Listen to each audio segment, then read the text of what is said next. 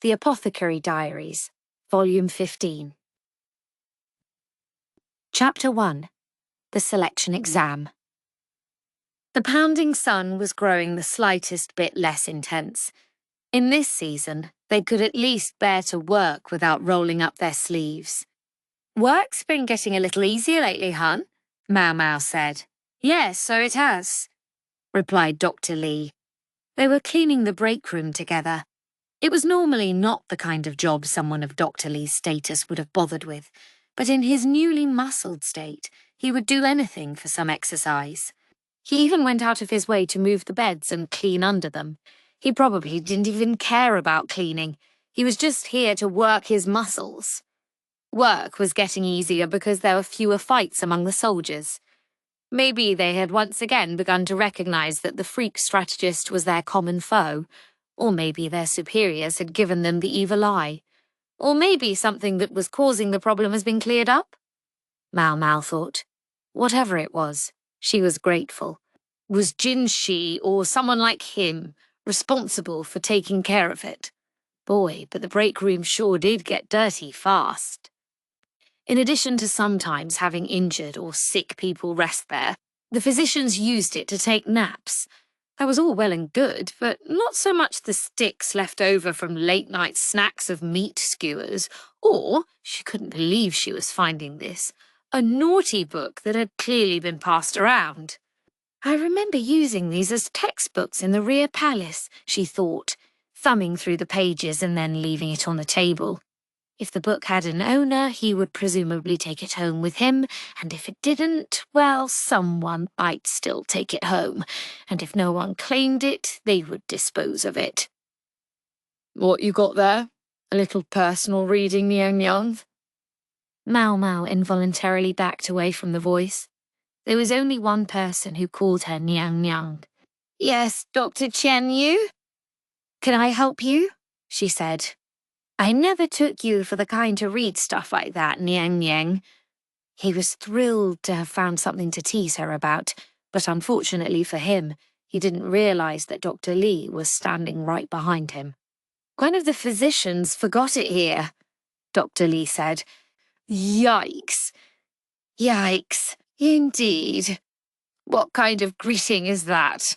Tianyu's face tensed when he saw Dr. Lee, who was already preparing to bring down his knuckle. "What are you doing here, anyway? What happened to doing your work?" the doctor said. "I did my work."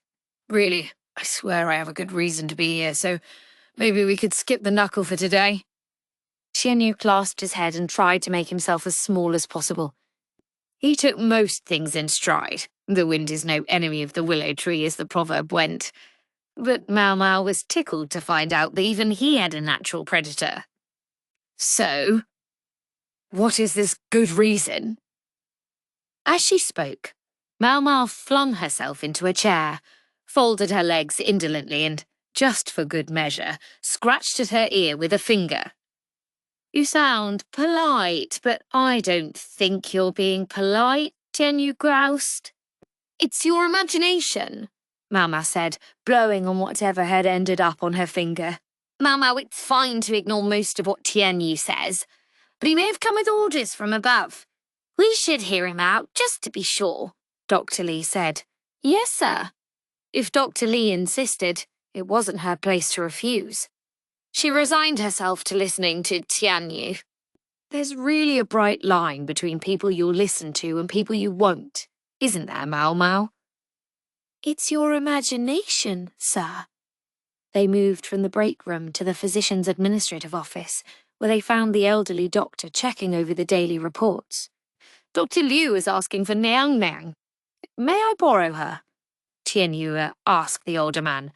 Even he knew enough to mind his P's and Q's around this physician. "Tianyu and Maomao? Do you think this is about—" The old doctor seemed to have some inkling as to why Maomao would have been summoned. "Sure, you can have her. Is she the only one?" "If I brought Dr. Lee too, things would be all kinds of tough, wouldn't they?" Tianyu replied lightly. "True enough. Lee here is very versatile. I'd be much obliged if you'd leave him with me." That sounded very portentous, but Dr. Li seemed as mystified as Maomao as to where she was going to go. "Are you sure I shouldn't go along?" he asked, not Tianyu, but the old physician. Yep. It wasn't the old physician who answered, but Tianyu. "If you're leaving Dr. Li with me, then fine. Go ahead and take Maomao." The old doctor handed Dr. Li the reports. Whatever reason for this summons, Maomao was not much more eager than anyone else to spend time with Tianyu. "I think it should be Dr. Li who goes instead of Dr. Tianyu," she said. "I humbly request he change with Dr. Li. We can leave Dr. Tianyu here instead." This was both her considered professional opinion and her knee-jerk personal one. "Absolutely not. I have no use for Tianyu either," the old doctor said firmly. "Ha ha ha. Boy, Dr. Li, you sure are popular," Tianyu said. "And you don't seem to be much liked anywhere you go, Tianyu," said Dr. Li, as merciless as his colleague. "What are we going to be doing?" Maomao asked. "You know, no one told me much. They just said to be sure to bring you along, Niang Niang." "You know, no one told me much. They just said to be sure to bring you along, Niang Niang." Maomao and Tianyu both crossed their arms. "Oh, it's nothing big. Just a simple test. If you don't pass, no harm done," the old doctor said, gazing out the window. "Now, I think you'd better get going." "Yes, sir," Maomao said, and then she and Tianyu took their leave of Dr. Li and the elderly physician. Dr. Li's medical office was in the centre of the palace grounds. It was located in the outer court, but close to His Majesty's bedchamber. Dr. Liu, however, was not there. "You're looking for Dr. Liu? He's this way," said another physician, showing Maomao and Tianyu to another room. It turned out they were not the only ones who had been summoned. Quite a few other physicians were there. Everyone milled about, clearly uncertain why they had all been called. Interestingly, there were even several women. Not Maomao's colleagues, Yao and Enon. These women were older.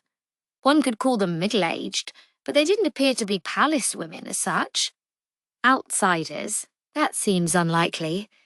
Whoever they were, their presence helped prevent Maomao from standing out like a sore thumb. Her jaw dropped, however, when she saw who else was there. Someone she never would have expected. A very elderly-looking physician with a bowed posture. "Pops?" Maomao's adoptive father, Lower Man, was there. He was supposed to be the rear palace physician. Maomao trotted over to him. "Pops? Nothing," he said. "Around here you can call me... let's see. Call me Dr. Can."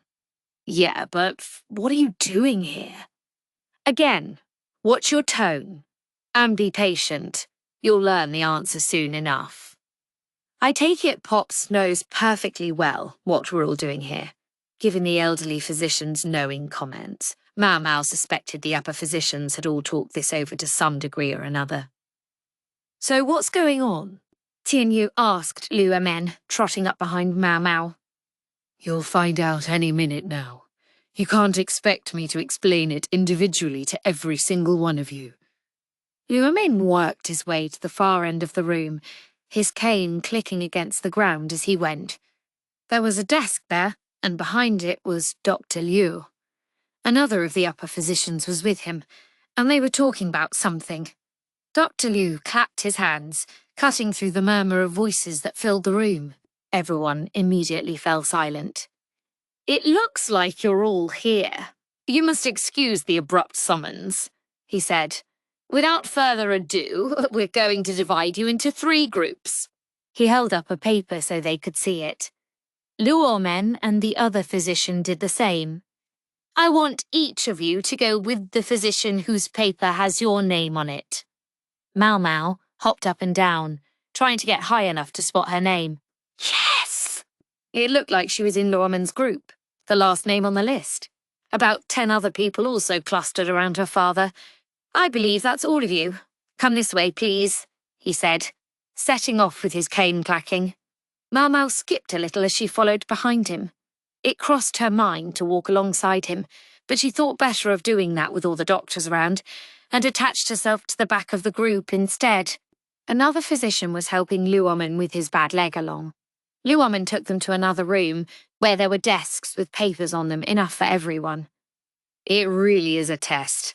Maybe the unexpected summons had been a way of trying to catch them off guard. Everyone looked around, confused. Sir? Said one of the physicians, raising his hand. Why are we taking a test now? You don't have to take it if you don't want to. If you'd rather leave, feel free. You won't be punished, and no one will hold it against you. Luomen went and sat on a chair at the farthest end of the room, his cane clicking along with him. The only kind of person I can think of who would go home when he said that would be a kid going through a rebellious phase. The doctors looked at each other, then took their seats. Maomao sat at the last available desk. You have 1 hour. Let's go ahead and get started, Luoming said, lighting a stick of incense. The test paper lay face down on the desk. Maomao turned it over and took a look. It consisted of about 50 questions regarding basic medical knowledge and another 50 about pharmaceuticals specifically. Given the 1 hour time limit, she got the sense that they were expected to answer all the questions easily. These should be things they already knew. Maomao began filling in answers, writing away without a break. A few of the doctors were sweating. Occasionally someone would drop his brush or let out an audible groan. Maybe they had written a word incorrectly. All right, time's up, Luomen said. The hour had passed in the blink of an eye. Maomao hadn't even had time to double-check her answers, but at least she had filled everything in. That was a good start. Some of the physicians' shoulders slumped. It was rough when you knew you could have answered more of the questions if you'd had more time. Once Luomen was sure that the incense stick was out completely, he stood up. All right, on to the next location. He started walking, and where should he lead them but the medicine storage room? The storage room was packed with medicine cabinets. Maomao came all the time on official duties, but no matter how often she was here, it never failed to excite her. Okay, got to take a deep breath. She breathed in, savouring the room's distinctive smell. Now that I think about it, she began to register the faces of the assembled physicians. She didn't recognise all of them, but several were often assigned to manage the medicines in this room just like she was. Given the content of the written examination they had just taken, she was starting to think that this group was full of people who were very experienced with medicinal herbs. So, would that mean Tianyu's group is surgery? Tianyu was a gifted surgeon, if nothing else, including a decent human being. What should we do next, sir? One of the physicians asked. Well, let's see. Perhaps I could ask each of you to make a few medicines? Yes, sir. The doctors were trying to reset themselves. The patient is a 20-year-old woman. Her husband has come to you saying that she hasn't been able to sleep, possibly because of gastritis. What kind of medicine would you use to treat her? Several of the physicians sprang into action. Some went scrambling for ingredients. Others, perhaps depressed by their performance on the written test, only seemed to be going through the motions of making medicine. But Maomao and 3 of the doctors didn't move. We'd only trip over each other by crowding the cabinets at the same time. There are plenty of ingredients. We won't run out. The 3 doctors, like Maomao, were people who'd been assigned to manage the medicine cabinets. They didn't have to rush. They knew exactly what was in each drawer and could afford to take their time. Tall senior, short senior, and mid-height peer. Maomao thought, assigning each of them an arbitrary name. Well, not completely arbitrary. One of her seniors was tall, the other was short, and the physician who had joined the staff at the same time she had was of average stature. Each of them more or less did their own thing, so they had never really gone out of their way to introduce themselves to each other, but they knew each other by sight. The doctors who had gone into action first had begun to assemble their ingredients from the panoply of cabinets. Maomao looked over the drugs that had been gathered on the table. Longan and Toki, licorice, gardenia. Are we dealing with something to combat anemia and poor sleep? A few of the physicians had chosen slightly different ingredients, but they were all making roughly the same thing. You're not going to do anything? Luomen asked Maomao and the others who had stood still. If we all rushed the cabinets at once, we'd only trip over each other, sir, said her tall senior colleague. Her shorter senior narrowed his eyes and asked, Does the patient have any other symptoms? Are we allowed to ask that? Symptoms, Luomen echoed. What kind of symptoms did you have in mind? Does this person have morning sickness? Maomao asked pointedly. A 20-year-old woman, with her husband making the inquiry. One had to consider the possibility of pregnancy. There were plenty of drugs that could help with insomnia, but many of them could have negative effects on the pregnancy. The other physicians who had stayed behind seemed to have had the same intuition as Maomao. That doesn't mean that the other doctors are incompetent or anything. The vast majority of the patients they would see in the court were men. Even when a palace lady got sick, she often preferred to hide that fact rather than present herself at the medical office. And if she was pregnant, she would probably just leave court service altogether. Luomen had presented them with a trick question, one that required them to take a step beyond their experience as court physicians. Well, let's see. The husband reported nausea, so I think it would be wise to consider the possibility. Only then did Maomao and the other three finally move. The doctors who had gone first were starting to show Luomen the results of their efforts, and he was telling them they had failed. One of them did pass, but he didn't seem very happy about it. Maybe his results on the written test hadn't been so good. The remaining four, including Maomao, gathered roughly the same kinds of herbs and made similar drugs. They each had their own particular way of going about it, but they came up with more or less the same thing. Time was short, however, and Mid-Hypea looked a bit rushed. Or maybe he was all too aware of the other doctors, the ones who had failed, watching them as they worked. Good, you three have the right answer. This one, perhaps prepare it with a little more care, Luomen said. Only Mid-Hypea was rejected. He hadn't had time to mix the ingredients properly. Yes, sir. I'll work faster, he said, disappointed but willing to acknowledge where he had gone wrong. Now, let's move on to the next problem, Luomen said. He had them make several more medicines in much the same way. It was very characteristic of him to see what they could make on their own, rather than simply handing them a recipe and asking them to mix it. And he does love to set little traps. It was somewhat mischievous, yes, but then patients often had trouble explaining their own symptoms clearly. Luomen was conveying that it was good to be prepared to question what the patient told them. If only he was this careful about money, Maomao thought. He'd been officially hired as a physician, so she assumed no one was taking a cut of his Rear Palace salary, but maybe she would ask when she got a chance, just to be sure. I can, however, totally imagine him giving everything he owns to some random person in trouble that he passed by, which meant that if he never took a step outside of court, everything should be fine, right? Maomao let these thoughts parade through her head as she made the medicine for the next problem. Luomen went around observing not only their herbal knowledge, but also the ways in which they made their medicines. It was about more than what components one chose. It was how you handled them, how you mixed them together. He told us no one was required to take this test, but Maomao was very curious what task they would be put to if they passed. Next. Perhaps you could see how much you can make within the given time. Use the ingredients listed here. Luomen was upping the difficulty.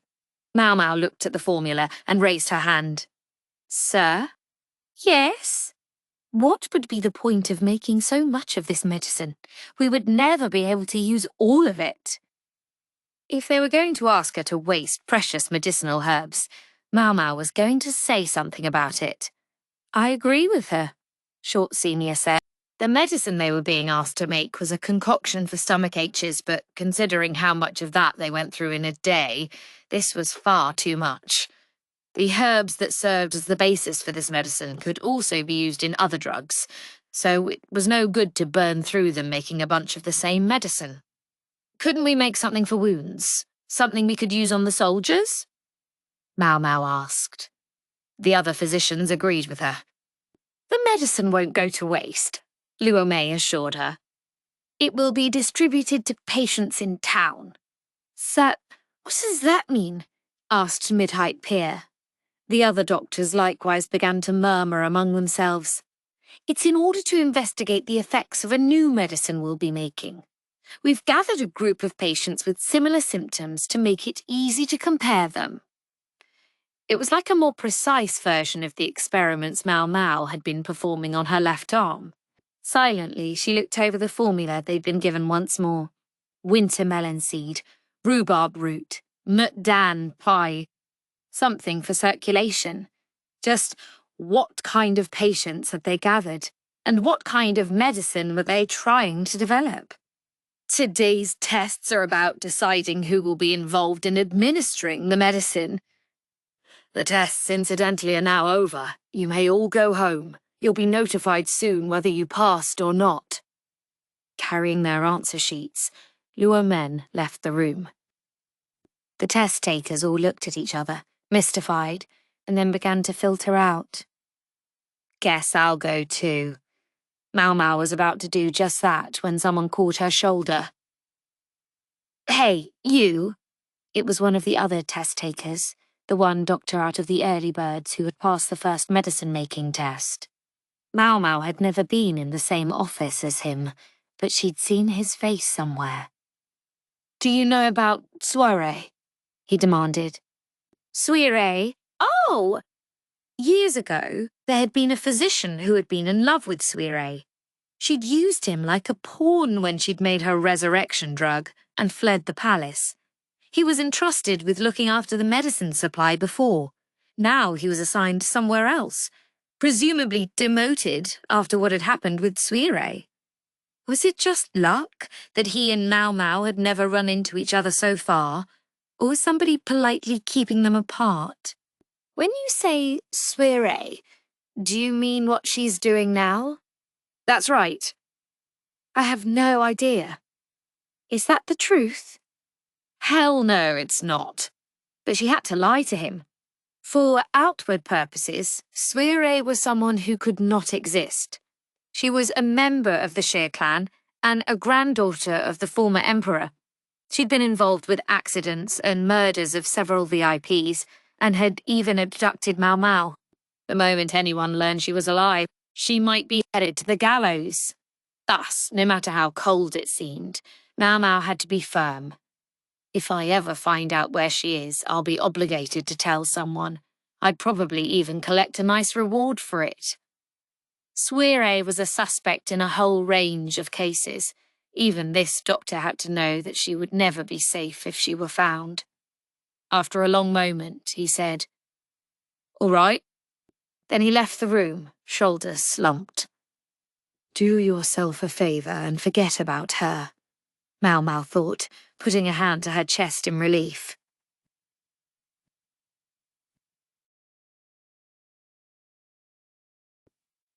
Chapter 2. Smallpox and Chickenpox. The day after the test, Maomao was taking stock of their inventory as usual. Why would they handpick people to do drug trials, she wondered. It was her fault for pondering while she worked. Yikes. She was so distracted by her ruminations that she almost knocked over a jar full of medicine.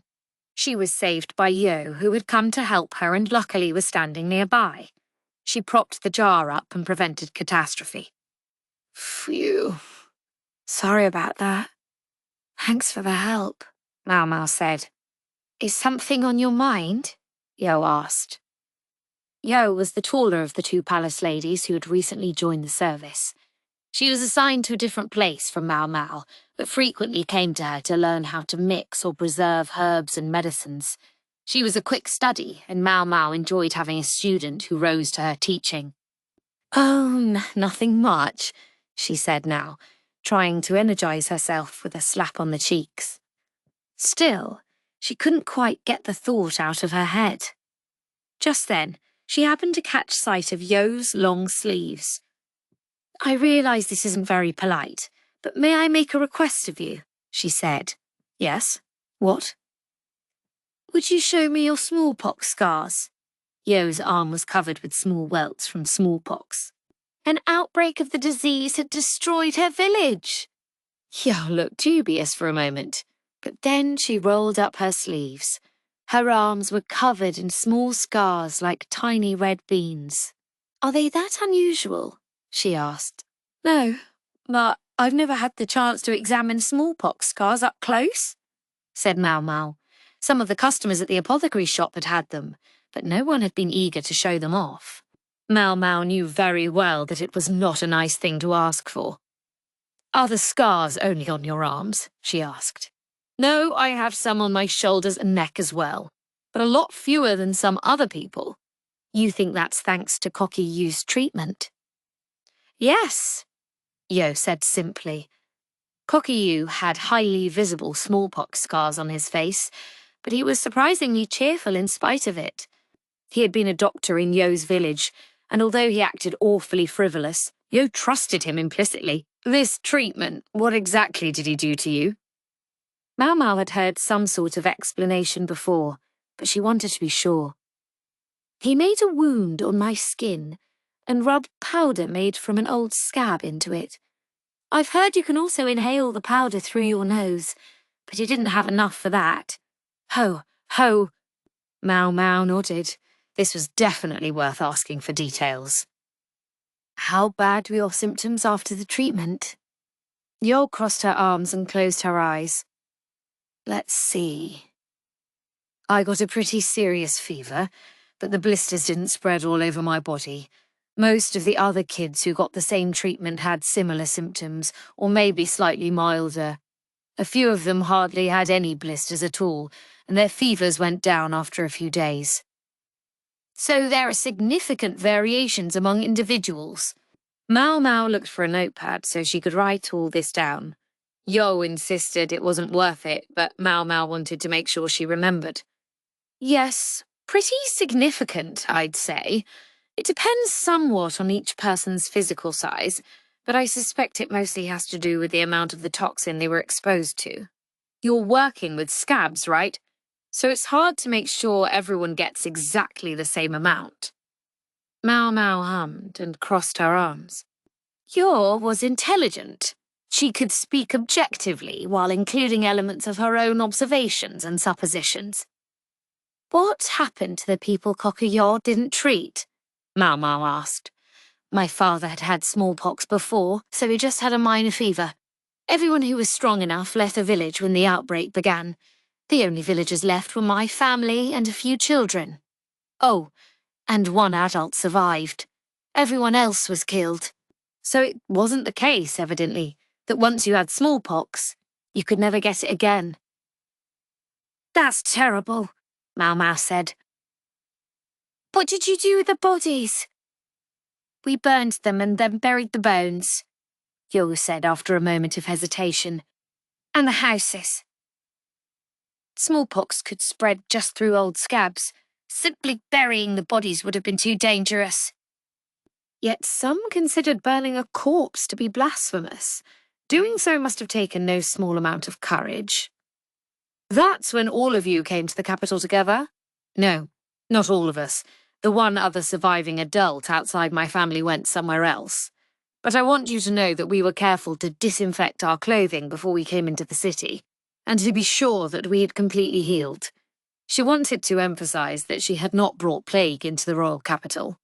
I know, Maomao said, and I won't tell anyone about what you did with the corpses. She was starting to think that she would have to interrogate Gyouyoh a bit further about smallpox treatment. I can check with Pops, too. There were plenty of other capable doctors around as well. The older ones might remember something about that outbreak of smallpox. With all this chatting, Maomao suddenly discovered they were done with their work. "I'm going to take the medicine you've made. Come with me, please," she said. "Yes, ma'am." They would leave the commonly used medicines at the medical office. "We might encounter some rough customers, but just stick with me. Don't let them see that you're afraid, no matter what they say to you," Maomao told Gyouyoh.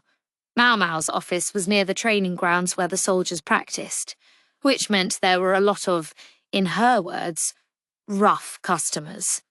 Gyouyoh might still be a bit countrified, but Maomao couldn't have anyone laying a hand on her dear younger colleague. As they passed by the young men, the soldiers shot them appraising glances. Gyouyoh stiffened slightly. Maomao trotted along as if nothing were happening. When they arrived at the medical office, the elderly doctor was chasing out a soldier who'd come in with a graze. "You call that an injury? That's nothing. Get out of here." He might look like a grandfatherly old man, but he was an experienced hand in this office and was used to things getting a little mean. "Couldn't you have just slapped some salve on it to put his mind at ease?" asked Dr. Lee, who as a fellow bodybuilder had some sympathy for the soldier. "I cleaned the injury," the old doctor shot back. "Look, that was the guy who was guffawing about breaking one of the other men's arms the other day. If he thinks he deserves kid gloves, he's going to find all I have for him is some spit and polish." "Ah, one of those gutless wonders, eh?" "I dare say you should have rubbed salt in the wound to disinfect it," said Dr. Lee, who sounded more like a muscle brain every day. "I have medicines to deliver," said Maomao, entering the office and taking off her portable medicine cabinet. "Delivery's here," Gyouyoh echoed, imitating Maomao. "Well, well, what a sweet young thing you've brought with you today," said the elderly doctor. "My name is Gyouyoh," she told him. "I just started this year." Evidently this was the first time they had met. "We don't get a lot of young ladies around here. Too many rough and tumble types." "I'm here," Maomao said stiffly. "You and Miss Chu are special cases. In flower terms, I would say you're an oboko and a dandelion." So, she was in the same category as Chu now? Dr. Lee and the elderly physician were both relatively decent toward young women, so Maomao didn't worry about having Gyouyoh there. If anything, it made her acutely aware that those in charge must have been thinking the same thing when they assigned Maomao to this office. That was enough chit-chat as far as Maomao was concerned. She resumed her delivery. "When you deliver new medicines, check the date on any medicines left over," she told Gyouyoh. "Put the ones with the oldest date on top, and if they're too old, throw them out." These deliveries were regular affairs, so they didn't throw too much out. Unlike the Imperial Palace medical office, this was a proper place of business. "I wonder how the quack doctor is doing," Maomao thought. Liumin was there now, so the Imperial Palace medical office was probably running smoothly. If Maomao had any concerns, they were mostly for the quack doctor's job. It appeared Liumin had been given some new task, however, and Maomao did worry a little bit about how things would go from here.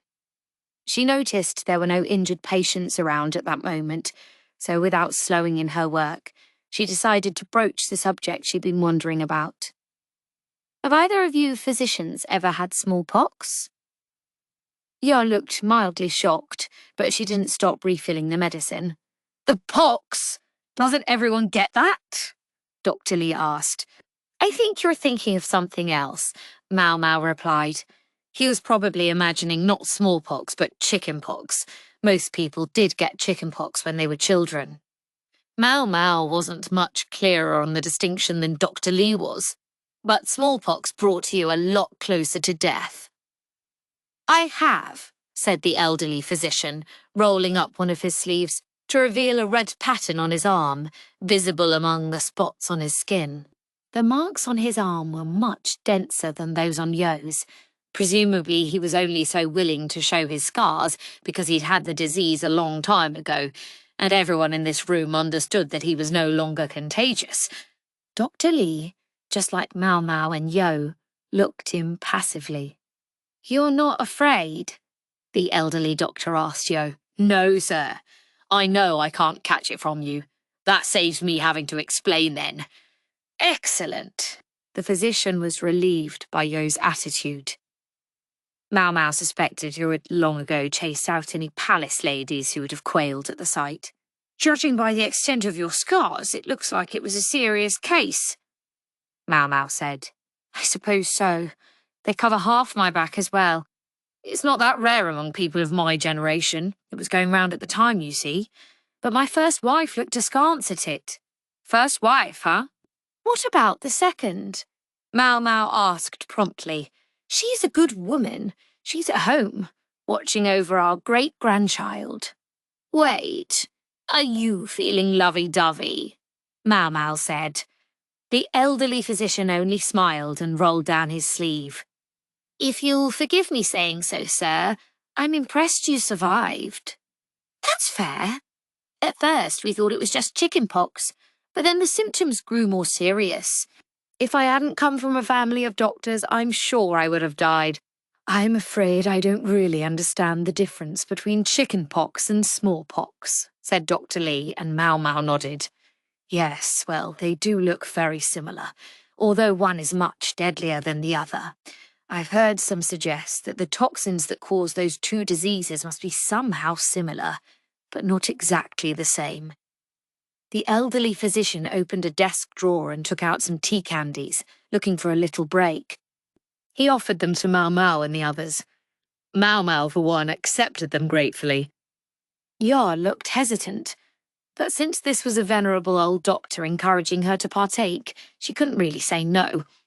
It was only because the factional fighting among the soldiers had calmed down that they were able to enjoy a quiet snack time like this. The toxins that cause those diseases, Maomao breathed. Maomao, don't get any ideas about trying them, Dr. Lee said. Of course not, sir, she answered, albeit slowly, and averted her eyes. Not everyone is happy to see smallpox scars, but as a physician they can have certain advantages, the elderly doctor said. For one thing, it shows you the terror of illness firsthand, and for another, it makes it harder for you to catch the same disease. Yes, sir. The response came not from Maomao, but from Gyouyoh. For her, the elderly physician might have seemed a saviour of a kind. I'm glad I brought this up while she was around, Maomao thought. She'd known, at least, that these were not people who would take smallpox lightly. She would never have raised the subject in front of anyone who was likely to make fun of the scars.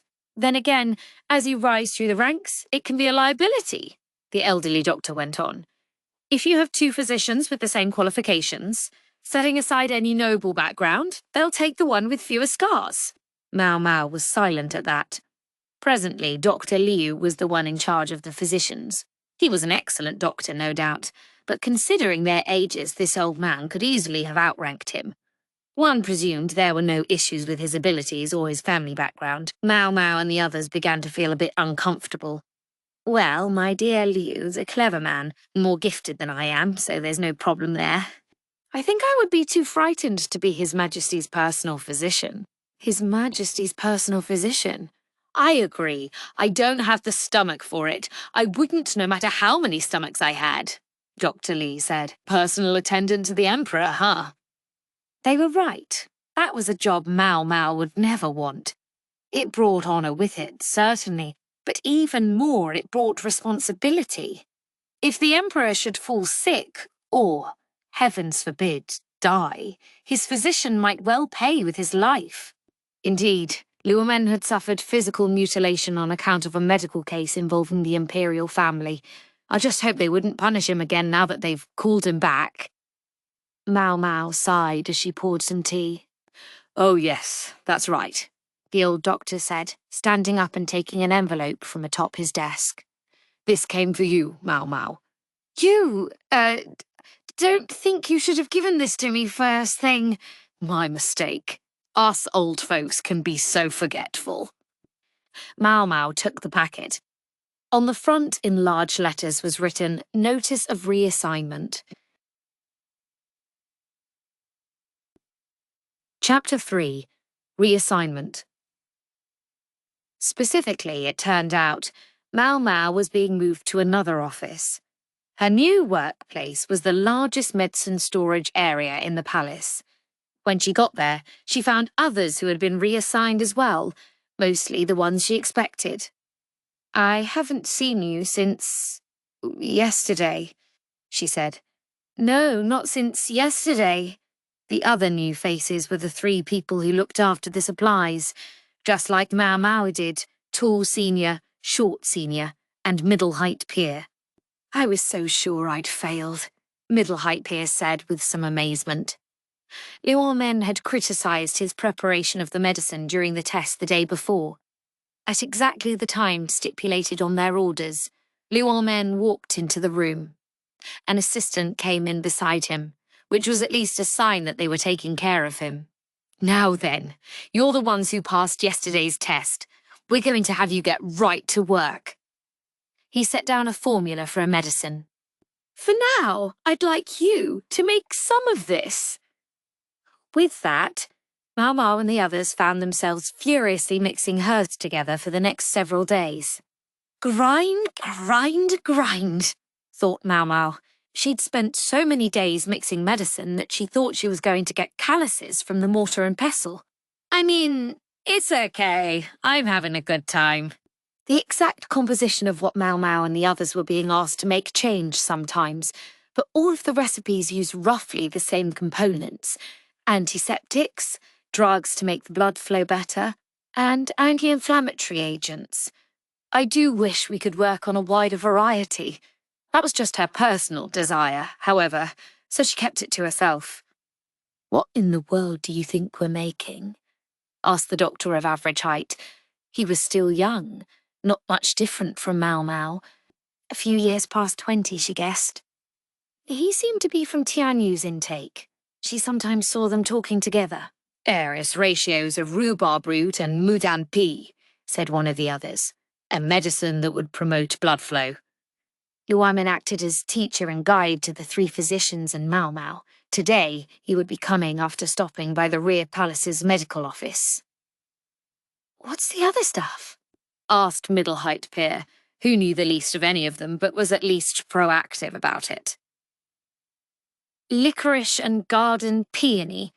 It must be a decoction of the two," answered tall senior, the taller of the two seniors.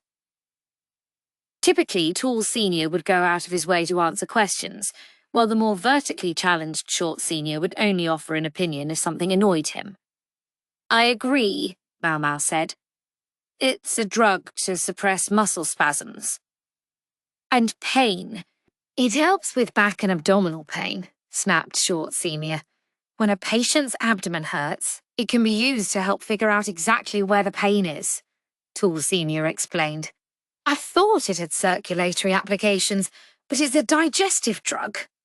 "A draft of rhubarb root and mudan pea could be helpful in cases of constipation or stomachache and was frequently dispensed to women, as it also helped regulate periods.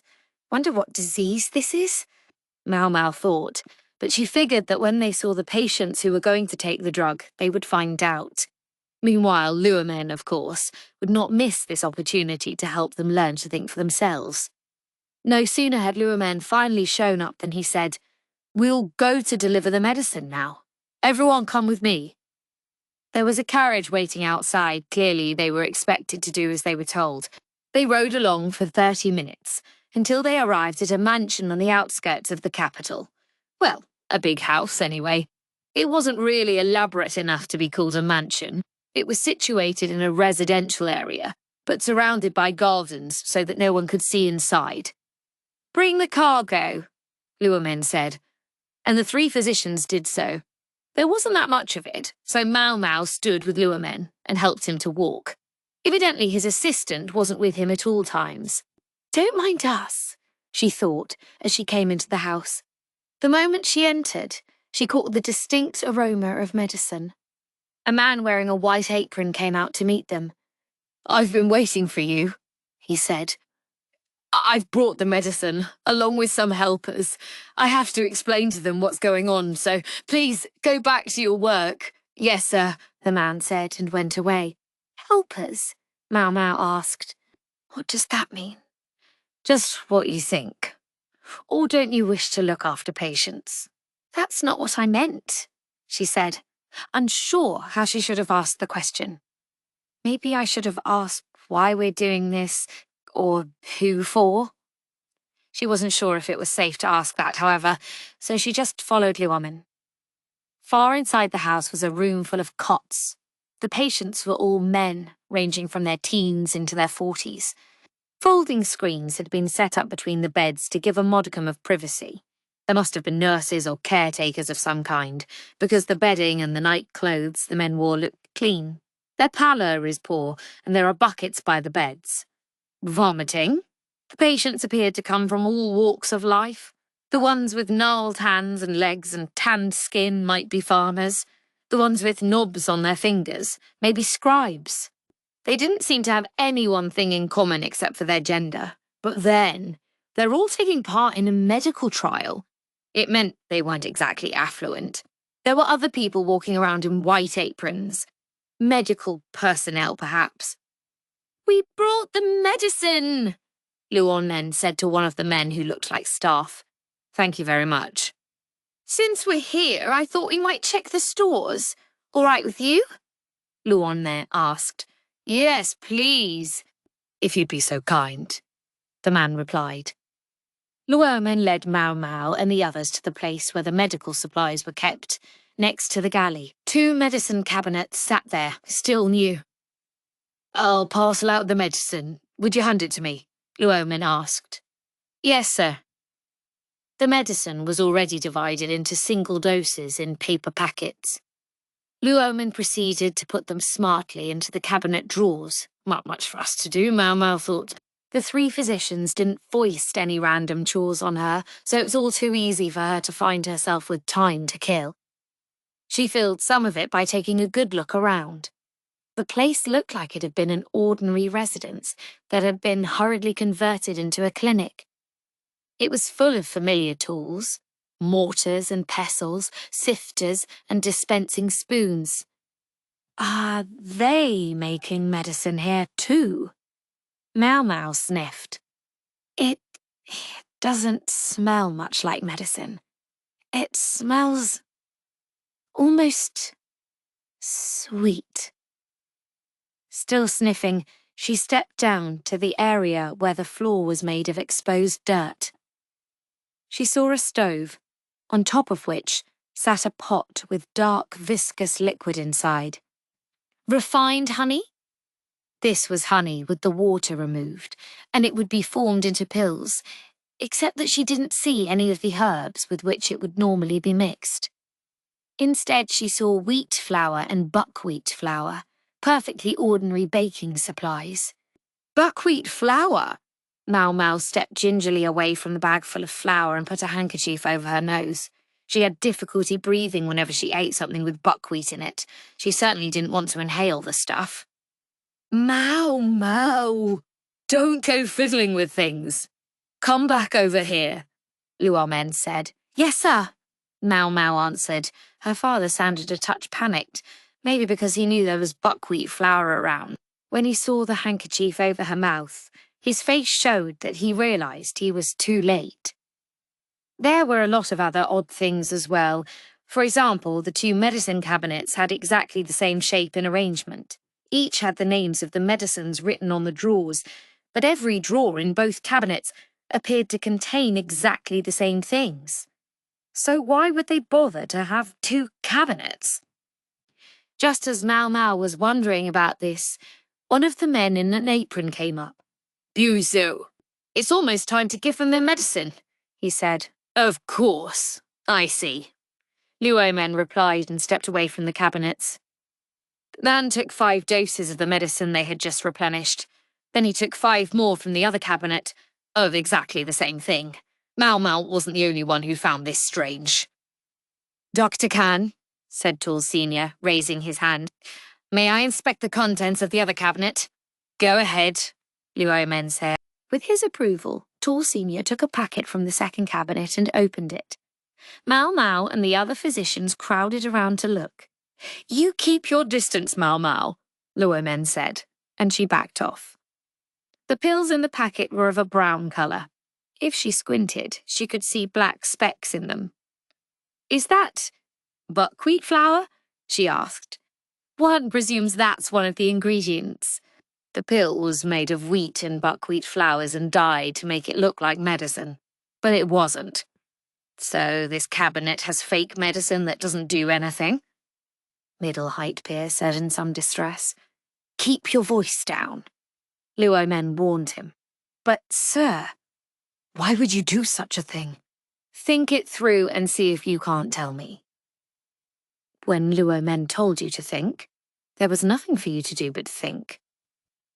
He only asked questions that could be answered, with enough consideration. If you couldn't come up with a response, it only meant that you had missed some information somewhere. Earlier, that man took 5 packets out of each cabinet. There are 10 patients, which means the medicine is being divided in half. The patients were shown a certain level of hospitality while being treated here. They were probably getting decent food, for one thing. You make sure everyone is in the same environment to judge the effect of the medicine. It was always possible that the medicine wasn't what was helping, but simply being in a clean environment and getting proper nutrition. In that case, you couldn't always be sure the medicine was working, and that was no good. So it was necessary to prepare 2 separate groups. "You figured it out, Maomao?" "Yes, sir." "And what do you think?" The 3 physicians all turned to hear her answer. "I think you've divided them into 2 groups to ascertain the effect of the medicine while ruling out the effect of changes in environment or diet. You want to see if people in the same environment with the same illness will show different results based on whether they receive medicine or not." Luo Men was smiling, but he didn't look quite convinced. "Further, the reason you deliberately prepared some medicine that will presumably work and some placebos is—" "Thank you, that's enough. There's someone else who looks like they can give us an answer." "Let's hear it from them." Maomao looked over, feeling a touch of mental indigestion. Short Senior was looking especially engaged. "It's in order to equalise not just their basic needs, but their feelings as well," he said. "It's said that illness begins with the spirit, but so can treatment. The relief provided by the sense that they're taking medicine can lead a patient to feel that they've been cured." "Oh, correct. Strangely enough, the very feeling that one is taking medicine can cause the body to reduce the illusion that the medicine is working. These pills are to help account for that." Luo Men picked up one of the fake pills. It was quite a piece of work, designed so that even the colour was believable. "In addition to your usual production of medicine, I want you to take shifts to record the condition of the patients here. Is that all right?" "Yes, sir," Maomao and the others answered in unison. "At least we finally know what we'll be doing," she thought. But she still hadn't had a chance to ask why.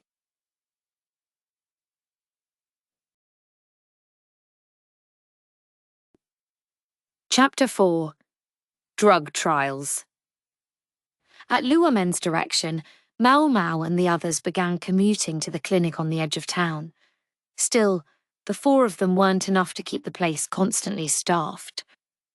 The clinic already had nurses of its own, and it was much more efficient to make medicine at the medical offices in the palace. "I'd like to suggest we work in pairs," said Tall Senior, summing up the situation. "At the clinic, we'll make records and look after the patients, while at court we'll continue to make medicine like always." It was nice to have somebody taking charge. "How are we going to pair off?" asked one of the other physicians. "I think, for starters, the oldest of us should split up. That makes sense. The 2 older doctors knew what they were doing, so they would be able to keep their younger colleagues from getting into any real trouble." "First, Maomao and me," said Short Senior, so that's who Maomao was paired with. They decided to have the junior and senior colleagues work as pairs, occasionally trading off. "Good to work with you," the doctor said. "And you," Maomao replied politely. Short Senior didn't talk as much as Tall Senior, but it was clear that he was very capable. He was somewhere in his early 30s, and probably knew a bit more than Tall Senior, who was roughly his same age. He was a careful worker, fastidious in the way he made medicine. His nimble hands suggested he was probably also an excellent surgeon, so he could have been in surgery. The fact that he was nonetheless doing apothecary's work suggested that he loved drugs just like Maomao did. Short Senior's small stature and average looks made her think of a certain abacus brain, who shall remain nameless, but this man was far more mature. "All right, shall we go?" Short Senior said. "Yes, sir." Since they would have to bring cargo with them, a carriage would be provided for trips from the court to the clinic. It wasn't that they couldn't possibly walk, but they would have to cut through the shopping district on the way, and it was all too likely that they would encounter a pickpocket. Soldiers might travel through unharassed, but a couple of well-dressed civil officials, they'd look like marks all the way. Maomao and Short Senior arrived at the clinic and replenished the medicine with the supplies they had brought. "Should we go straight into checking on the patients?" Maomao asked. She'd brought a tie for her sleeves so they wouldn't get in her way. Now she rolled them up and tied them back so she could move freely. "No, I think we should start by checking the records," said Short Senior, grabbing the book where the notes were kept. Maomao simply had to look on. She suspected they used paper, not wood strips, because of the sheer quantity of writing. But she noticed to her dismay that the paper wasn't of very good quality. "They should get in touch with the quack doctor. Have him sell them some at a decent price." The quack's family made paper for a living, so Maomao occasionally went to him for a friends and family rate on quality material. The book didn't record the patients' names, but it did include their ages and physical sizes, as well as their occupations and other details. "Looks like there used to be a lot more patients than there are now," Maomao observed. The drug trials appeared to have started about a month prior with around 30 people. Now only a third of them were left. She'd wondered why the clinic seemed so large for the number of patients, and this explained it. "Sounds like some people were faking," Short Senior said. "I can see why." Yes, the physicians were developing drugs, but they were offering free treatment, food, and so on. Who could blame a few people for showing up claiming to have the condition the doctors were looking for? "A few other people left because the medicine couldn't help them," Short Senior went on. "Right. If the physicians decided the drugs weren't going to cure you, they would ask you to leave." "What condition do you think it is?" Short Senior asked. "Typhlitis, maybe?" Maomao suggested. "I think so too." No specific name of an illness was written down in the book of notes. After all, they'd only assembled patients showing similar tendencies. They couldn't be certain what disease each had.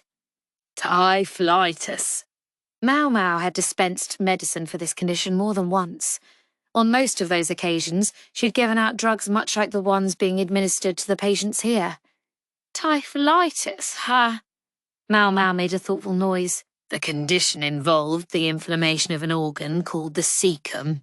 It was possible to relieve the symptoms with medicine, but that was all they were doing, treating symptoms. Some people got better if their symptoms were mild, but in more severe cases, the inflamed area could fester and spread toxins through the body. In such cases, it could spawn other illnesses, and mortality rates went up. She'd heard that more than half of people in that situation died. It was a decent idea to study the treatment of typhlitis, because it wasn't particularly uncommon.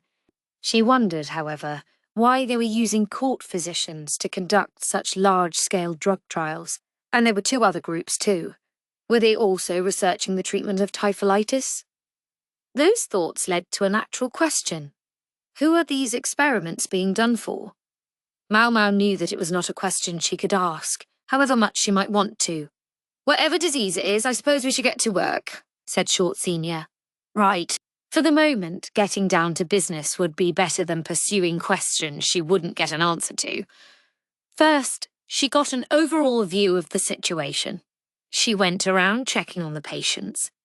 They were divided into 2 large rooms, 5 in each. But this did not correspond to the groups receiving the real medicine and those getting the placebo. That would be the wrong way to go about it. It did mean, however, that she would have to be careful to make sure the right people got the right pills. As for food, the patients got 3 meals a day, all congee, good for the digestion. The ingredients were finely chopped, and the porridge was thoroughly cooked. It didn't look like much, but the stock had been made from meat and bones to give it plenty of nutritional value. If someone had stomach troubles, typhlitis or not, food that was easy to digest was the basic treatment. Maomao went among the patients, organising the information in her head. Then she and Short Senior moved to the kitchen so that the patients wouldn't overhear them. It does seem to be the case that the patients receiving the real medicine are in better shape, she said. Yeah, inflammation's gone down for some of the ones in the placebo group, but not many. Probably the ones with the most physical vitality. In an experiment like this, the more people you could get, the more precise your results would be. Testing on human subjects meant there would be differences from one individual to another, but increasing the number of subjects would help average out the data. If Lahan were here, he would be adding them up already. Which did not mean she was going to call him. Master Physician, she started. Yeah? Asked Short Senior, who was writing something. She was glad they were alone, and she could get away with simply calling him Master Physician. She could hardly ask his name at this late date. If a case of typhlitis doesn't get better with medicine, what exactly is the subsequent treatment? Whatever it was, Maomao, unfortunately, hadn't learned it. Her specialty was herbs and medicine, after all.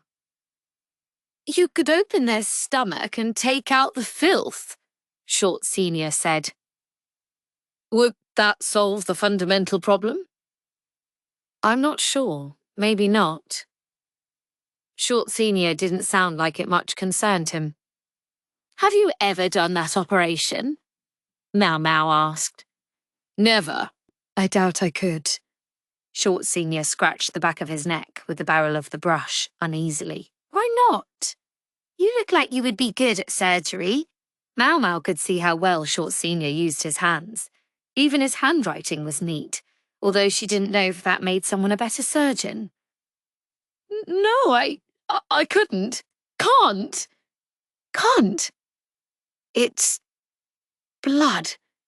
I can't stand blood. He sounded embarrassed. Maomao definitely understood that. Everyone had certain things they just didn't cope well with. That was life. I'm not actually cut out for doctoring, Short Senior said. He came, however, from a long line of physicians and had been pushed to take the medical exam whether he wanted to or not. It would have been so easy for him if he'd failed.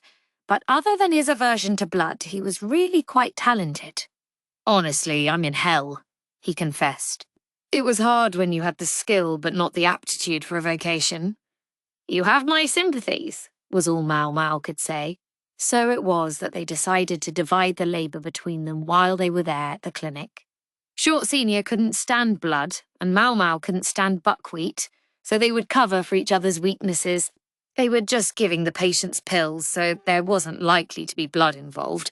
But then one time someone going to the bathroom had taken a bad step, tripped, and split his forehead open, so Maomao had been the one to treat him. Meanwhile, she left it to Short Senior to make the placebo pills.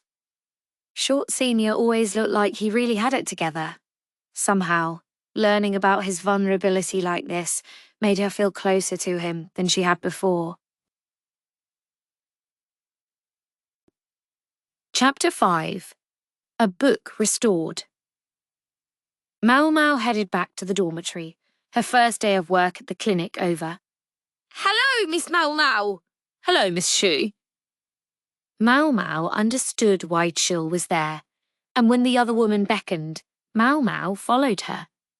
As she expected, a carriage was waiting and she was to get on. Who's summoning me today? She asked. It was presumably either Jinshi or our Gyouyoh. The Moon Prince today, Chui drawled. Also, there's someone already in there, so have fun. Someone already in there? A pair of eyes goggled out at Maomao from the carriage window. Hello, Nyang Yang. No reply from Maomao. It was Tianyu. She could think of only one reason Jinchi might call for her and Tianyu. Is this about Calder's book? She thought, nearly breaking into a giant grin. Among Tianyu's ancestors was a physician who, although a member of the imperial family, had committed an unpardonable crime. Just the other day, they had found the book this ancestor had left behind. He did say they were repairing it. Maomao bounced along in the carriage, barely able to contain herself. Before she knew it, she was even humming. Is it just me, or does Nyang Nyang seem kind of creepy today? Tianyu asked. Now, you mustn't say such things, Chua drawled. Didn't the neighborhood uncles ever tell you that? Dr. Liu has definitely gotten mad at me a few times. They were having a huddled conversation, but it was very much in character for them that they made sure to have it loud enough that Maomao could hear them. Say what you want, she thought. Her head was too full of Carter's book to care about anything else. What might be written in it? Okay, from here, we walk, Choi said. The carriage had stopped, but not in front of Jinchi's palace. We'll be in here today. They were somewhere near Jinchi's office. Outside of work hours, Maomao was usually shown to his pavilion, and it had been a long time since she'd come to his office. Hey, Niang Niang, what are you doing these days?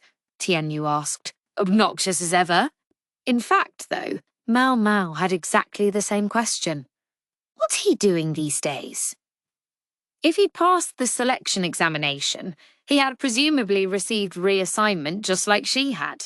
What about you? She shot back. What are you doing?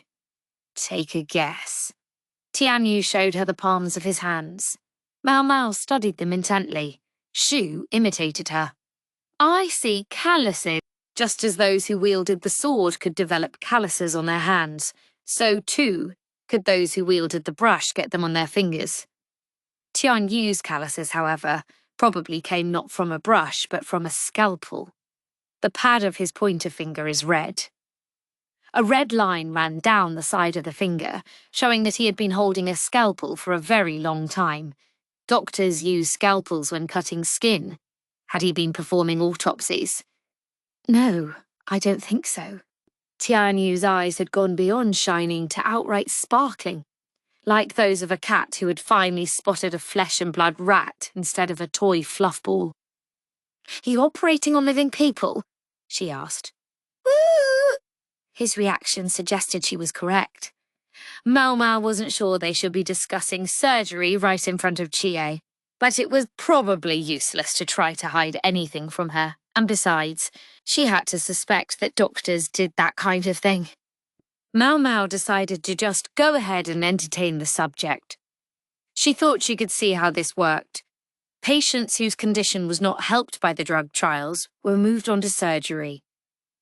Are you cutting them open and removing the filth? She asked. Have you learned to read minds since I saw you last, Nyang Nyang? Tianyu asked, a theatrical expression of befuddlement on his face. It was not as cute as he thought it was. Chu was doing the same, but at least with her it was sort of cute. The conversation had taken them almost to the doorstep of Jinchi's office. Wow, this really takes me back. Maomao saw hallway windows that she had polished the hell out of when she was Jinchi's serving maid, and she'd had more than a few tussles with other palace ladies there. There were no officials in the halls now. It was almost dark. Now that I think about it, this is the same office he had back when he was a eunuch. She was only now realizing. She might have expected him to find a new place once it was public knowledge that he was the Emperor's younger brother, but not so. The current location was just too convenient. 2 guards stood outside the office.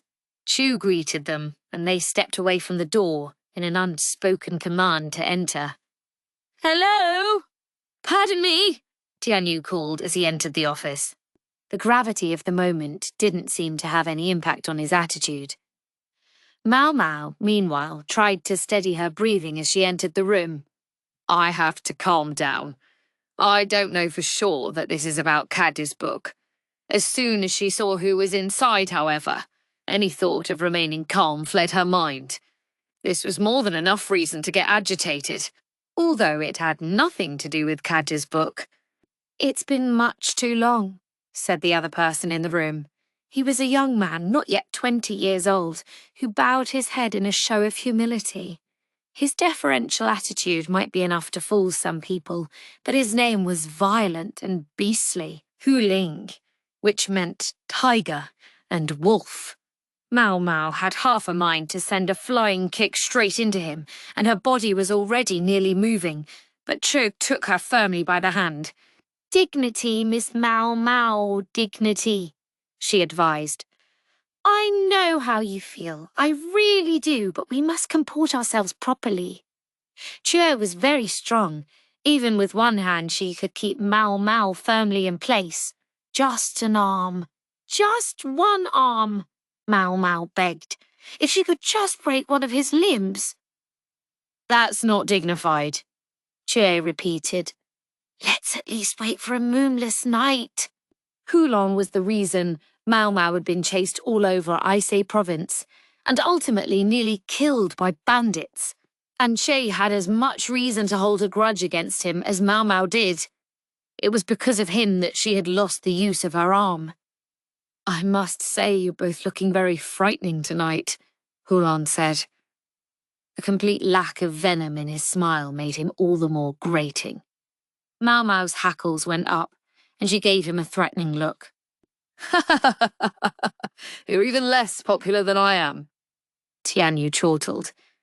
Evidently, he actually was bothered by the general distaste people had for him. Maomao had had to see Hulan on the hunt the other day, and she was aggravated to now find him here in Jinqi's office. "So you've arrived," said Jinqi, who was seated in a chair waiting for them. Basin stood beside him as his bodyguard. A curtain, otherwise out of place, hung across a corner of the room, meaning Bayu must be with them as well. "Good evening, Moon Prince. Incidentally, I believe there's someone present who has no business being here. Do you not see fit to chase them out immediately?" Maomao asked with her most humble attitude. "You don't mean me, do you?" Tianyu said, pointing at himself. Sadly, no. Today she did not mean him. There was someone even worse than Tianyu there. "Why, whomever do you mean?" Gulan asked, looking innocent. Now, you must be able to see things objectively. Shall I bring you a mirror?" Trey said, backing Maomao up. Miss Cho, I have a mirror," Maomao said, taking a small bronze plate from the folds of her robes. "I should have known you would be prepared, Miss Maomao." Jinqi watched this exchange with exasperation. "I fully understand what you're trying to say, believe me, I do. But as I've told you before, this man is capable, so just live with it. Also, I'd rather he be where I can keep an eye on him." "Wait, is it moi you've been talking about all this time?" Hulan put on his surprised face. His features were young and cute. They were the only cute thing about him. Jinqi got a bit of a faraway look in his eyes. Hulan was, after all, publicly the younger brother of the ruler of the western capital, so Jinqi couldn't afford to ditch him outright. "I'm sorry, but I have no time to chat with people who might as well be animals. Could we get straight to the point?" Maomao asked, collecting herself. "And incidentally, what is the point? I know it's got to be the, you know." No. It looks like you don't need any help from me to imagine why I might have called you here," Jinqi said. "But in any case, calm down and have a seat." He made a motion as if gesturing to a dog to sit. Maomao seated herself on the couch, although she fidgeted furiously. Tianyu sat down too, and Shui planted herself between them. "Why are you sitting, Miss Shui?"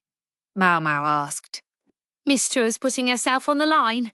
It's very valiant of her," Chua said, and winked broadly at Jinqi. He didn't say anything, but he nodded at her. There were no palace ladies present, so Hulan made tea. Maomao folded her legs to one side and made it her business to look annoyed. She glowered at the tea he gave her and gave it a good sniff, making sure there was no poison in it. "You're not being very polite, Niang Niang," Qianyu said, adding dramatically. "That's not very nice." "I'm simply behaving as befits the person I'm interacting with," she replied. Qianyu was hardly comporting himself with the formality one might have expected before Jinshi. He seemed to have the same attitude as Maomao, that if Wulang could be permitted so much, then so could they. "I'm sorry to tell you there's no poison in the tea today," Hulin said apologetically. "Yes, what a shame. It would make Miss Maomao so happy and give the Moon Prince such a fine excuse to execute you," Chu said. "My dear older sister, Chu, you're so cruel to me." Sparks flew between Chu and Hulin even more than between Hulin and Maomao. It evidently wasn't the first time this had happened. Basin's expression clearly said, "Again, the discussion was never going to get anywhere at this rate." Maomao looked at Jinshi. He looked back with unusual seriousness. "Before we go any further, there's something I want to say to you, Maomao." "What is it, sir?" "First, calm down." "I am calm, sir. Don't fuss." "I'm not fussing, sir. Steady yourself." "I'm steady, sir." "You're ready now?" "Yes, sir." After all that, Maomao was fairly sure she was actually calm. Until the moment Jinshi took out a Polonia wood box and opened the lid, revealing battered old pages sitting on top of some white paper. "This is from the restored Caddy's book," he said.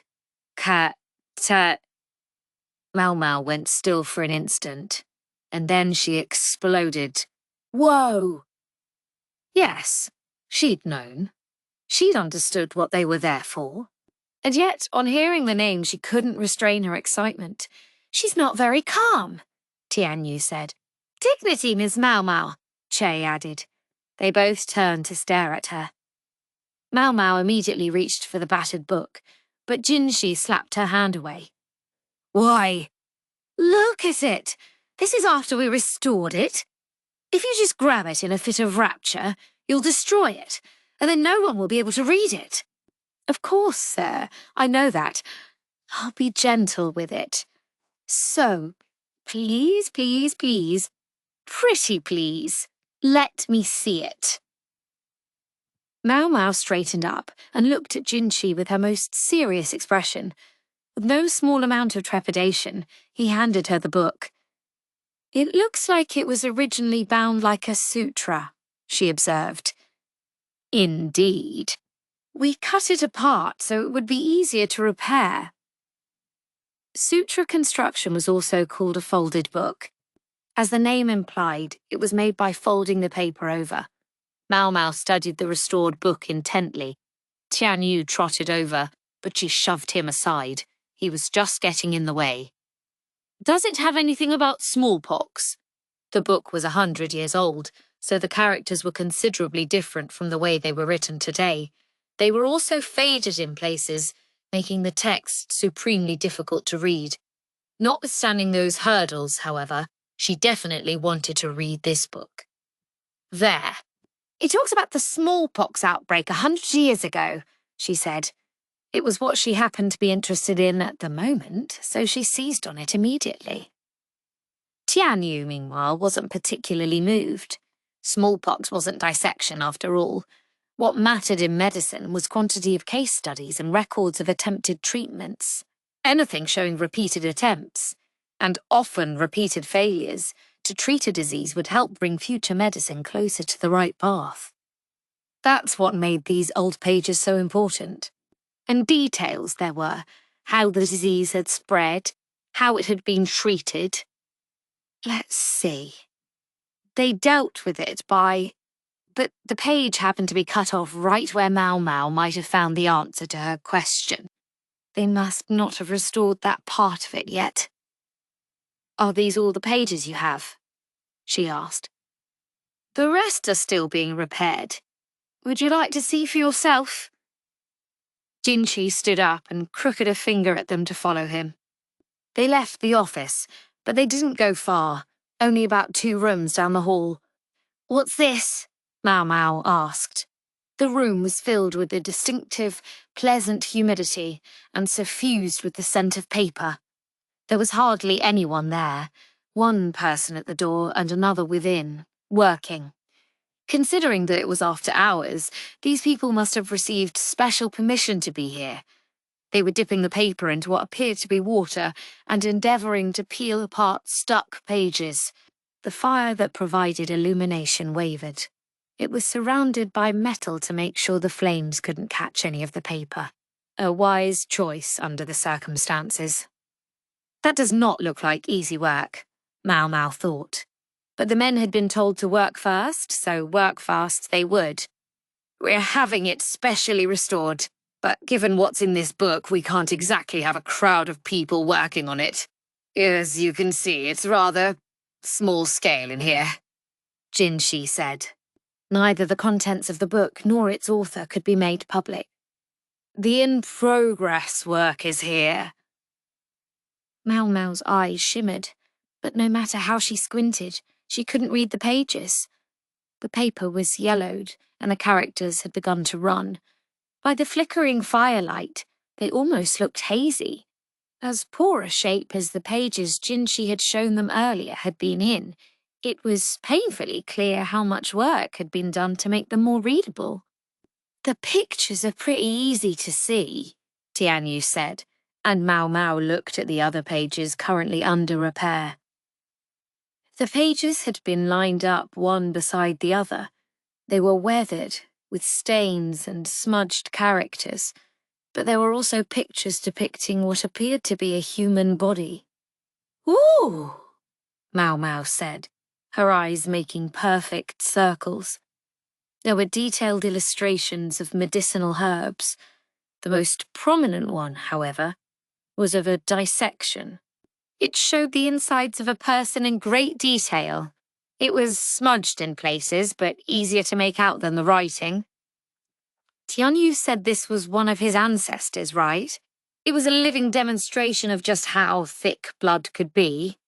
Tianyu was poring over the illustration, making sounds of amazement. Maomao, too, stared fixedly at it. She didn't say anything. He didn't say anything. Xie didn't say anything. Somebody say something, Jinshi demanded, looking straight at Maomao.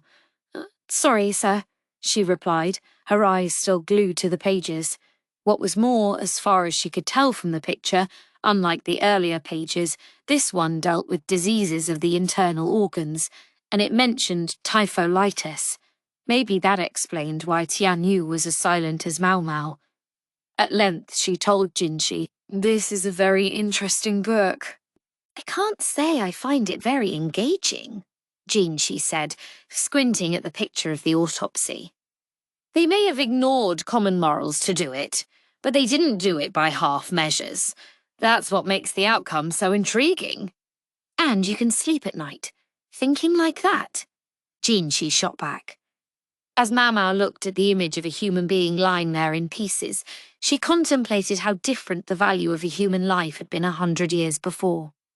It appeared that if the surgery had been successful, the authors wrote down its subsequent progress, while if it failed, they autopsied the body and made illustrations of it. They didn't waste anything.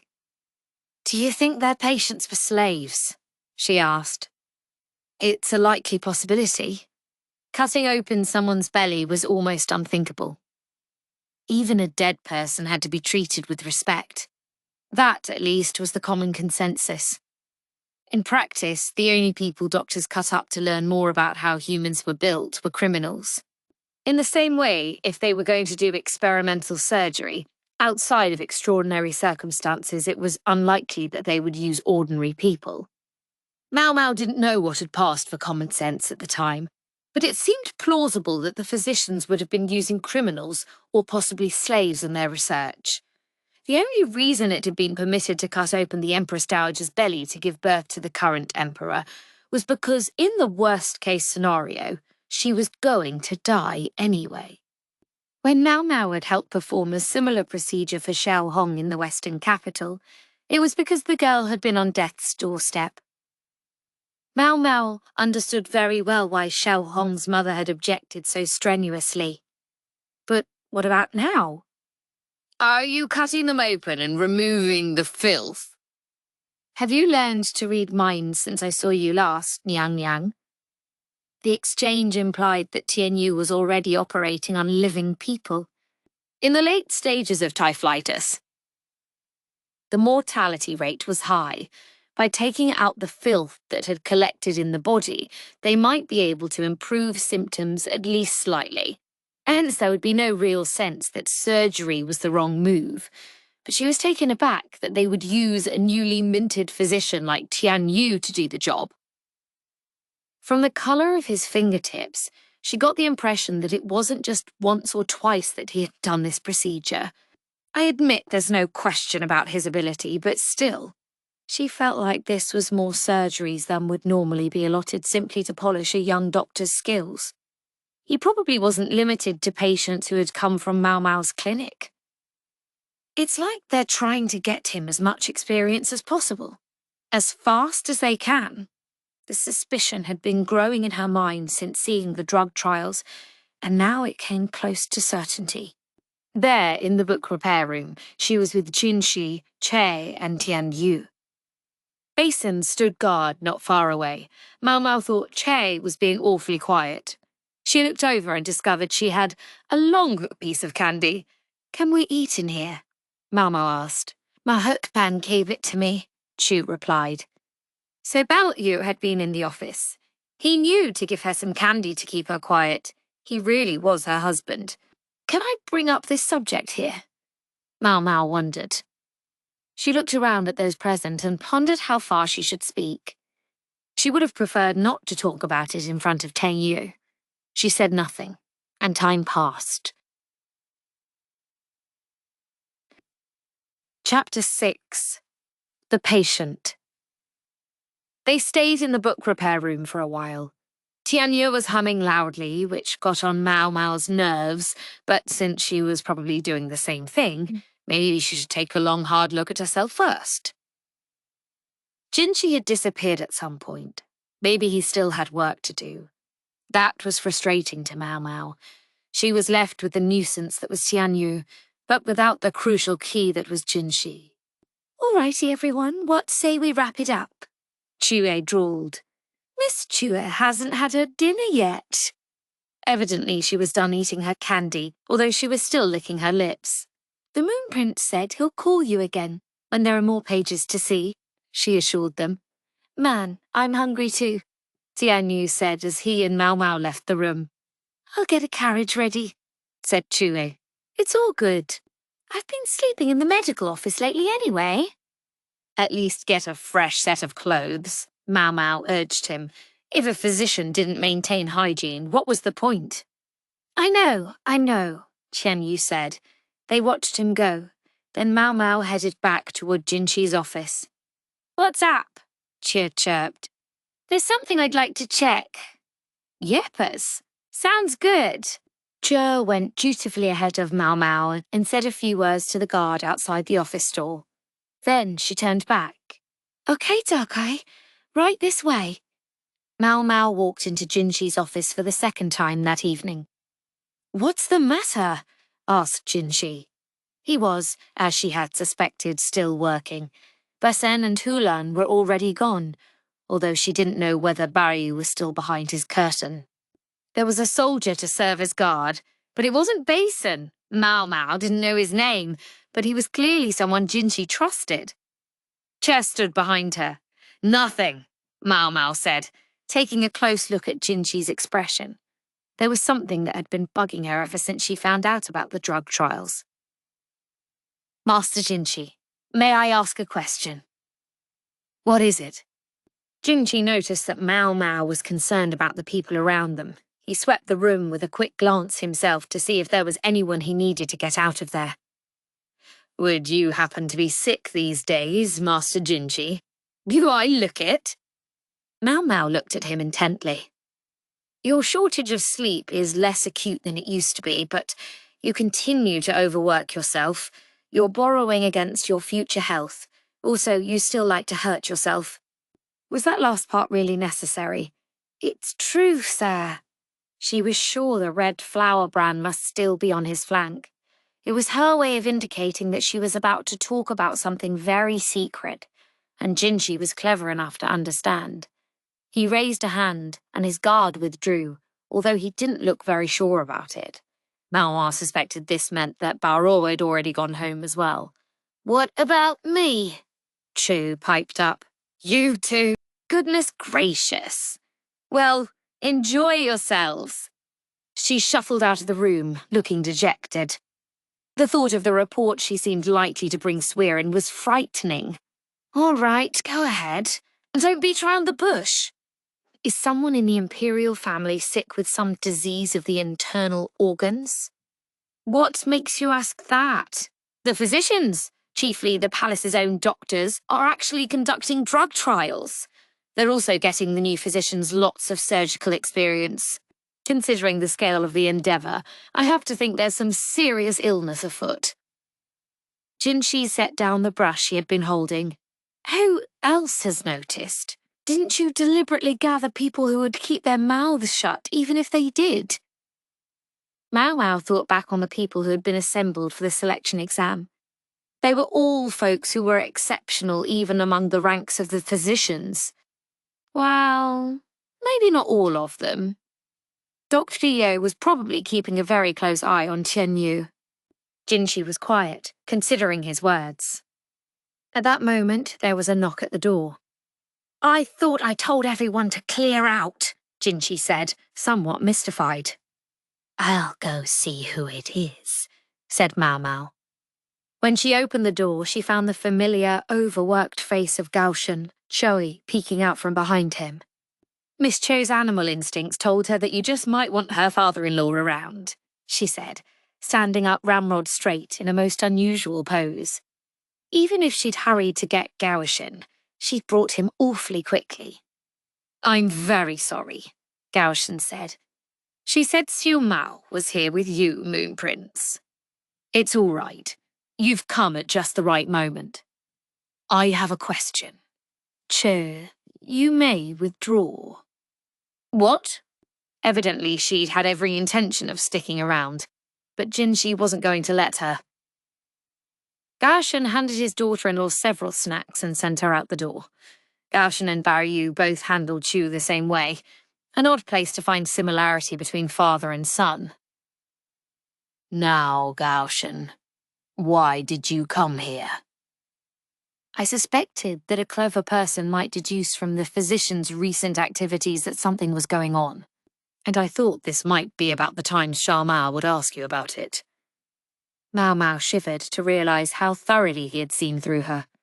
Thinking that I might be more knowledgeable in the matter about which our little cat wishes to learn, I took the liberty of coming here myself. Specifically to explain things to me? Maomao tilted her head quizzically. That was awfully proactive for Gaoshan. At the Emperor's orders, Jinshi asked. No, sir. My own personal judgment. Jinshi grunted. Very well. In that case, let me begin with a question for Xiaomao. What were you about to ask the Moon Prince? I was just asking Master Jinshi whether someone in the Imperial family is ill. Gaoshan referred to Jinshi as the Moon Prince. He had long ago ceased to be Jinshi's direct servant, and now served the Emperor personally. Might it be the Emperor who's sick? Maomao asked. Yes, Gaoshan replied without hesitation. I sort of suspected, but to actually hear it acknowledged weighed heavily on her. What is His Majesty's current condition? What do you suspect, Maomao? Gaoshan asked, answering her question with a question. This is just my speculation, she began. Your favourite expression, Jinshi remarked. Maomao didn't assume her opinion was an actual answer, however, so what else was she supposed to say?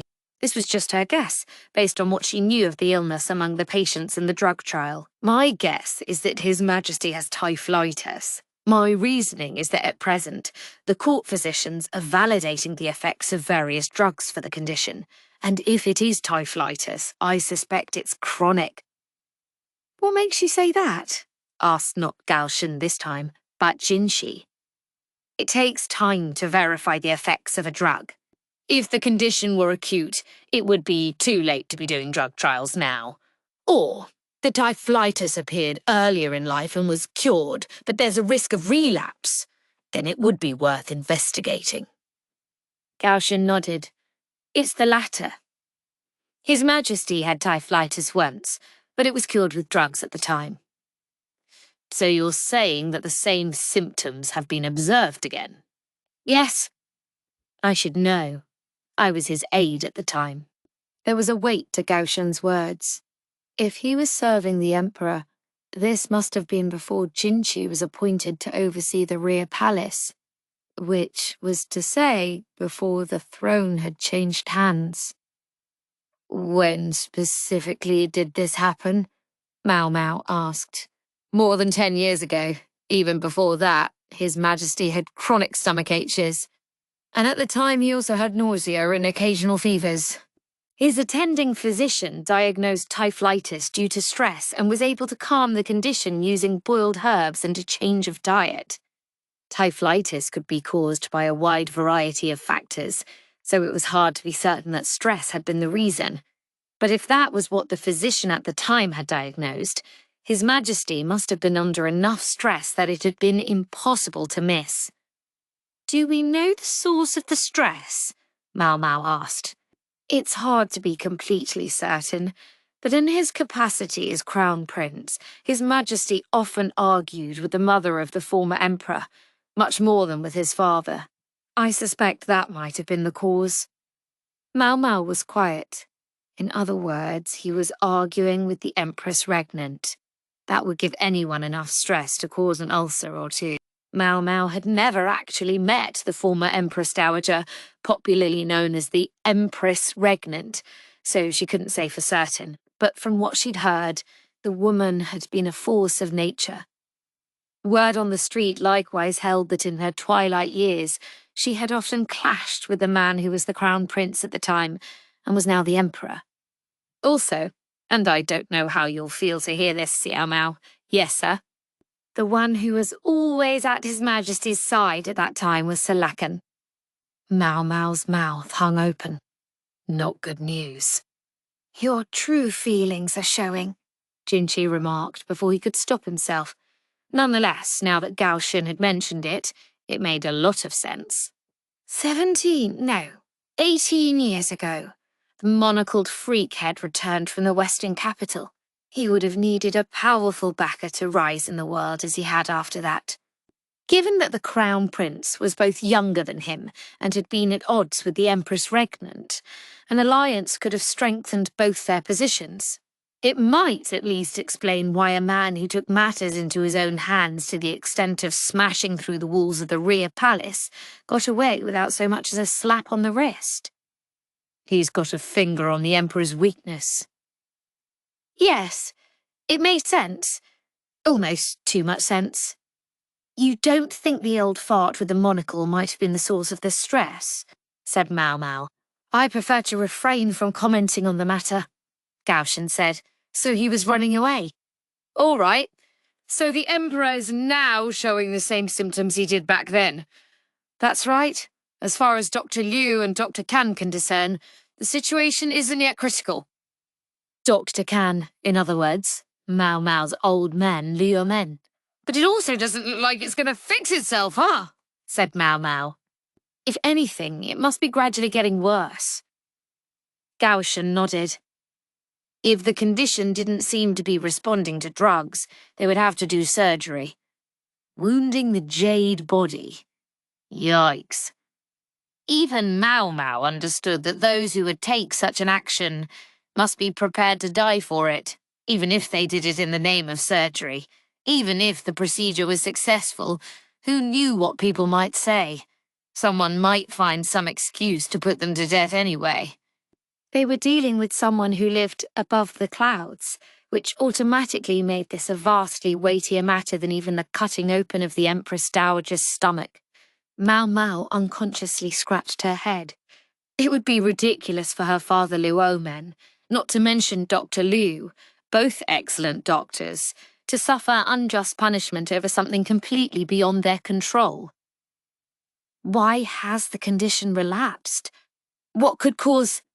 Maomao began, but then she happened to look at Jinshi, specifically his flank. It's this son of a...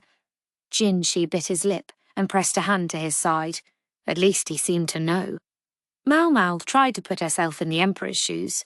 Officially, Jinshi was his younger brother, but in reality he was his son, and that young man had abruptly burned a brand into his side and asserted that he would not take a consort, and then he disappeared to the Western capital and not returned for a solid year. Yeah, that would cause some pretty unimaginable stress. There were probably plenty of other things weighing on the royal mind as well, but Maomao had a suspicion that Jinshi accounted for a pretty good percentage of it. However, from Jinshi's perspective, the Emperor was his older brother, not his father. He still didn't know the secret of his own parentage, she was pretty sure. That misapprehension was a big part of what had allowed him to do something as rash as burning a brand into himself. All right, no point pursuing the cause of the illness at this moment then. Master Gyouyoh, Maomao said, what purpose does it serve to hear the opinion of the likes of me?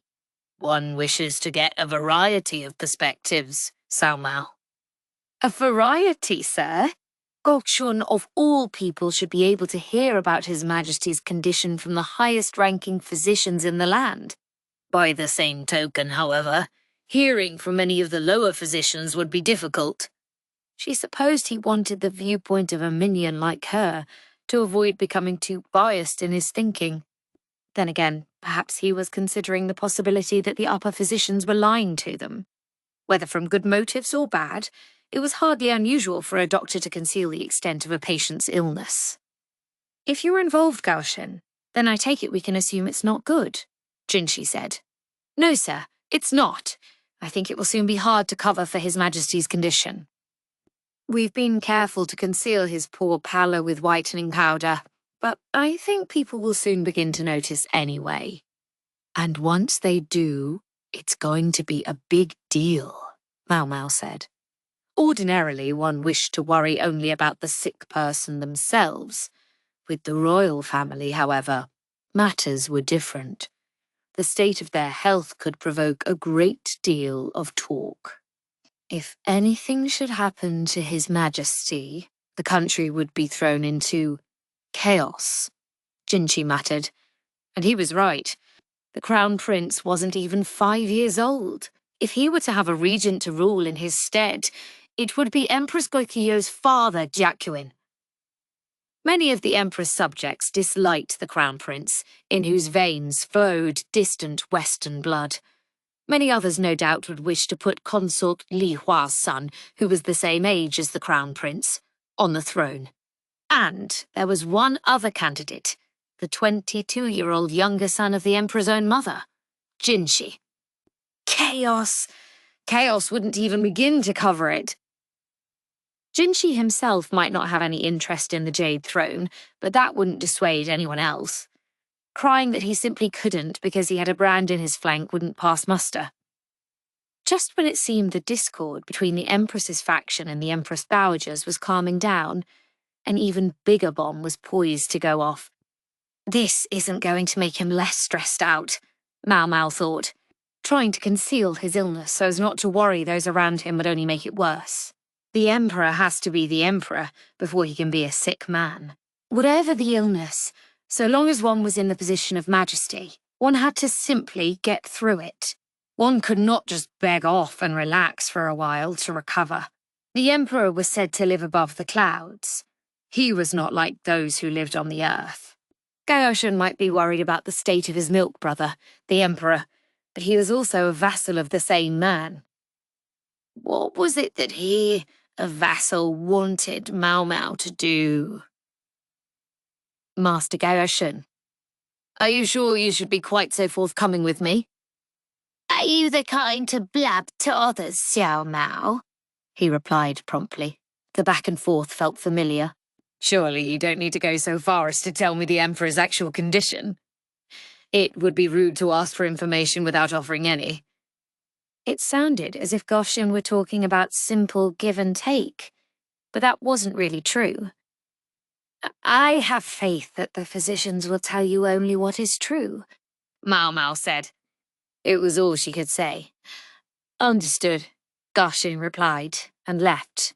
It had been so long since the three of them had had a chance to talk together, but this conversation had only reinforced to her how different their positions now were. Nonetheless, Maomao decided to take a positive view of things. This was certainly better than if the Emperor had no allies at all. Be that as it may. Maomao watched Gaoshen leave, then glanced at Jinshi. What are you going to do, sir? She asked. I can't say I know what you mean. Maomao crept up to Jinshi and poked him in the flank. Yikes. You should think about what you've done. Jinshi pressed a hand to his abdomen and said, Believe me, I'm aware.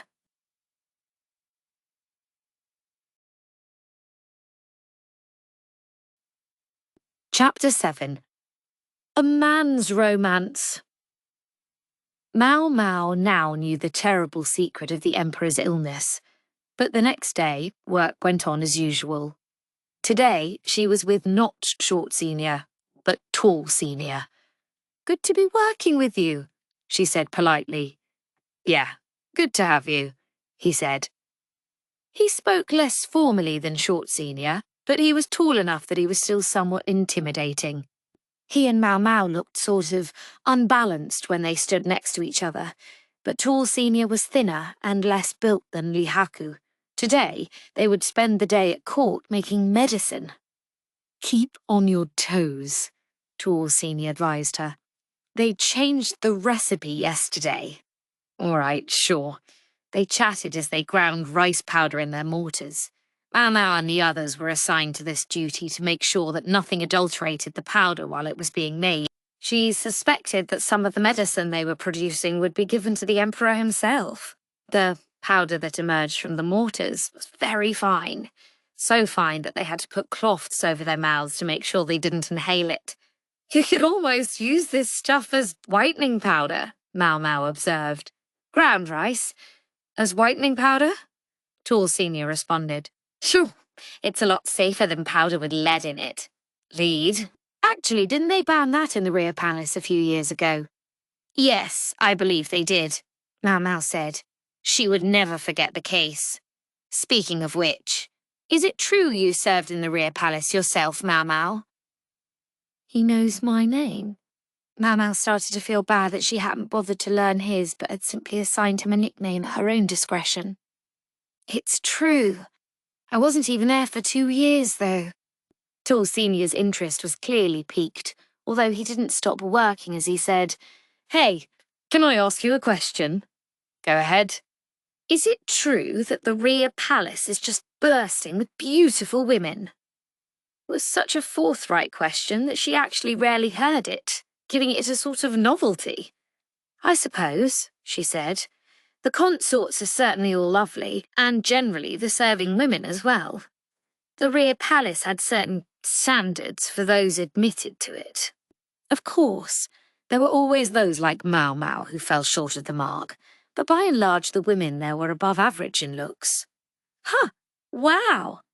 Don't get your hopes up, Maomao said firmly.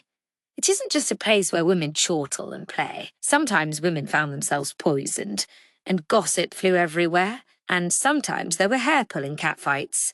Sometimes there were also affairs between ladies or with the eunuchs, but Maomao saw fit to leave that unspoken. You certainly don't pull your punches, Tall Senior said.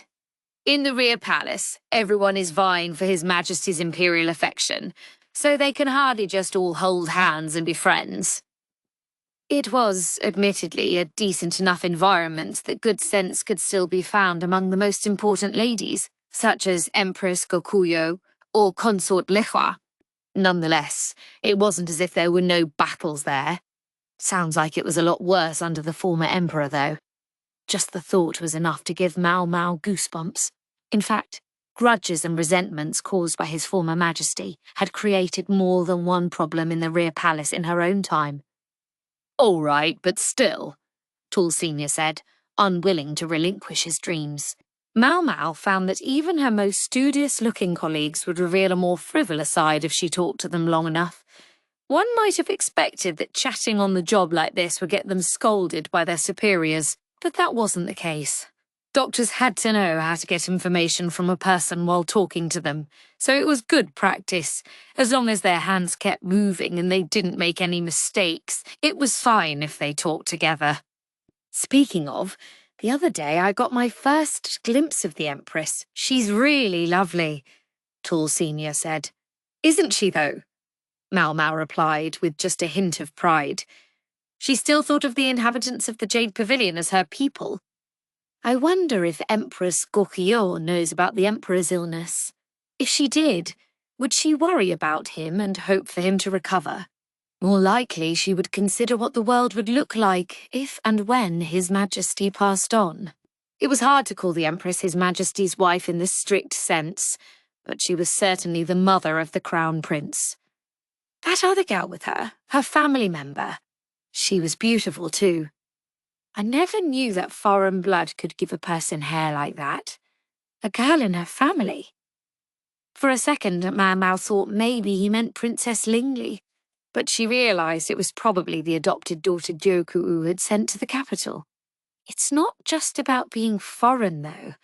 Red hair in general just isn't very common, Maomao said. Empress Gyouyoh was really the only person with proper red hair that she had ever seen.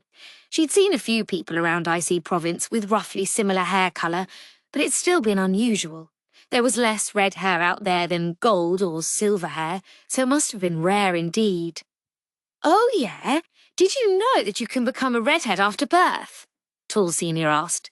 Maomao pricked up her ears. "Is that like how you can go white-haired from psychological shock?" She'd heard stories of people's hair turning white overnight on account of terrifying experiences. It didn't really happen that fast, but it was certainly true that psychological factors could cause a person to have more white hair. "No, I heard it's from malnutrition." "Malnutrition, sir?" Would that suggest, then, that the cause was a lack of nutrients when the hair was being formed? Would the missing nutrient be meat by chance? She knew meat and fish were important sources of nutrition for hair and nails. "Yes, I think so. The hair can lose its coloration and turn gold or red, or so they say." So they say. In other words, he hadn't actually seen it for himself. Still, the idea was intriguing, Maomao thought. She'd heard a lot of stories from her father Luontman, and read a lot of books as well, but there were still so many things she had never heard. "That's a very interesting fact," she said, collecting the powder from her mortar. "Know any others?" Her eyes began to sparkle. "You sure are demanding of your seniors, huh? I don't know if I've got any other interesting tidbits." Tall Senior worked his mortar and pestle, making a thoughtful noise. He was a good senior who wanted to indulge a request from his junior. "Well, speaking of meat and fish..." "Yes? Did you think of something?" Maomao's eyes shone brighter. "I did. But since we've got the time, how about we do this by question and answer?" "Question and answer, sir?" Maomao nodded. She wasn't concerned about whether she won or lost the discussion, so she was more than happy even if it turned out she didn't know the answers. "All right, here we go. Long ago, our land fought against another nation, but lost terribly.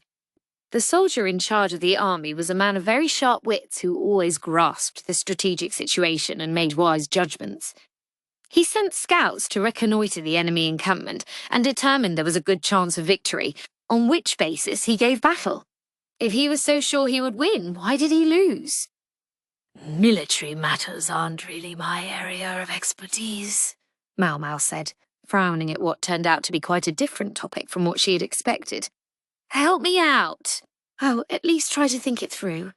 "I told you, it's not my field." The two of them chatted away, their mortars grinding and the powder collecting. Okay. Your hint is meat. Meat? Maomao cocked her head and hummed thoughtfully. Meat. Maybe he means they were caught in some unique trap or something. It seemed unlikely that actual meat was the issue at hand. The state of the army's nutrition? No. Maomao dusted the powder off her hands. As she'd said, the ground rice could have served as whitening powder, and it left her hands very white. They were using polished rice so as to be sure no bran got into the mixture. Bran? Bran was very fibrous. It helped regulate digestion. It was Maomao's bad habit to immediately consider the medicinal applications of whatever she happened to be thinking about. Digestion? She gave a great clap of her hands. Figure it out? Tall Senior asked. Yes. Could it be that this quick-witted commander had mistaken the size of the enemy forces? I think perhaps his scouts misunderstood how to judge their scale. What makes you say that? I think his foes were people who eat a lot of meat. I've heard that one way of determining the size of an enemy unit is to examine their waste. But people who eat a lot of grains produce more excrement than people who eat mostly meat. When someone took in a lot of fibrous food, the amount of their stool increased, sometimes by 2 or 3 times, and brown rice had more fibre than white rice. If the scouts had judged the quantity of waste based on their experiences from their own camp and had used that to estimate the number of enemy troops, they could have come up with completely the wrong number. Tall Senior formed a big circle with his hands, meaning right answer. Maomao allowed herself a flush of self-satisfaction. Any other stories? She asked. Couldn't you ask about something else? Tall Senior said, sounding like he was tired of the subject. Let's see. What else is there to ask? Suddenly, Maomao thought of the physician she'd encountered at the selection exam, the one who'd been interested in Sowing. Have you been managing the medicine for very long, sir? About 5 years now, I'd say. Then, do you know the person who used to be in charge of the management? Until about 3 years ago, I think. Maomao had a sense it had been roughly that long since Sowing had faked her own suicide and disappeared. Oh, do you mean Tyrion? I thought I saw him talking to you after the test. So you did. Why didn't you rescue me? Maomao pursed her lips at him. I didn't realize you two knew each other. We don't. Exactly. He's more an acquaintance of an acquaintance. He was familiar with a palace lady who killed herself some time ago. Yes, I remember. Suire, right? Surprisingly, Tall Senior seemed to be okay with the whole thing. He said he was going to propose to her or something. You mean as in marriage? Maomao was suddenly filled with a sense of pity for Tyrion. Suire had probably planned to use him for her own ends all along. There was some room for sympathy with Suire too. She couldn't go against the Shay clan, but it didn't change the fact that Tehran was essentially collateral damage. I guess she only got close to him so she could take advantage of him, Tay Senior said. She was a bit on the tall side, but she certainly had a pretty face. That was a rough time, I tell you. The whole department had to rework the way we were managing the medicines. They made us get rid of the herb garden we'd been quietly keeping on the side, and of course Terran was demoted. Herb garden? Maomao said, biting her lip. She'd actually cherished a slim hope that she might be entrusted with that garden when she became an assistant to the physicians, but now that hope was dashed entirely. It was his fault for bringing his personal feelings into his work. Although he was a skilled physician, especially when it came to anesthetics, Tall Senior said. Anesthetics? Maomao asked, her ears pricking up again. Yeah, doctors around here don't use them much. They just tell all those injured soldiers to grin and bear it. But there are some you don't want to use because they're actually quite toxic, or can create dependency. I know, Maomao said. That was exactly why she had struggled so much when it came to doing surgery on Xiaohong in the Western capital. She'd even been prepared to do the procedure with the girl held down by force if she thrashed from the pain. Tyrion understood those factors and had a gift for mixing formulations that would put the least strain on the patient. If Dr. Tyrion was that good and that knowledgeable about poisons, I wish he would have mentioned it sooner. Maomao was practically snorting with excitement and gradually cornering Tall Senior. Now she wanted to learn everything she could from Tyran. Perhaps Suire had approached him in part because of the knowledge he possessed. "Why get mad at me about it?" Tall Senior shot back, but he wasn't actually upset. He was quite even-keeled even for a doctor, Maomao thought. Even if he does have a soft spot for beautiful women, that was well within expectations for a young man of his age. It wasn't like he was going to find himself blackmailed by someone he'd hopped into bed with. "These drug trials have me thinking. Someone very important must be very ill," Tall Senior said. So he has noticed. He didn't yet think that person was the Emperor, or he never would have brought the subject up so casually. If they're going to do surgery, they should really have gotten Tyran to handle the anesthesia, he said. He would be sure to find the best balance of all the factors. "I suppose they didn't consider him because he was demoted," said Maomao. "I guess. It was like the light went out of him. He just let himself slip. Once upon a time, I wouldn't have been surprised to see him pass that test." "Oh, ho." Not that I mean you're not perfectly qualified, Maomao. Why, thank you. I think we've been talking a bit too much. Maybe we should pick up the pace." "Yes, sir," she said, and the two of them started motoring faster. Chapter 8. Anesthesia. The letter indicating that more of Carter's book had been restored just happened to arrive on Maomao's day off. Since the letter said to come when she had a free day, she headed right over. Normally, she would have sent a letter of her own back first, but there was no time for such things. "Please let him know I'll be coming right away," she said to the messenger who had brought the letter. Then, practically skipping, she made for Jinchi's office, or, more precisely, the restoration room near the office. "Kidas! Book!" The sight of Maomao prancing along attracted a great many stares. She took a deep breath and suppressed the urge to hop like a bunny. It was the right decision. A group of 3 people in white coats was ahead of her. One walked with a cane and from behind looked almost like an elderly woman. Maomao cocked her head, puzzled, but continued on the path to the restoration room. The 3 people walked ahead of her the entire time, until she finally saw that they were all going to the same place. "Oh, Maomao, isn't today your day off?" asked the grandmotherly one. It was Luomin. He was with Dr. Lu and another upper physician, whose name Maomao didn't know. "Pops, what are you doing here?" Maomao asked. "He's not Pops. Call him Dr. Khan," said Dr. Lu, giving her a severe look. They heard footsteps approaching. "I didn't think you'd come quite so soon. If I'd known, I would have sent my message at a different time."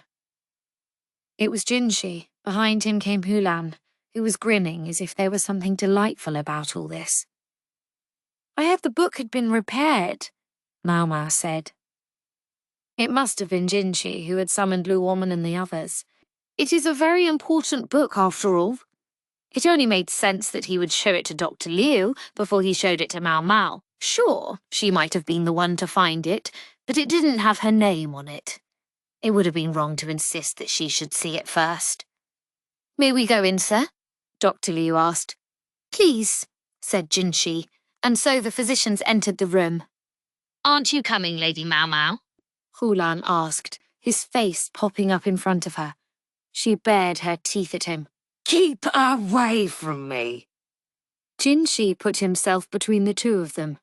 "Hulan, keep your distance, and Maomao, quit making that face." He did not look pleased. "If you're going to make anyone quit anything, it should be this guy, and it should be his job," she said. Hulan had surpassed Lahan to lead the rankings on her list of people she couldn't stand. Even the likes of him can be useful. Unfortunately for me, Jinshi said. Yes, sir. I am useful, said Hulan, who was much too close to Maomao again. Jinshi put a hand on Hulan's face to keep him away. Ah, the moon prince touches my face, Hulan said. God, he's just like Lahan, Maomao thought with a chill. Hulan, you withdraw. Send Bazin around to replace you, Jinshi said. Understood, sir, Hulan said. He was gone in a flash. His unusual speediness was somehow reminiscent of Chu. Maomao was able to calm down somewhat now that her arch-enemy was gone. If you summoned Dr. Liu and the others, that must mean that there was something very important on the pages you reconstructed, she said. Indeed, we've been focusing the reconstruction on pages showing dissections related to similar cases. Unfortunately, I'm not in a position to know whether what we found will be helpful or not. I'm sure it will, sir. At last, Maomao entered the room. The three physicians studying the reconstructed book were the picture of seriousness. Dr. Liu and Liu Amen both possessed prodigious medical knowledge. The other physician with them was no doubt equally adept. If the pages were worthless, they wouldn't be staring at them so intently, said Maomao. Oh, good point, Jinshi said, and he sounded somewhat relieved. Now, let's see if I can get him there. Maomao came up behind the physicians and took peeks at the new pages. They recorded many cases of typhlitis, but also noted that this condition was frequently confused with appendicitis. The appendix is that part that looks like a worm, isn't it? Some of the case studies recorded failures, many of which were on account of complications already present. So when the inflamed area bursts, there's a temporary relief of the pain. Presumably, the swelling in the afflicted area caused pressure that caused pain. Likewise, removing the filth would reduce the pain. Maomao wanted to take a long, hard look at the reconstructed book, but she couldn't get a good view. The three men were all riveted as well. She turned instead to the pages the physicians were done with. No autopsy diagrams here. Instead, there are pictures of plants. Maomao narrowed her eyes. Is that... The reconstructed page bore the heading Mafeyasan. Maomao clenched her fists. The names of several herbs were written there, but only one could be deciphered with certainty. Part of the page was missing and couldn't be reconstructed. What's that? Jinshi asked her. I've only heard the name before. It's a legendary anesthetic supposedly invented by a superlative doctor. Maomao went up to your men, who was studying a different page. Pops, that's not what you call me, is it? Dr. Can. What will you do for anesthetic when you operate on the typhlitis? That's a rather sudden question. Luomen, looking uneasy, tugged on the sleeve of Dr. Liu, who was standing beside him. He seemed to want to confer about how to answer Maomao, presumably because at the moment, the Emperor's illness and its attendant surgery had not yet been made public. The anesthetic, he said. What's the status? Still being researched, answered the upper physician whose name Maomao didn't know. We're planning to use needles to suppress the pain, but it's not likely to be enough. We'd like to combine it with some sort of orally administered anesthetic. In short, they didn't have anything yet. It's hard to find a safe anesthetic, considering toxicity and dependency, isn't it? Said Maomao, recalling what Tall Senior had said to her. What's with the look? Dr. Liu asked. Are you suggesting that you could whip something up if we'd let you?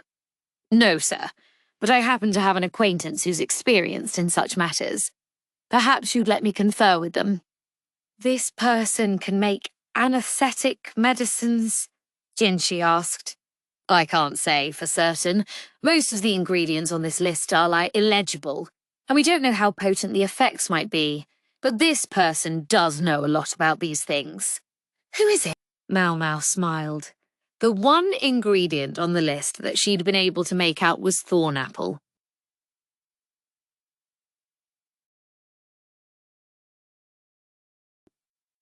Chapter 9. To everyone a purpose. Several years before, there had been a woman who had faked a suicide and fled the court. Her name was Surire, and she was a member of the Shi clan, which had been annihilated, as well as a granddaughter of the former emperor. As a result of the special circumstances of her birth and her past mistakes, her survival could not be made public, and she currently lived with Gyouyoh. This young woman had medical knowledge. She and her mentor had devised a drug that could put people into a comatose state and then bring them back to life. Among the drug's ingredients was thornapple. As for Gyouyoh, she had stepped down from her position as High Consort and had left the Rear Palace, and now she lived in an isolated villa. I'm not sure I get how it's different from the Rear Palace. She just lives somewhere else now, Maomao thought, although she wasn't about to say it out loud. She was in a carriage, clattering along toward Gyouyoh's villa. She heard children's voices. Ha ha ha! Wait for me. They were the children of the Shi clan, whom Gyouyoh harboured along with Sowing. Wu, the little troublemaker of the pleasure district, should have been here by all rights as well. But as a side effect of the resurrection drug, he had lost his memory, and therefore could walk a different path from these other children. So long as the ones who were here remembered their former clan. They couldn't go out in public. You have to take the really, really long view here. From the perspective of lifespan, Gyouyoh would die before these kids. They would outlive her, assuming they didn't get sick or seriously injured. Was there someone who could and would look after them until the bitter end, keeping their secret safe all the while? There were 2 men with the children. No, 2 women dressed like men. Gyouyoh and Sowing both frequently dressed in men's clothing, perhaps because it was easier to move in, or perhaps out of personal preference. Lady Gyouyoh, it's been ever so long, drawled Maomao's guide Gyouyoh. She bowed her head politely, and Maomao did the same. She felt a little funny, though. The last time they'd met was when Gyouyoh told her about her relationship to Jinshi. I'm not sure I would say ever so long, said Gyouyoh, instructing her ladies-in-waiting to shepherd the children away. The kids looked disappointed, but the ladies herded them off. Maomao had the same thought every time she visited the villa. They really look up to her, don't they? Should we take this conversation inside? Gyouyoh asked. Yes, ma'am, Maomao said. Considering what they were there to discuss, she was eager to speak in private. Maomao had come to ask Sowing about anesthetics. Dr. Liu and the other physicians were working themselves to the bone to implement better treatments for His Majesty, but anesthesia was one place there was still room for improvement.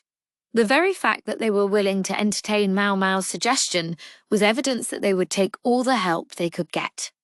Or in this case, maybe I should say they're grasping at straws.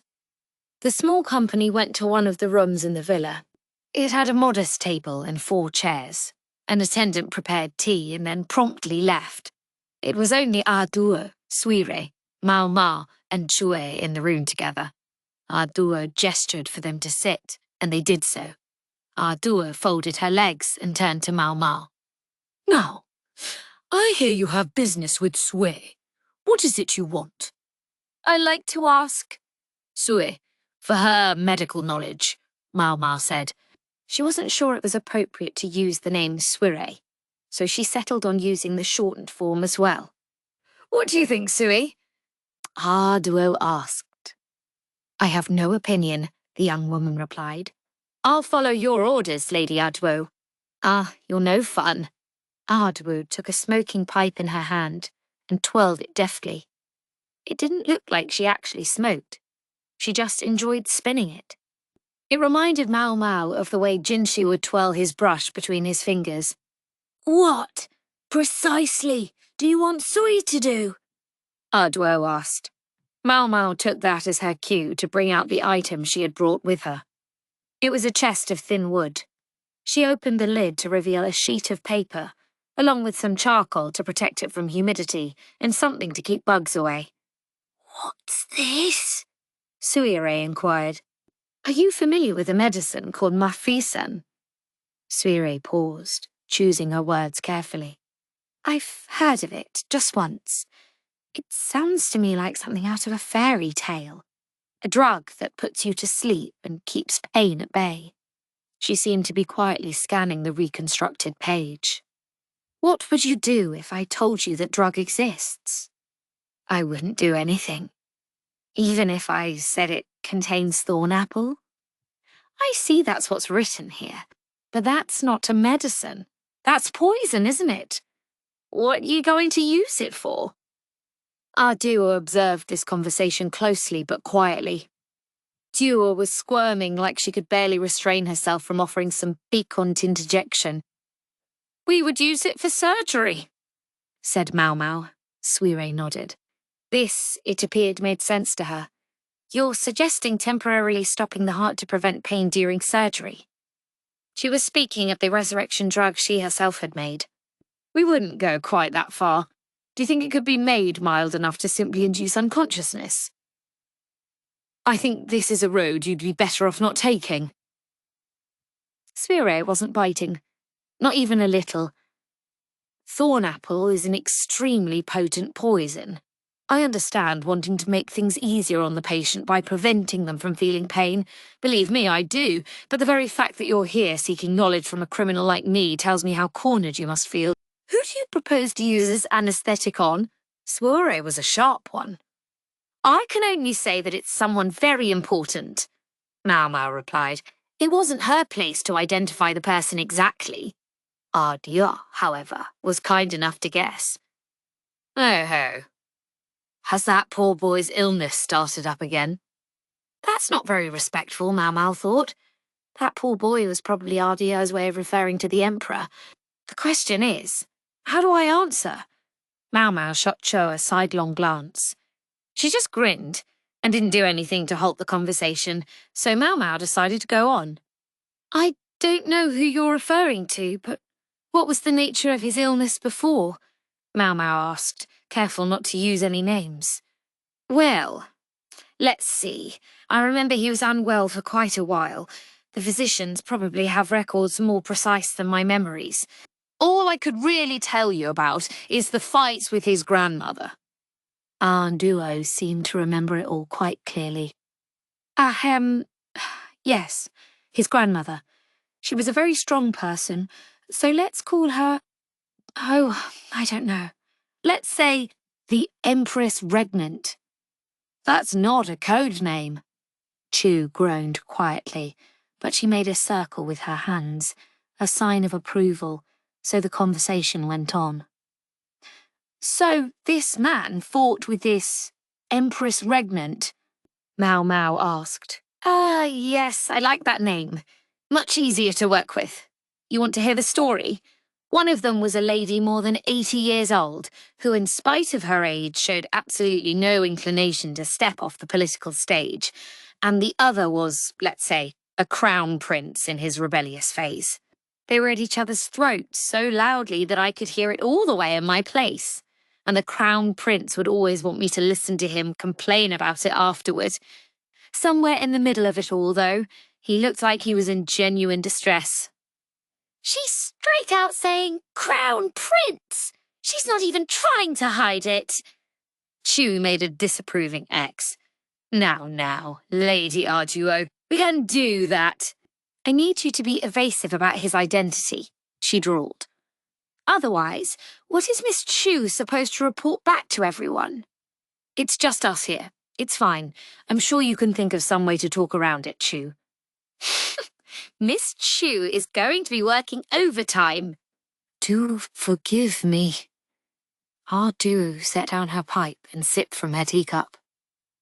What kinds of things did they fight about? Maomao asked. I wonder if I'm allowed to tell you... Well, I suppose it's fine. In her twilight years, the Empress Regnant began to show signs of dementia. That earned a jolt from both Maomao and Suire. Che alone looked unfazed, starting in on the snacks. But then, Involvement in politics would have been impossible, Maomao thought. Don't misunderstand. It's not that she forgot everything she once knew. She was just inexplicably careless sometimes. But still, it sounds like something unpleasant happened because of it. Yes. If I said it involved Icy Province 18 years ago, would you understand? Maomao didn't say anything, but she thought, now, here's a subject I've had my fill of. She and Chur, among others, had been over every inch of that area the previous year. At the time I'm given to understand, a letter arrived regarding the Yi clan's rebellion. By some mistake, the former emperor's seal ended up affixed to it. That was the incident that led the current emperor, to realize that something was wrong. I'm scared out of my wits here. The emperor and the empress regnant might have been family, but it wasn't like they had seen each other all the time. Worse yet, there were few, if any, who could have remonstrated with the woman who had been effectively the greatest power in the nation. Even if there had been signs, no one could have said anything. With his grandmother holding the reins of power and his father a puppet, the Crown Prince had decided to do what he could. Yes, that would be more than a little stressful. You said his symptoms subsided though, didn't you? Yes. I don't know if this was a good thing or not, but first the Empress regnant and then the former emperor died, one after the other. In other words, the source of the stress had been removed. The coronation kept him busy, but taking over the work itself turned out to be surprisingly simple. Besides, he was able to rest during the mourning period. I feel I have to ask, what was the cause of the Empress Regnant's demise? You can relax. It wasn't an assassination. She simply died of old age. I figured. The Empress Regnant had been an old woman. Even the former emperor had been more than 60 years old. Maomao hoped their deaths had really been natural. If the old condition is bothering him again, I wonder if it means there's some new worry he's suffering from. Some new worry? Maomao mentally reviewed the emperor's non-empress regnant relations. There was one. The one who was officially the emperor's younger brother, who had recently spent a year away from the royal capital engaged in a battle against the plague of insects. The emperor would have to be beside himself about his own son. This person was Ardwo's child as well. Does she know the truth? Did she know that her precious little boy had burned a brand into his own side? Maomao suspected that accounted for a substantial percentage of the emperor's stress. Suire let out a great sigh. All the more reason I don't think my knowledge will be of any use. She still wasn't biting. Didn't you say you would follow my orders, whatever they were? Asked Ardwo. I can't give poison to someone that important, not even at your command, milady. And the only thing I know how to make is a poison. It enables a resurrection in name only. It's not a poison, Maomao replied. In the right dose, it's a medicine. Someone may be trying to entrap Lady Ardwo. What would you do then? There was some logic to what Soire was saying. A lot of logic, in fact. Ardwo's villa was a veritable haven of dangerous elements if anyone cared to look there. Ardwo herself was in a unique position, kept outside the rear palace even though she had been dismissed as a consort. The wrong faction could easily see her as a political enemy. So, what to do? If only there was some way to convince them. That was when Maomao remembered, of all things, a name. Tayran, she said. It was most unusual for her to remember someone's name. Maybe it was because she had heard it recently, or perhaps she remembered it for its associations with the episode with Suire. Tayran? Suire murmured, her dark expression becoming even darker. That's right. A physician at court. 3 years ago, he was relieved of his duty and demoted because of you. I hear he used to be an excellent doctor. Suire wouldn't look at Maomao. He was especially gifted at formulating anesthetics, I'm told. Sui, You approached Dr. Tairan precisely to learn what he knew about that field, didn't you? Suire was silent. Duo and Chu likewise said nothing, but only watched her. He's looking for you, you know. I don't know what's going through his head, but he's desperate enough to find you that he even asked me about it. I presume he wants to kill me, Suire said. I don't think so. If you ask me, he looked like he was worried about you. Maomao, at least, hadn't sensed any desire on Tiren's part to do Suire harm. You took the wind out of his sails and left him in a proverbial ditch. It was so bad that he even failed a selection exam he should really have passed. And what? You want me to apologise to him? No, I won't say a word to him about you. Miss Cho would be in very dire straits if you did, Cho piped up, striking one of her trademark cute poses. She'd have to destroy the evidence. I promise I won't say anything. So don't say such unsettling things, Maomao replied. I do feel bad for Tairan, Suire said. I had immense respect for his knowledge. Respect, huh? So Maomao realised Suire could be forthright about her feelings when she wanted to. Don't you think we could pass along your knowledge back to Dr. Tairan? Maomao asked. I can't be sure it would help, Suire replied. True enough. But one thing I think we can say.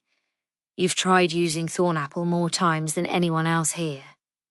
Maomao knew that Suire had sacrificed innumerable rats to her experiments. And of course, she had used the drug herself. The trembling in her hand was the result of her experiment. The more case studies we have, the better. The degree of danger would be vastly reduced in the experiments that we're about to do, Suire, if you would so much as offer us your records. Maomao stared hard at Suire, unwilling to let her get away. It's not like we're going to use it on the Emperor immediately. There must be other patients who would benefit from Mathesan. What if I simply told you we would use it for them? In addition to using it in the current drug trials, they could test whether it would be useful in surgery. It was hardly risk-free, but it might be better than not being able to do anything about the pain. The Emperor on the one hand, the lives of his subjects on the other.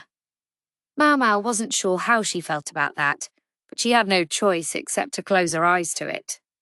Suire gave a defeated sigh. Does that mean you'll do it? Our duo pressed. After a long moment, Suire said, Yes, I will. Give me a little while.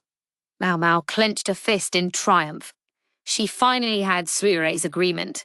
And so Miss Gyouyoh told her little brother that the duck would be especially tasty if we ate it now. That's true. Ducks are most delicious when they're young. While they waited for Suire, Duo, Maomao and Chu chatted together. Mostly it was Gyouyoh showing off her sleight of hand or gossiping about her family, which was all well and good in Maomao's eyes. All Maomao had to offer were jokes from the brothel, which tended to fall flat at court. Meanwhile, if she tried to chit-chat about social matters, she was afraid she might say something she shouldn't. But that duck of ours, she's too smart for her own good. She's got the children on her side. So I couldn't... I'm back, Suire said. She entered carrying a sheaf of paper. These are all of the ingredients I could recall. I burned all of my past materials, so it's only what was in my memory. There may be some oversights. You'll just have to work with what's there. She handed the notes to Maomao.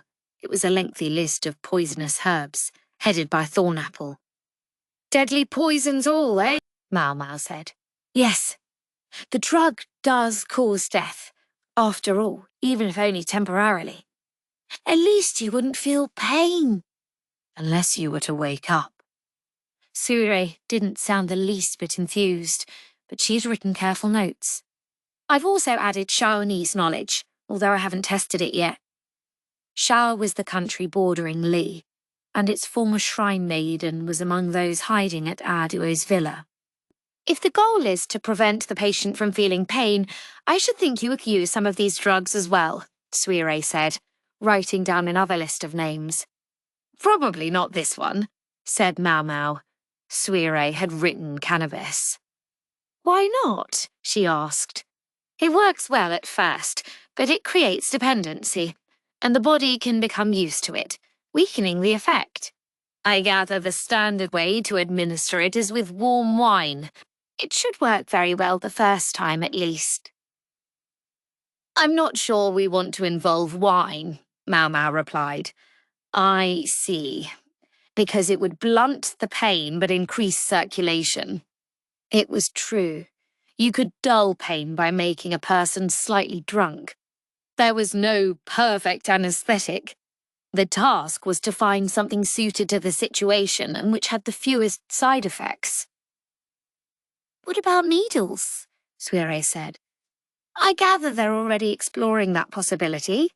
The effectiveness depends on the individual body. True. Needles alone don't inspire much confidence. You need something else if you're going to cut open their stomach. Maybe we could just knock them unconscious. What if the person who went unconscious could have you beheaded for lèse majesté?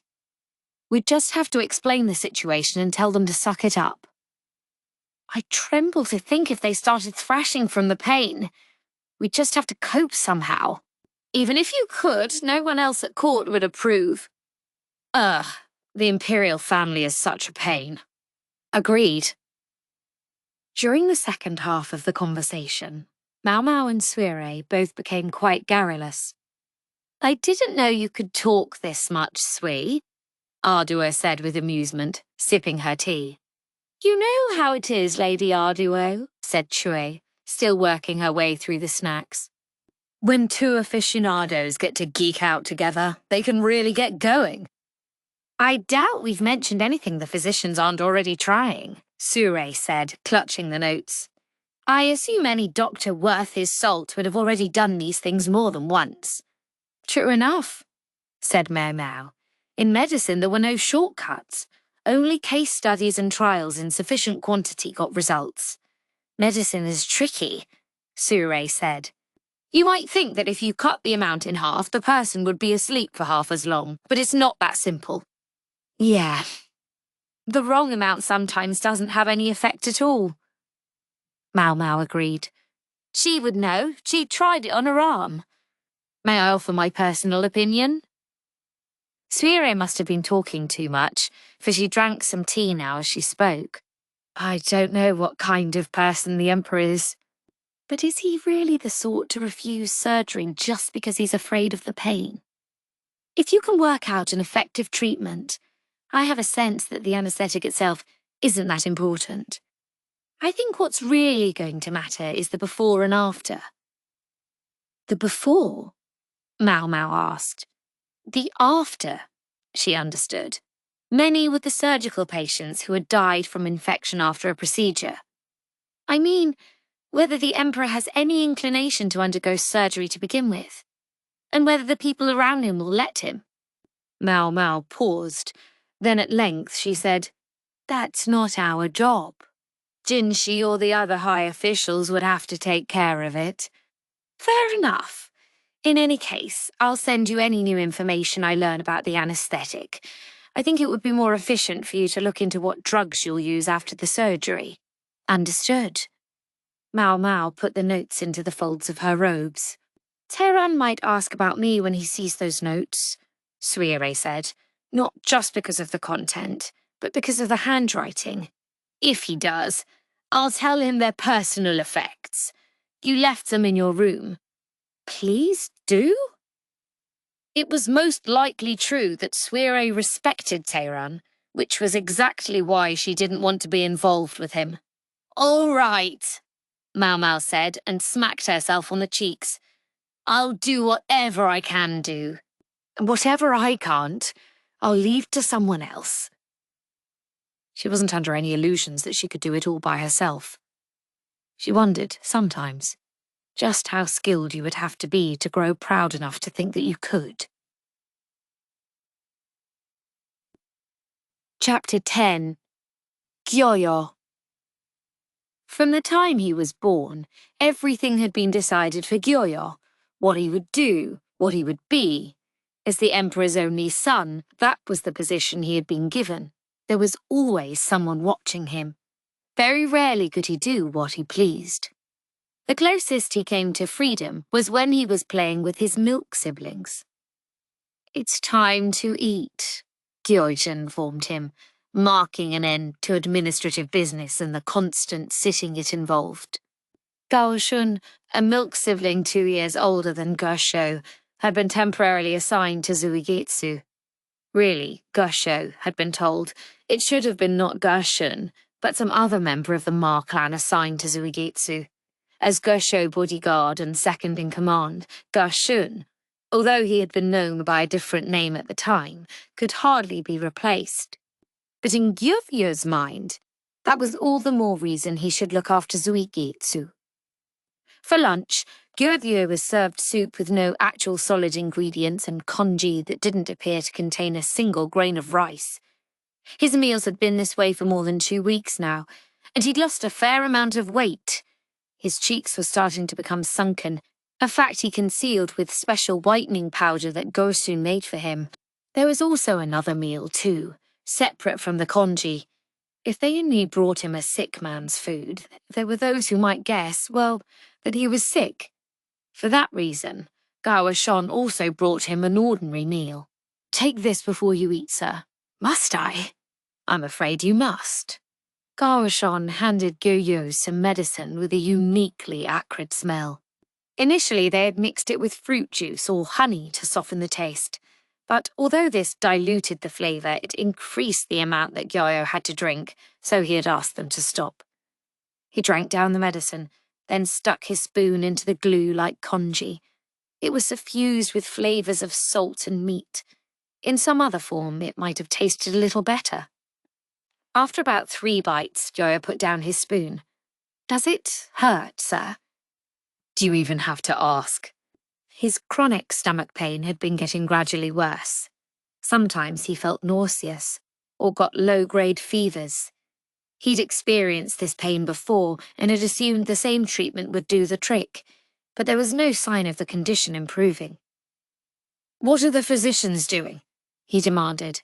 "My sincere apologies, sir," Gyouyoh said. "They're not lying about my illness, are they?" "The possibility seems remote, sir." Gyouyoh knew there was no point in lashing out at Gyouyoh. If he didn't release his feelings on someone, though, there was a risk that they would escape him in public. There were only so many people around whom Gyouyoh could be vulnerable, and Gyouyoh was one of them. He leaned on Gyouyoh's good grace, just as Zuigetsu did. Even among the members of the Ma clan, Gyouyoh thought, Gyouyoh was particularly well put together. The scene was interrupted by the sound of footsteps, and then there was a voice on the other side of the door. "You can't come in," Gyouyoh answered. "His Majesty is taking his meal." "I certainly can. Do you know who I am?" Gyouyoh did indeed know who it was, even through a closed door, and dejection overtook him. Gyouyoh swiftly hid the half-eaten congee and replaced it with the ordinary meal. In came a group centered around a man roughly 50 years old. He was tall and thin, and looked young despite his age. A gift of his bloodline, perhaps. "You must pardon my rudeness in interrupting your meal," the man said. He approached with an unctuous smile, but Gyouyoh positioned himself between Gyouyoh and the newcomer. Gyouyoh's bodyguards were likewise keeping a watchful eye from just outside the room. "If you knew it was rude, then let me suggest you shouldn't have come," Gyouyoh replied. "Ha ha ha! Your words are harsh, sire. Are you really so stern even with your uncle?" His uncle, that was to say, the older brother of Gyouyoh's mother. Anshi. His name was Hao. So, you propose that because you are my uncle, you can interrupt my lunch?" Gyouyoh said, stabbing a piece of cubed meat with his chopsticks. "Heavens, sire, perish the thought." Howard waved his hands emphatically in a gesture of dismissal, but showed no sign of actually leaving the room. And she herself was not terribly ambitious, but her family was another matter. Maternal relatives they might have been, but they were almost sickeningly covetous. They had sent Anshi into the rear palace to ingratiate themselves with the former emperor, who had been solely interested in very young girls. Just as they had hoped, she became pregnant with Gyouyoh, and a member of their family had been first empress and now empress dowager. The empress regnant, Gyouyoh's grandmother and the former empress dowager, had been alert to that ambition. That was why, so long as she had been alive, no maternal relative of Gyouyoh's had been appointed to any important position. However, after the empress regnant had died, and Gyouyoh had ascended to the throne, his family began to assert themselves. Anshi's father was long dead, but her older half-brother had no qualms about throwing his weight around. There was no one at court who could take a firm hand with them. They were the emperor's family, after all. They had only grown more arrogant after the destruction of the Shi clan. Part of the reason Gyouyoh was intent on raising up the Gyouyoh clan was to counterbalance Hao and his kin. It might have looked like a nasty move, but he had no choice. He had to avoid being politically dominated by his own subjects. As for Anshi, she didn't have very fond feelings for her half-brother. Neither did Gyouyoh, but it wasn't good for him to show that outwardly. The slightest display of displeasure on his part could send any number of heads rolling. "Surely you could have a more pleasant meal than this," Hao said, eyeing Gyouyoh's food. If there had been nothing there but congee and plain soup, Hao would certainly have suspected something was up. "It would only mean more trouble making sure I had enough tasters," Gyouyoh replied, forcing himself to put the bite of meat in his mouth. He raised his cup, and Gershon obligingly filled it with wine. Of course. One never knows when or where an attempt upon your exalted life might come, particularly from, well, those Western folk are such barbarians, you know. They and all who share their blood. It was all too obvious what Sal was trying to say. He did not like the current crown prince. In terms of lineage, the crown prince was the grandson of Hao's younger half-sister Anshi, so Hao himself was the prince's great-uncle. However, the crown prince's mother was Gyouyoh. Hao might be a blood relation of the prince, but power would come to reside in the hands of the Gyouyoh clan. That alone had to be enough to make Hao sweat. Just when he thought the Empress Regnant was finally out of the way and he could start wielding power, it turned out that his relative Anshi was passive. And then a clan that he despised as a bunch of Western barbarians received a name before he did. Hao had been dropping roundabout hints that he wanted a name for a long time now, but Garcia had consistently ignored them. "You may be my uncle, but I must ask you to refrain from offering your opinion on the Crown Prince or his bloodline. This is something I've already decided." "Of course, sire, of course. My sincere apologies. What if I were to simply suggest that to me? It appears as if the Crown Prince has only thus far assumed his position." Hao's eyes narrowed. It made it look as if, behind his hands, which were clasped in front of him in a gesture of supplication, he was smiling. It was the same with Consort Liwa's first royal child. She gave birth to a little boy, and thus a crown prince. Liwa is an upper consort. "Is there some sort of problem?" the emperor asked. "Heavens, no. I merely can't help thinking. What if that child were alive today? That matter is finished." Gyouyoh gave his cup a shake, watching the red liquid within it ripple but not drinking a drop.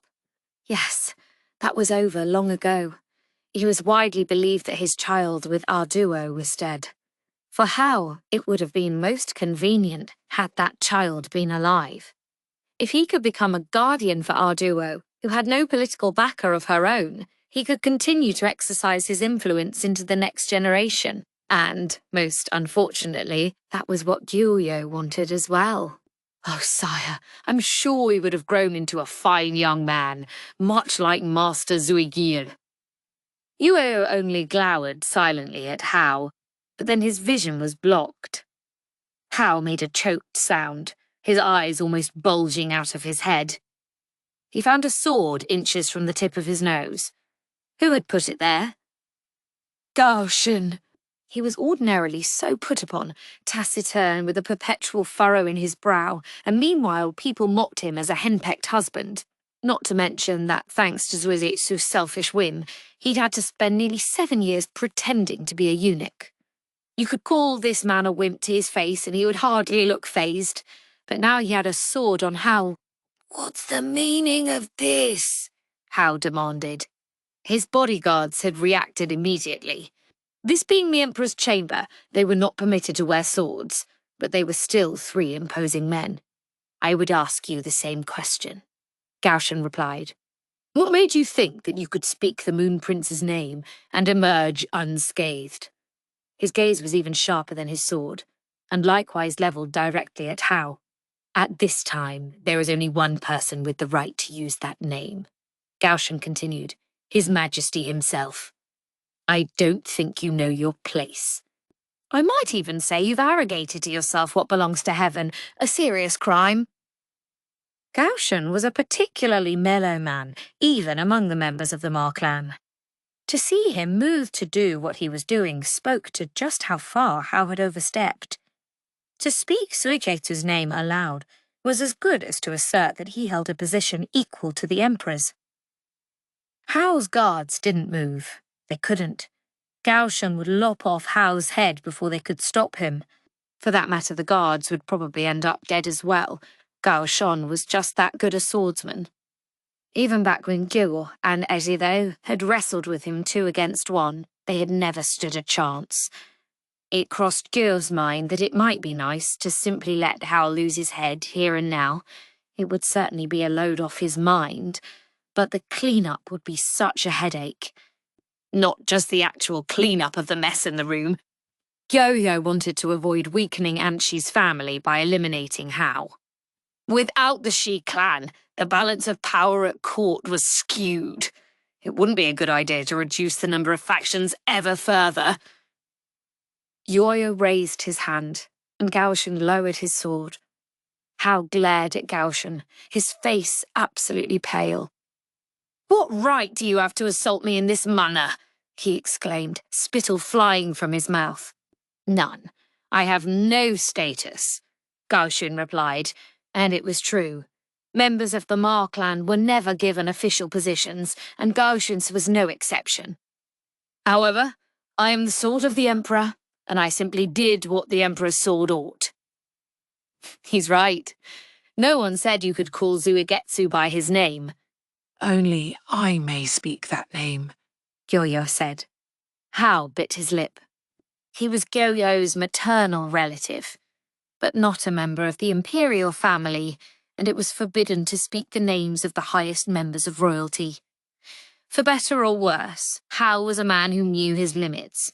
He had his sprinkling of ambition and his helping of foolishness, but no more. If he had also been a man of exceptional talents, that might have been a problem. It would have made him hard to handle. But the occasional acts of idiocy on his part gave an opportunity to tug the reins and remind him who was the master. He would cling to his position as the Emperor's relative, but he had no thoughts of taking over. He lacked the backbone to dream of putting the crown on his own head. "Let me ask you a question," Gyouyoh said. "Do you think it advisable for you to stay here any longer after that display?" There was a beat, and then Hal answered, "My abject apologies, sire." His attitude had completely turned around. "I will visit you again, in all humility." With that, he left. Once his footsteps had completely vanished, Gyouyoh rubbed his stomach.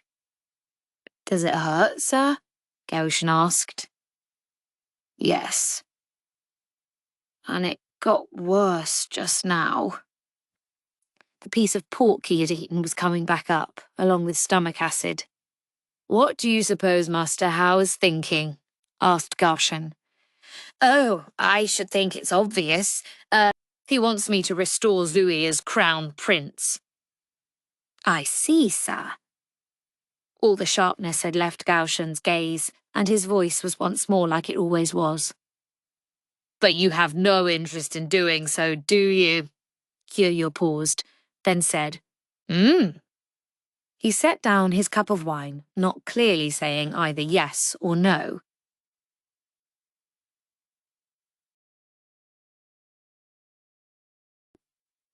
Chapter 11. The Special Unit. It came half expectedly, half out of the blue. The physicians were summoned to a conference room.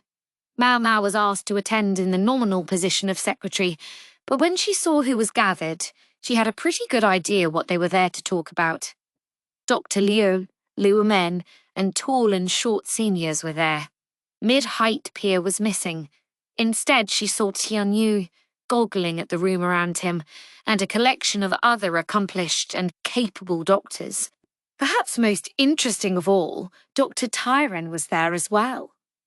Maomao had given him Sui Rei's notes just the other day, telling him, as she had promised, that they were left behind after Sui Rei's death. One thing was different from before. Dr. Tyron walked tall, much taller than Maomao might have expected from someone derided as a coward. Maybe he knew I was BSing about the notes being personal effects. Maomao also spotted a woman she'd seen during the selection exam. In fact, everyone there had passed the same examination. This has to do with the Emperor, no question. Normally, Maomao would have expected to be excluded, just like mid-height peer. The whole calling her in as the secretary thing must have been Jinshi's doing, or possibly at Li Wanmen's intercession. It did annoy her, though, that Tianyu was there on his own merits, in spite of being a trash human being. Even Maomao had to admit that surgical skill was one area in which he couldn't be faulted. Maomao seated herself beside Liu Men and started taking notes on a pad. Liu Men was the centre of discussions about the medicines involved, while Dr. Liu was leading talk about the surgery itself. There was another group too, one that was researching medicines for after the procedure. Before surgery, during surgery, after surgery, those, Maomao realised, were the groups into which they had been divided. Some weather-beaten old papers were carefully arranged on the table in front of Dr. Liu, the reconstructed remnants of Kardeh's book. The pages showed illustrations of an autopsy. Judging by the fact that only physicians were present and the door was locked, the intention must have been for everyone to see the pages. Did Jinshi give those to him?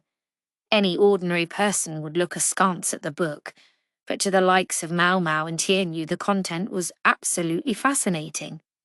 Of particular interest to Maomao was that the autopsy illustration included copious notes about diseases of the internal organs. She hoped to have a chance to study it closely later. I didn't get a good look before, she thought. There simply hadn't been time. I want to hear how each of our subjects is progressing, Dr. Liu said. Tall Senior stood up. Currently, we've confirmed that the medicine is effective. However, there was an obvious difference between the group that had received the real medicine and the one that had gotten the placebo. The real medicine worked. However, there were variations by individual, and even within the group that received the drug, some people got better and some didn't. The ones who were cured appeared to be those who'd had mild symptoms to begin with. Still, the condition seemed to worsen more slowly than in the placebo group. Lorman then elaborated a bit on what Tall Senior had reported. Dr. Gyouyoh looked as if it was all about as he had expected. Maomao rapidly took notes. She'd known all this already, so writing it down was easy. After that, it was the surgical team's turn to report. First, Taran and an upper physician skilled in the use of needles talked about anesthesia. In addition to the use of herbal medicines, they discussed the possibilities of alcohol, needles, pressure, and cold to reduce pain. Of course, the more a method eliminated pain, the more dangerous it was. They mentioned a number of dangerous names like thornapple, wolfsbane, mandrake, poppy, and cannabis. When you're cutting open someone's stomach, pain is probably inevitable, Maomao thought. The question was how much the patient could take. There were plenty of legends and tales of great heroes having surgery done on them without minding the pain at all. But if they could blunt the discomfort somehow, it would decrease the chance of the patient going berserk during the operation. Should anesthetic herbs be considered medicine, or poison. It was a difficult distinction to draw. Having talked about the possibilities, Talleyrand then suggested an anesthetic that was a compound of several different drugs. He would not use alcohol, but a concoction including sleeping medications to take the edge off the pain. If we're really lucky, we'll be able to perform the operation before he wakes up. Maomao continued taking down notes, trying her best to be accurate. There was one other person taking notes, a physician, so if she made any errors, they could compare her notes with his. She was surprised to realize that research on the surgical procedure had come so far. Maybe Carter's book helped them. Once the procedure was over, she fully intended to have a better look at it. Concerning the illness itself, while this is not unqualified, we believe we've found a way to solve the problem at its source. Maomao's eyes widened, and she looked on with undisguised interest. This subject was so important that Dr. Liu himself was doing the presentation. If it should happen that the problem is not in the cecum but in the appendix, we'll prevent any further recurrences by removing it. The autopsy illustrations have shown us that it often is the appendix that's the actual problem. Maomao, Luomin said, nudging her. She'd been so busy watching Dr. Liu that she'd forgotten to take any notes, and she hurried to catch up. The appendix. If she remembered correctly, that was the little thing hanging there like a worm that she'd seen when they'd done their dissections. "Are you sure it's all right to remove the appendix?" asked one physician. Maomao was grateful to him. It was exactly what she wanted to ask. "It's reputed to be a relatively safe organ to remove," Dr. Liu replied. "At the very least, we know the damage would be far worse if we were to simply let filth continue to collect in the appendix until it burst. That would send the stuff all over the inside of the abdomen, likely causing other illnesses and finally death." Carter's book, sitting before Dr. Liu, contained detailed drawings of the appendix. The fact that the book was sitting there suggested just how much help it had been. "Has this surgery been tested?" someone asked. "Yes, it has. We've been watching the patient's progress, and it appears to have an 80% success rate." "What happened to the other 20%? "That was the more important subject versus the cases that succeeded. In 10%, the appendix had already burst, causing peritonitis. We removed the appendix and tried to clean out as much of the filth as we could, but the condition ultimately claimed their lives. In the remaining 10%, toxins entered via the surgical incision and caused infection, and the patient died without ever fully recovering." 20%. Were those odds high or low? It's not a very comforting number, that's for sure. Yet at the same time, it was a far greater success rate than had been possible with the methods available before this. "What do we do if the appendix isn't the site of the problem?" asked a physician. "We'll just have to cross that bridge if and when we come to it," Dr. Liu replied. It was as good as telling them that they had no time. Mao Hefeng continued to make her notes, trying to keep them as objective as possible. Finally, there was an explanation of how treatment would be handled after the surgery. It mostly concerned antiseptic drugs and how to maintain hygiene so that nothing would become infected. "I guess our group doesn't have much to offer His Majesty," Maomao thought. If they were working on the assumption that they were going to operate, then he was probably past the point of being cured with herbal medicine. "Pardon me, but may I ask something?" "Just to be certain," said the physician who had talked about anesthetics, raising his hand. "Go ahead." "Who are we going to use the fruits of all this research on?" It was a real question, but he was just being certain. Most likely, everyone in the room already knew the answer. "It's precisely the person that you're all thinking of," Dr. Liu said. He didn't elaborate.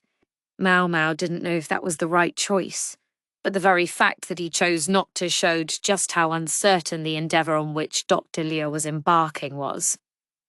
They were going to do surgery on the Emperor, meaning they were going to give him drugs that could poison him if they made the slightest error, then cut open his abdomen with a knife, possibly cut out one of his internal organs. And even if the surgery succeeded, he would need meticulous attention after the procedure. If everyone here were to be considered involved, it could gut the entire medical department. Therefore, they had to keep specific knowledge of the surgery to the minimum number of people. Dr. Liu, my dad, maybe a few others. To fail would be to effectively sign their own death warrants. It was even possible that punishment could extend as far as the 9th degree of their family, which means I'd be killed too. The freak strategist and Lahan would be caught up in it. There was nothing they could do about that, but she wondered if it might be possible to at least spare Lahan's brother somehow. Of course, Maomao couldn't picture Luo Min, whom she respected so deeply, making such a mistake. "I'm going to read off a list of names," Dr. Liu said. "I want those people to stay here." He started reading. Every person whose name he called looked grim but resolved. Well, except one. Tianyu looked cool as a cucumber. He's got real skills, if nothing else, Maomao thought with a click of her tongue. Dr. Liu had one more name to read. Maomao. Maomao jumped a little when she heard her name. She saw Short Senior leave the room, casting a worried glance in her direction. She knew how he felt. She sure hadn't expected her name to be among those called. The drugs she had been making wouldn't be much use after the surgery. She got up, staring openly around the room, and worked her way toward Dr. Liu. Tall Senior was still there too. His name must have been in there somewhere. "You look like a woman who doesn't know why she was on that list," said Dr. Liu. "Yes, sir," Maomao replied. "It's simple. You're Luo Man's blood relative. If they're going to wipe out whole families, then better to bring you into the fold than someone else who otherwise wouldn't be involved. Fewer victims that way." "I see, sir." It certainly was a logical enough reason. "As a bonus, if anything happens, you'll be an easy way to get Grand Commandant Khan involved. Your Momin would be a good start for that, but a little insurance never hurt anyone." "I see, sir," Maomao said, narrowing her eyes. They were probably hoping that, if the death penalty came for them, the freak strategist would kick and scream and go on a rampage and get the sentence vacated. Dr. Liu always seemed to be one step ahead of her. Maomao spent the next several days being told what the surgery would entail, but in keeping with the principle of a time and a place for everyone, her main job was going to be choosing and compounding the drugs they would use. At Luo Men's instruction, she bought the finest herbs and put them to use with the utmost care. Practically speaking, she'd been inducted into the post-surgical care team. Tool Senior was part of the same group, but was also receiving instruction for how to assist during the surgery. They must have decided he would be useful in both circumstances. Short Senior, meanwhile, was continuing the experiments with the drugs. Patients whose condition worsened would be given an anesthetic, receive surgery, and then their progress tracked. The anesthetic was the biggest problem. The most effective anesthetics were also the most toxic. Hence, they decided to try to use something that might be less effective, but was also not so deadly. A patient who was still young and unused to pain would never be able to endure being cut open while still conscious. Dr. Liu seemed to have decided, however, that the Emperor would oblige them. It just went to show how chronic the ruler's pain had been, and how much force of will it must have taken to make it appear as though the condition had no impact on his work. Everything seemed to be proceeding smoothly, until a high official appeared and exclaimed, "Surgery! Don't be absurd." Chapter 12. Explanation and Agreement. They didn't know where word of the surgery had leaked from. Actually, in Maomao's opinion, it was a miracle that the Emperor's condition had stayed hidden for so long. He'd been suppressing chronic pain and not taking proper meals, yet supposedly doing his work as if everything were normal. He even occasionally went to the Rear Palace to spend nights with his consorts. It was very frustrating for the physicians then to face interference when the discussions had all been had and essentially all that was left was to pick up the knife. I guess we shouldn't be surprised. The relatives of a patient always seem to want a say in their care. At the apothecary shop in the city, it had even happened that one regular customer's relatives had shown up to complain that the medicine was too expensive and not doing anything, to the point that they were sent away with orders to find their own treatment then. They hadn't seen that customer since. I sure hope they're still alive, Maomao thought. When they were dealing with the man who stood at the apex of his country's entire political hierarchy, then they probably should have expected that people would stick their noses in about the treatment plan. They would never do surgery unless it were absolutely necessary. Sometimes, when someone had a grievous external injury, emergency demanded surgical treatment. But when it came to illness, treatment with drugs was the typical course. But this isn't responding to drugs, which is why we're doing this. Maomao ground the herbs in her mortar with more vigour than usual. You'll just tire yourself out doing that, came the voice of a somewhat elderly woman from beside her. If one wondered why Maomao didn't look entirely thrilled, despite the fact that she had been included among the physicians, this woman's presence probably explained it. Your old auntie has to shepherd her strength in these latter years of her life, the woman went on. Now, just because you're young doesn't mean you should waste your energy. You'll only end up exhausted. The woman described herself as an auntie, and indeed she looked like one. She was evasive about her exact age, saying only that she was somewhere in her 50s, but she had the wrinkles to match. A certain plumpness showed that she led a rich dietary life, but her fingers had dark stains that never seemed to wash away, evidence, Maomao knew, of someone who had been compounding medicines for many, many years. People called her Auntie Liu. It was a perfectly common family name, but among the physicians it referred to one man, Dr. Liu, and Auntie Liu, as it happened, was his younger sister. I realise it looks like there's a lot of nepotism going on, but please don't hold it against us, Dr. Liu had said. If anything went wrong with the Emperor's treatment, all the physicians involved, as well as their families, would be summarily executed. In order to minimise the number of people caught in the purge, Dr. Liu had decided to hire family members of the physicians already involved. And of course, although he might talk about nepotism, Dr. Liu would never bring in mere amateurs. Auntie Liu had passed the selection examination, which implied that she knew at least as much if not more than the actual doctors here. Hey! This is my first time doing work outside the home, and I must say I'm nervous. Do take it easy on me, Senior. Auntie Liu had spent many years in Dr. Liu's family home being involved with the practice of medicine. Her medical knowledge was extensive, and she was accustomed to the work. However, she was evidently unmarried and had no children. The smudges on her fingers told the story. There were many who viewed medicine as low-class work.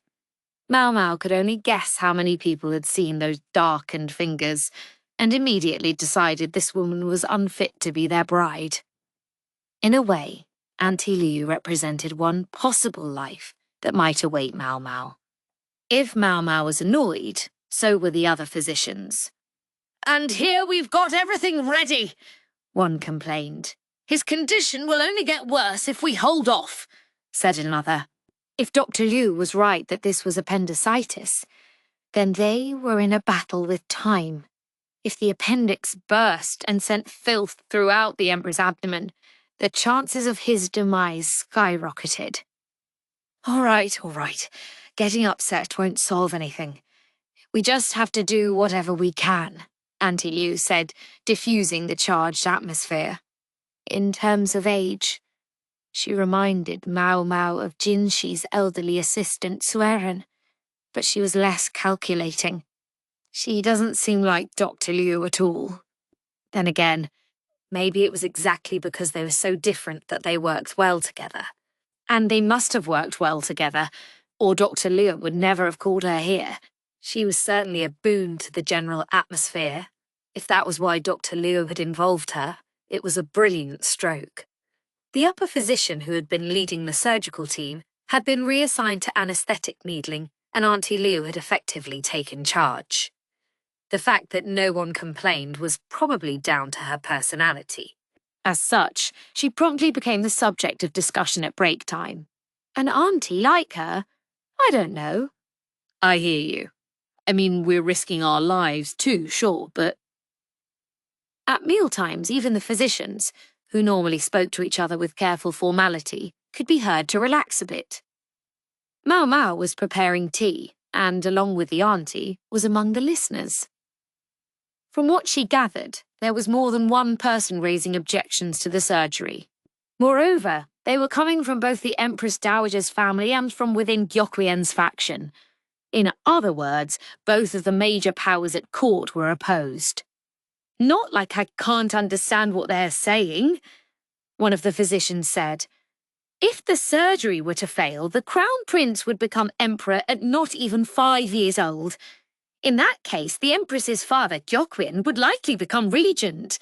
The Empress Dowager's people were not amused by the possibility. By the same token, it had to be obvious to the Empress's partisans that having such a young ruler take the throne when their own power base was not yet firmly established would open them up to a counterattack. One major factor was that Jinshi, the Emperor's younger brother, was just the right age for the job.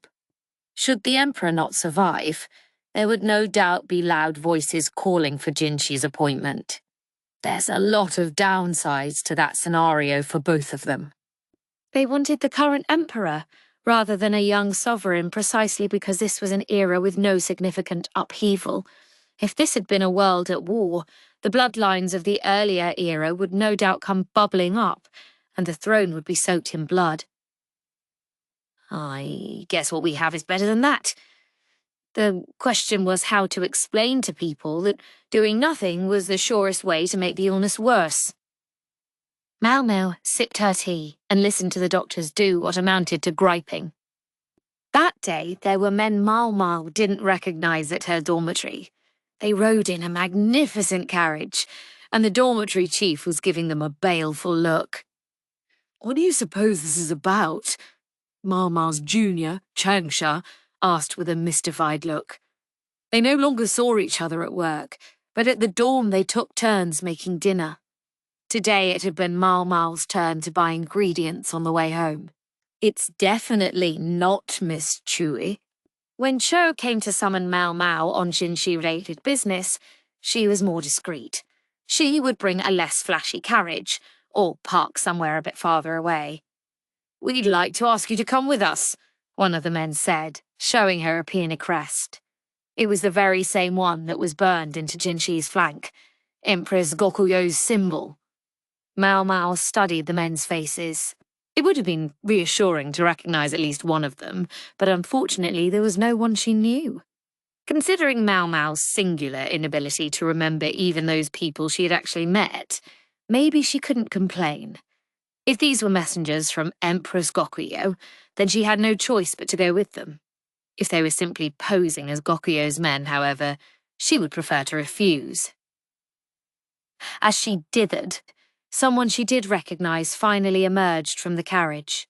"Maomao," the woman said. "Lady Hongyang," Maomao answered.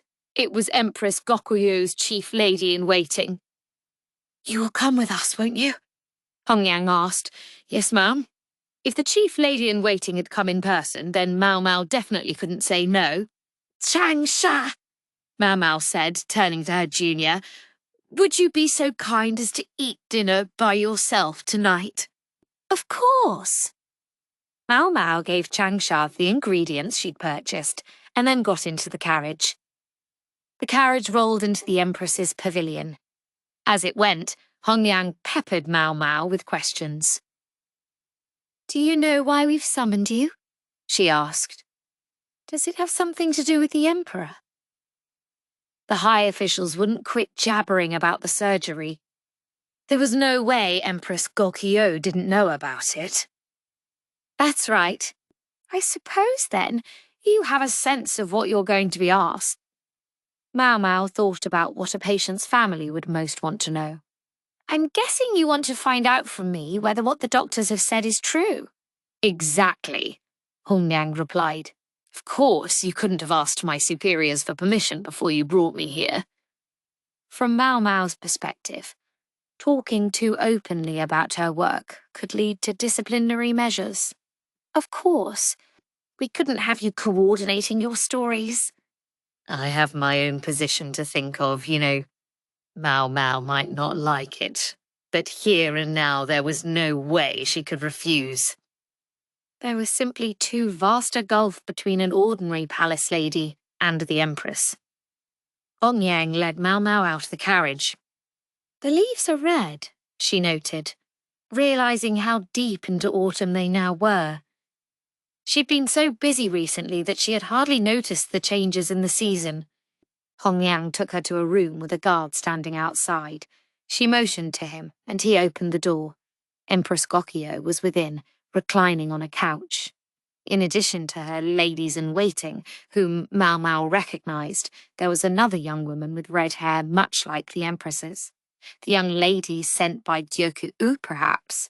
Publicly, she was described as Gyouyoh's niece. That's the girl Tall Senior was talking about.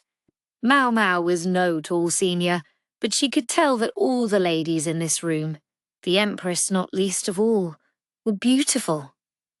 It wasn't just their looks.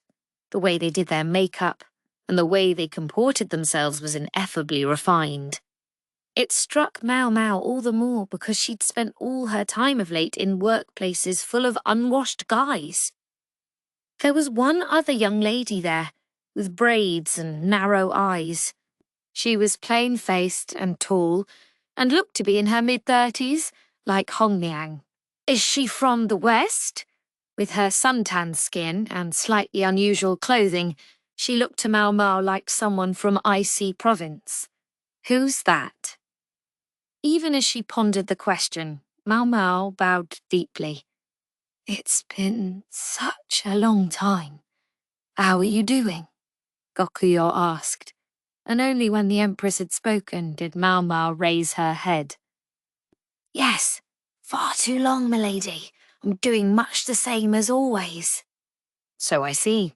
Have a seat. Yes, ma'am. Thank you. Maomao sat in a chair. Yinghua and the other two girls were looking at Maomao fondly. They gave her little waves. She wanted to wave back, but since Hongyang was there, she thought better of it. Hongyang noticed what the girls were up to. All right, surely you have something else to keep you busy.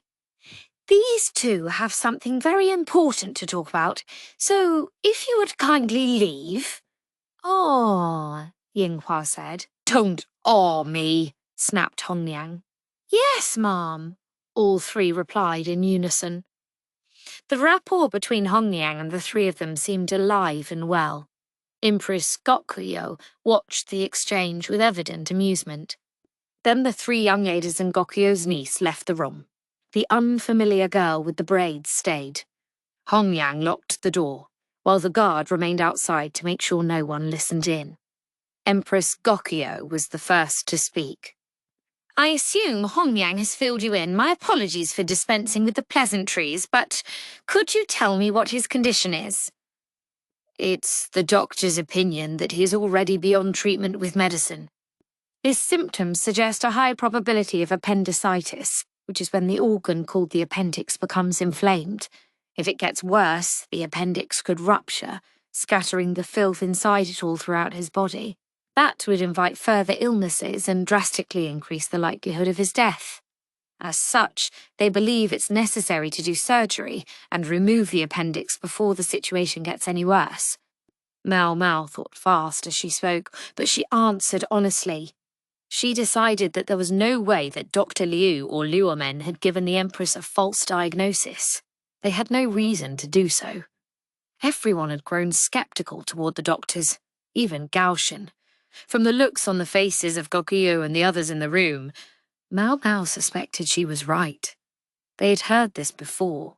And removing the appendix? That involves cutting into his stomach, doesn't it? Gyouyoh asked. Yes, ma'am. Will the surgery succeed? She sounded worried. Maomao could tell she wasn't just thinking about her son's future, but was genuinely concerned for the Emperor. The relationship between the Emperor and his Empress was not one that could be described as love or romance. Yet nonetheless, it was not as if Empress Gyouyoh felt nothing for His Majesty at all. If only that had been anything like enough to make him better. The physicians are doing everything they can to make sure it will, Maomao answered. But it could fail, couldn't it? Maomao stopped and thought for a moment. It was hard to say what would be the best way of explaining this. Finally she said, "In his current condition, the success rate is likely better than 90%. However, it will decline as time goes on." "Why?" Maomao tried to put the matter as simply as she could. "As I said, if the appendix bursts and sends filth everywhere, it can cause other illnesses, meaning that the longer we wait, the more this becomes a matter of life and death." "All right. And what other causes of failure might there be?" "It's possible that toxins could enter the surgical site after the procedure and cause it to become infected." "Toxins? You mean he might be poisoned?" "No, Mom. It's like... Suppose you scraped your knee and didn't wash it off. Toxins could enter your body through the wound and cause it to become infected. It's the same principle. One shouldn't touch a wound with dirty hands, for example. But patients often inadvertently touch the surgical site and introduce toxins that way." Maomao was as honest about the possible failures as she was about everything else. Trying to hide anything would only make her seem suspicious. "One last question, then," said Gyouyoh. "If the physicians are wrong and it isn't appendicitis, what will you do then?" "We'll just have to cross that bridge when we come to it. However, I don't think it would mean that the surgery was in vain. If they could physically see where the illness was, that would be worth a lot. Moreover, if they could even just remove the filth from his belly, it would almost certainly contribute to the lessening of his symptoms. They might or might not be able to treat the fundamental problem then and there, but it would be better than waiting around." Empress Gyouyoh, Hongyang, and the woman with the braids looked at each other. "Did I say anything that contradicted the other medical staff?" Maomao asked. "No," Gyouyoh responded, a troubled smile on her face. "I don't suppose you've all agreed on a story, have you? If we had, I might be better able to dissemble about the rate of failure for the surgery." "True enough." Gyouyoh sighed and looked at the braided girl. "You heard her. Would you be so kind as to explain to Father, honoured elder sister?" Elder sister.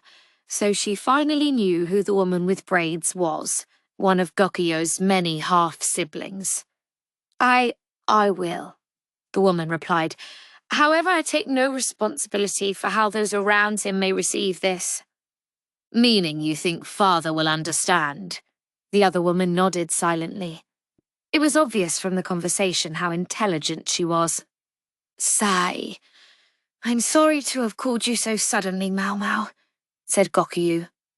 "Not at all, ma'am," Maomao replied, relieved to find that she hadn't offered anything mistaken. "You haven't had dinner yet, have you? Since you're here, why not eat before you go?"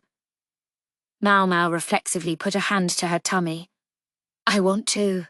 Oh, how I want to." But if she ate here, her careful, correct explanation would be in vain. The meal might look like a bribe. Maomao bit her lip hard and bowed her head. "I'm terribly sorry, milady. In fact, I've had my meal already." Then she left the room, trying to keep her stomach from growling. Chapter 13. Sowing Seeds. Jinshi was getting a headache from having this conversation for the umpteenth time. "But what's to be done should anything happen to His Majesty's honoured personage?" asked the officials. It sounded like a question, but they were really looking for confirmation. Exactly what answer they wanted from Jinshi depended on their position. Some sought to set Jinshi up as crown prince, others didn't. Some were trying to judge which camp they should join. Now it was lunchtime, and things were finally quiet. The flow of people and paperwork had stopped. You've got to do something about this.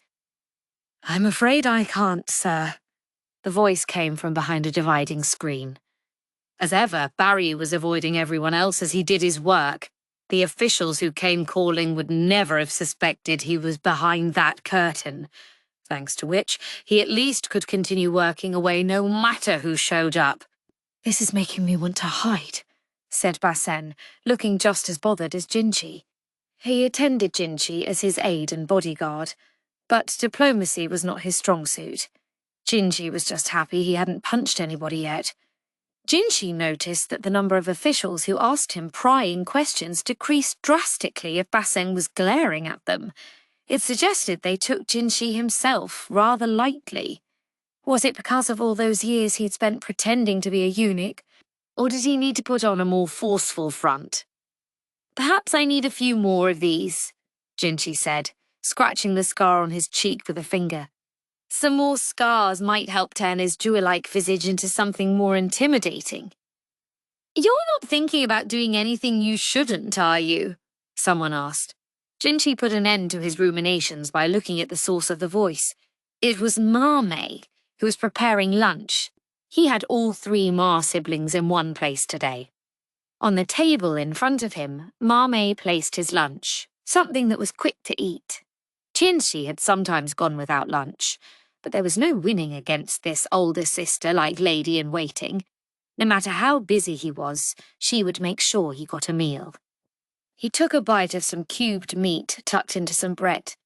It wasn't a very refined way of eating, but only his milk siblings were here, and he knew they wouldn't hold it against him.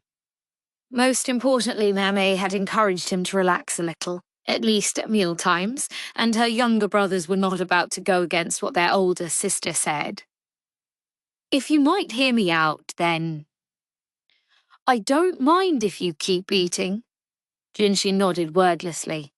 Maomao was a woman, and for that reason there were certain jobs he could only entrust to her. There are currently 3 vacancies among His Majesty's 4 most favoured consorts, but 2 of them appear likely to be filled soon. At the moment, there was only one upper consort, the wise consort Liua. Barry and Basin were men, making it difficult for them to get a good sense of exactly what was going on in the Rear Palace. Instead, Jinshi sometimes tasked Maomao with reporting to him on the situation there. Jinshi had once overseen the Rear Palace, even if only for a few years. It had been more than 2 years since he had left that position, but he still knew more about what happened there than any number of less qualified officials. As you said, Moon Prince, the positions of Precious Consort and Virtuous Consort are going to be filled by young ladies from the Empress Dowager's faction and the Empress's faction, respectively. The position of Precious Consort had once belonged to Empress Gyouyoh, while that of Virtuous Consort had formerly been held by Lishu of the Yu clan. As for the position of Pure Consort, it practically seemed cursed. It had been held by a young woman whose clan had attempted rebellion. Jinshi looked at a piece of paper that Maomao held out for him. His brow furrowed. There was a name on this list that he had not been expecting. I grant that if we had the same material as we did 2 years ago, there would be some inadequacies in the selection. Which name concerns you, sir? Maomao asked. Jinshi washed down the bread with some tea. Without missing a beat, Maomao handed him a handkerchief, so he wiped his hands and took the paper. The candidate from the Empress Dowager's faction, he replied. She's 17 years old and only entered the Rear Palace last year. She was the grandniece of the Empress Dowager's half-brother, Hao, and hence also the great-niece of the Empress Dowager herself. I was of the belief that Hao had only an older sister and a younger sister by way of siblings. That's correct, sir. This girl is the granddaughter of the Empress Dowager's older sister. The Empress Dowager's older sister? Jinshi brought up his mental family tree. He recalled that the older sister of Empress Dowager Anshi had entered service as a middle consort, but that it was her younger half-sibling, Anshi, serving as her lady-in-waiting, who had attracted the former emperor's attention. The former emperor's reprehensible behaviour bore a certain resemblance to something that had led to the rebellion of the Shi clan. That episode had been, in some ways, a revenge drama staged by Shen Mei, whom the former emperor had spurned.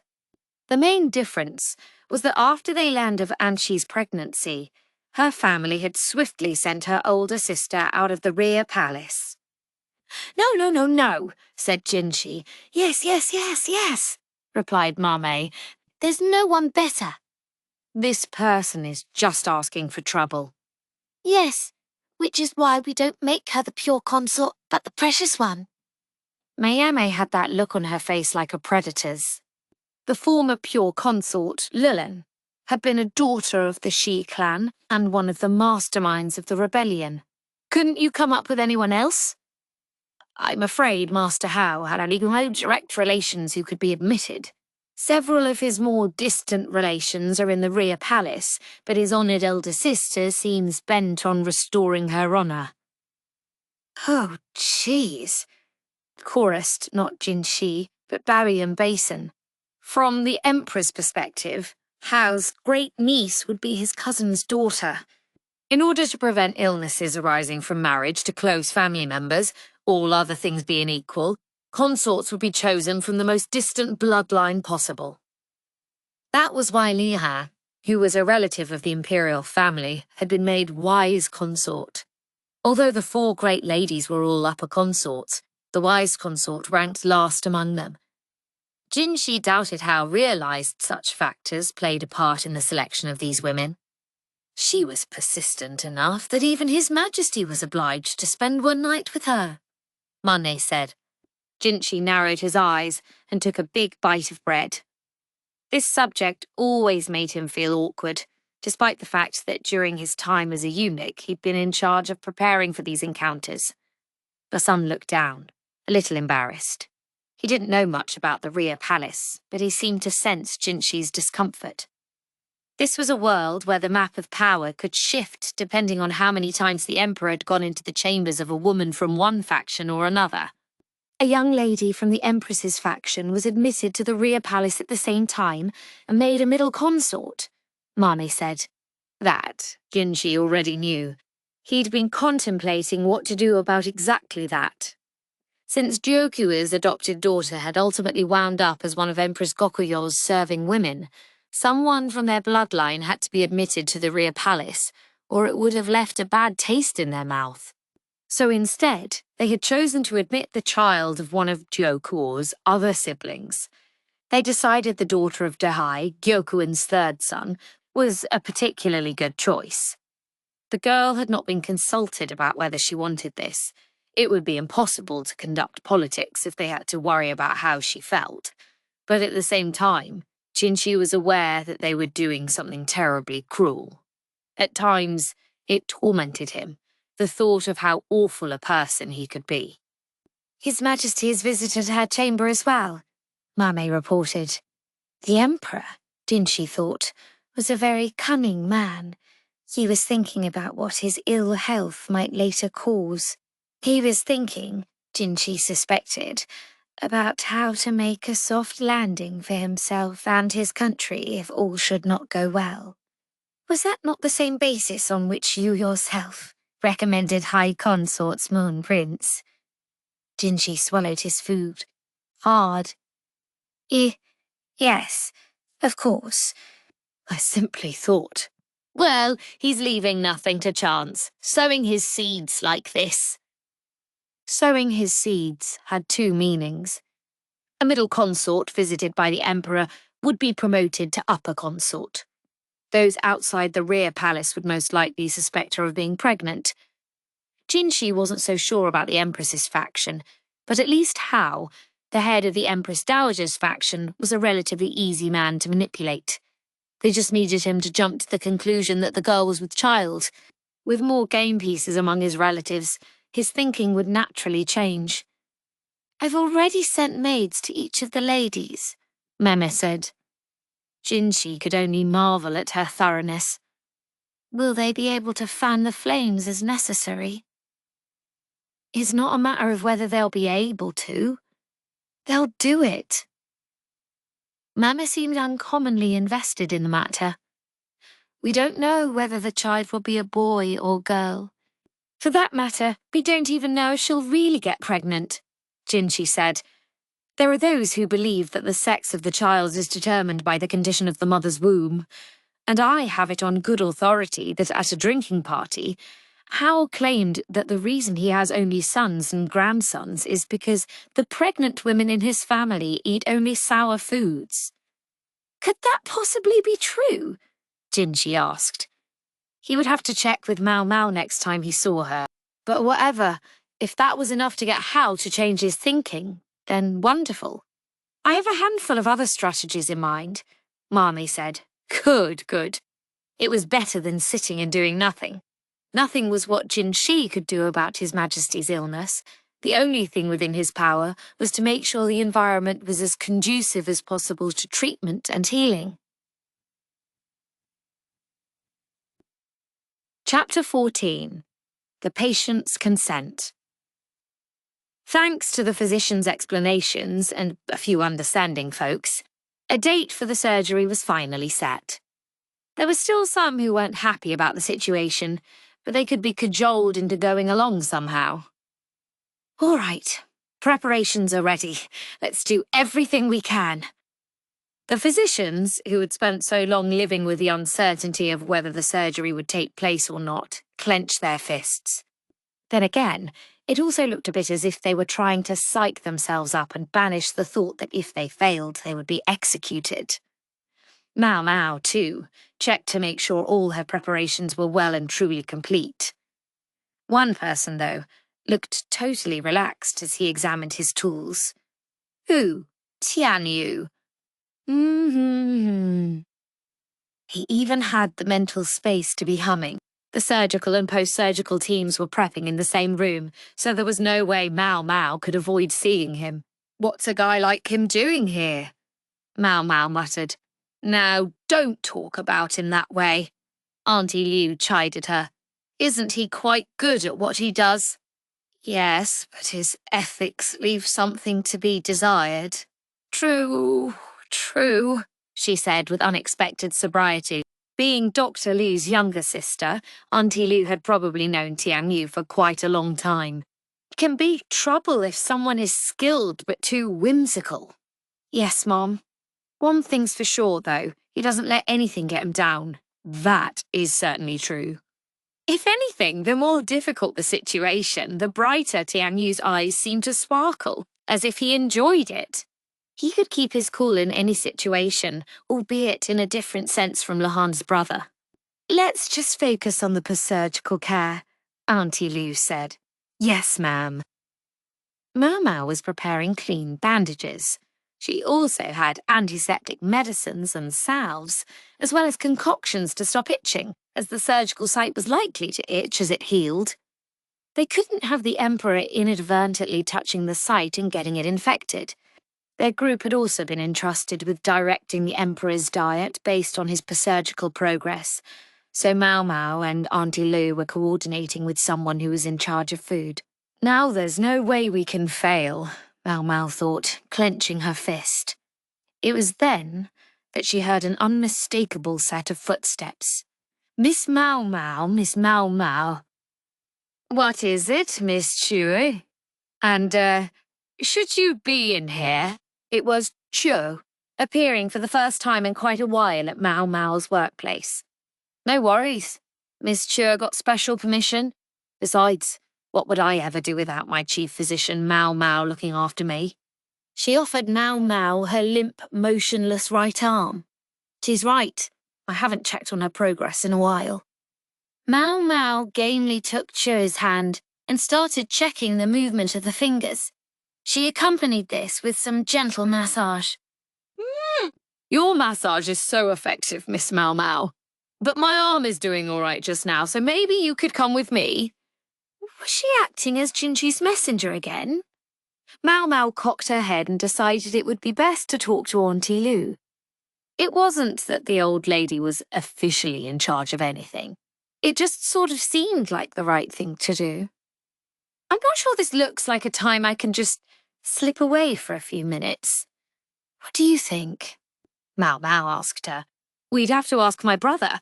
Auntie Lou looked around to see if Dr. Loon was there. Oh, no worries. I have Dr. Lou's permission too. In fact, he called me here, Chua drawled. I suppose that's no problem then, but be sure to let the other youngsters know on your way out. Yes, ma'am. Maomao followed Chuan, who took her to a conference room a short distance from the medical office. Several people were already there. Dr. Liu, Luomen, Jinshi, and Gao Shen. They turned when Maomao came in. All of them looked grave.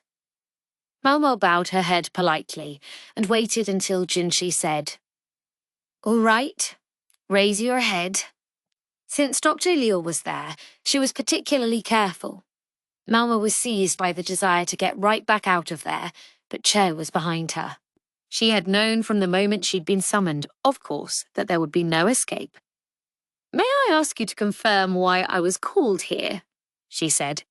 His Majesty has shown a disinclination toward tomorrow's surgery, Jinshi replied. Maomao stood for a moment, her mouth agape. Then she said, Whoa, whoa, whoa, Sayan Dorthgomi. Don't whoa, whoa, whoa. Don't whoa, whoa, whoa. Me, Jinshi answered, lips pursed. But... Maomao, Luoman said, gently but firmly. Maomao slowly put a hand over her mouth. Yes, we all took it that he was of a mind to have this procedure, said Dr. Liu. But if His Majesty says no...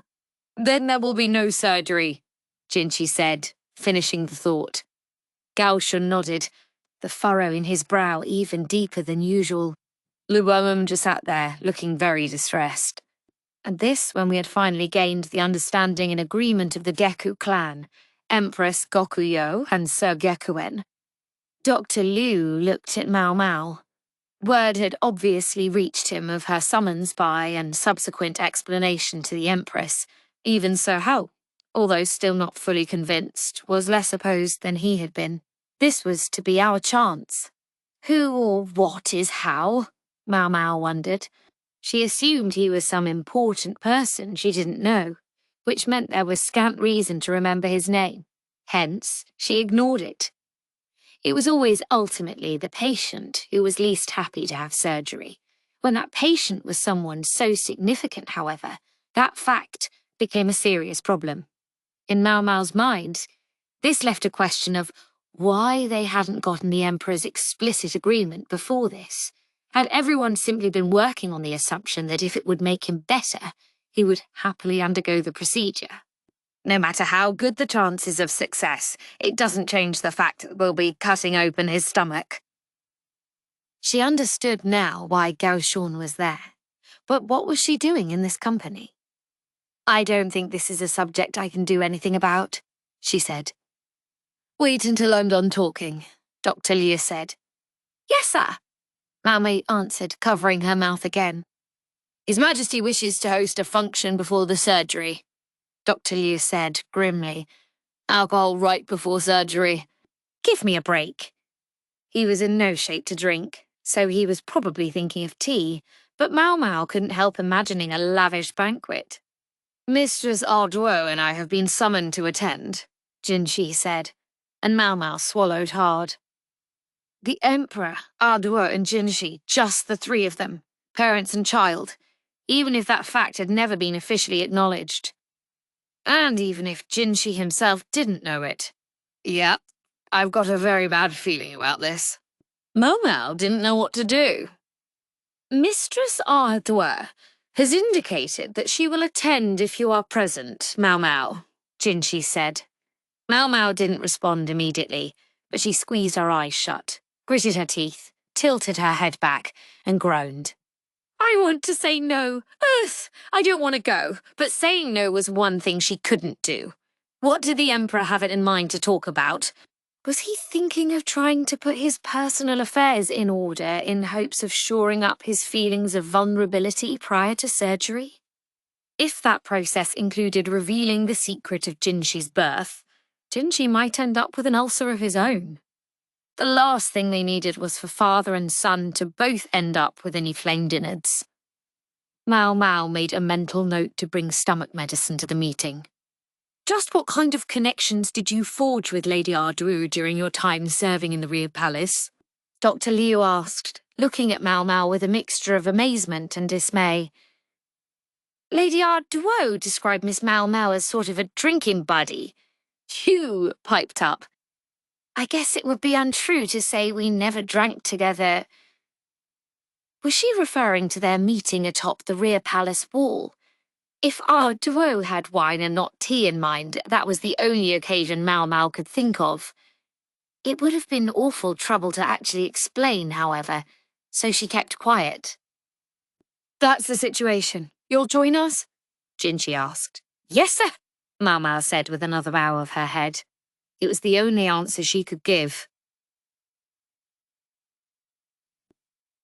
Chapter 15.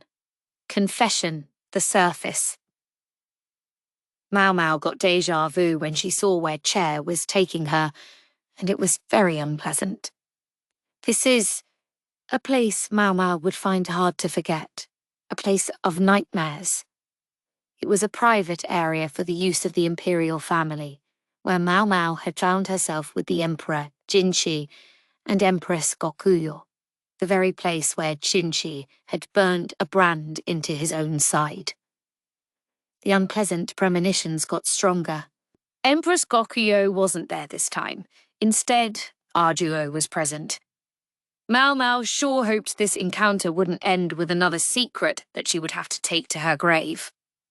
Okay, gotta check you over, Shuro said, patting Maomao down before she was allowed to enter the hall. She had to make sure Maomao wasn't trying to smuggle any weapons into the Imperial family's presence.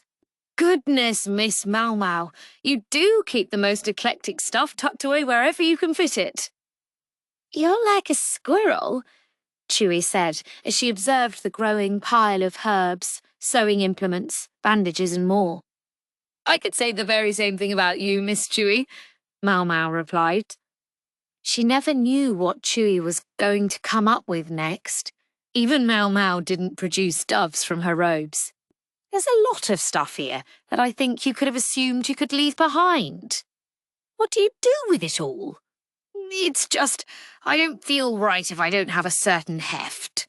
Don't you ever feel that way? Well, I suppose I know what you're talking about. Maomao had gone from the medical office back to the dormitory so she could take a bath and change her clothes. She would soon be meeting the Emperor, he of the inimitable facial hair, for the first time in quite a while, and she was trying not to be rude. But still, I don't want to go. It was all she could think. She wished she could be allowed to do some griping at least to Chew. And what's this? Chew drawled, producing a cloth-wrapped package from among the goods she was inspecting. For stomach medication, Maomao replied. Stomach medication, Chew repeated. She tried the medicine on her tongue, made a sour face and handed it back to Maomao. This you can keep. Thank you. It was the one thing I didn't want to have to go without, so I appreciate it. Maomao's steps were heavy, which Shou tried to remedy by giving her a push from behind. Are you going to join us, Miss Shou? Maomao asked. Sadly not. Miss Chu is on guard duty.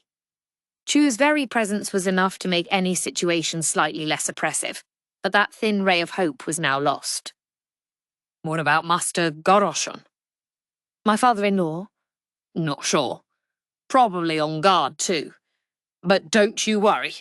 I'm a good wife, who brings her father-in-law's favourite snacks so that we won't get bored no matter how long your chat goes on. Chu showed Maomao bamboo steamer she produced from who knew where. Even if she could have kept it hidden, it seemed like the steam would have made things awfully warm. There were no windows in this long hallway, but it wasn't dark either. flames flickered at their feet, providing illumination. Gyouyoh stood at the far end of the hallway, along with another guard. Have I seen him somewhere before? At the sound of Chu's distinctive footsteps, the guard stepped forward. Older brother-in-law. Would you like some snacks? Chu asked. When she heard older brother-in-law, Maomao clapped her hands. It was Mame's husband, something or other. No, thank you, he said. Have a drink of wine. Sure, drawled. I'm not much of a drinker. Maybe juice, then. Where on earth would you get it? Something or other had the very same question as Maomao. It looked like it was safe to presume he shared the Ma clan's sense of what was, well, common sense. Chu, we're on duty, Gyouyoh said. Duty you may be on, but it's important to keep your energy up. Don't you worry, Chu will take a bite first so you can see there's nothing wrong with it. Clearly exasperated, Gyouyoh turned to Maomao. Xiao Mao, don't mind her. Yes, sir. At Gyouyoh's invitation, Maomao entered the room. The furnishings look even more elaborate than usual.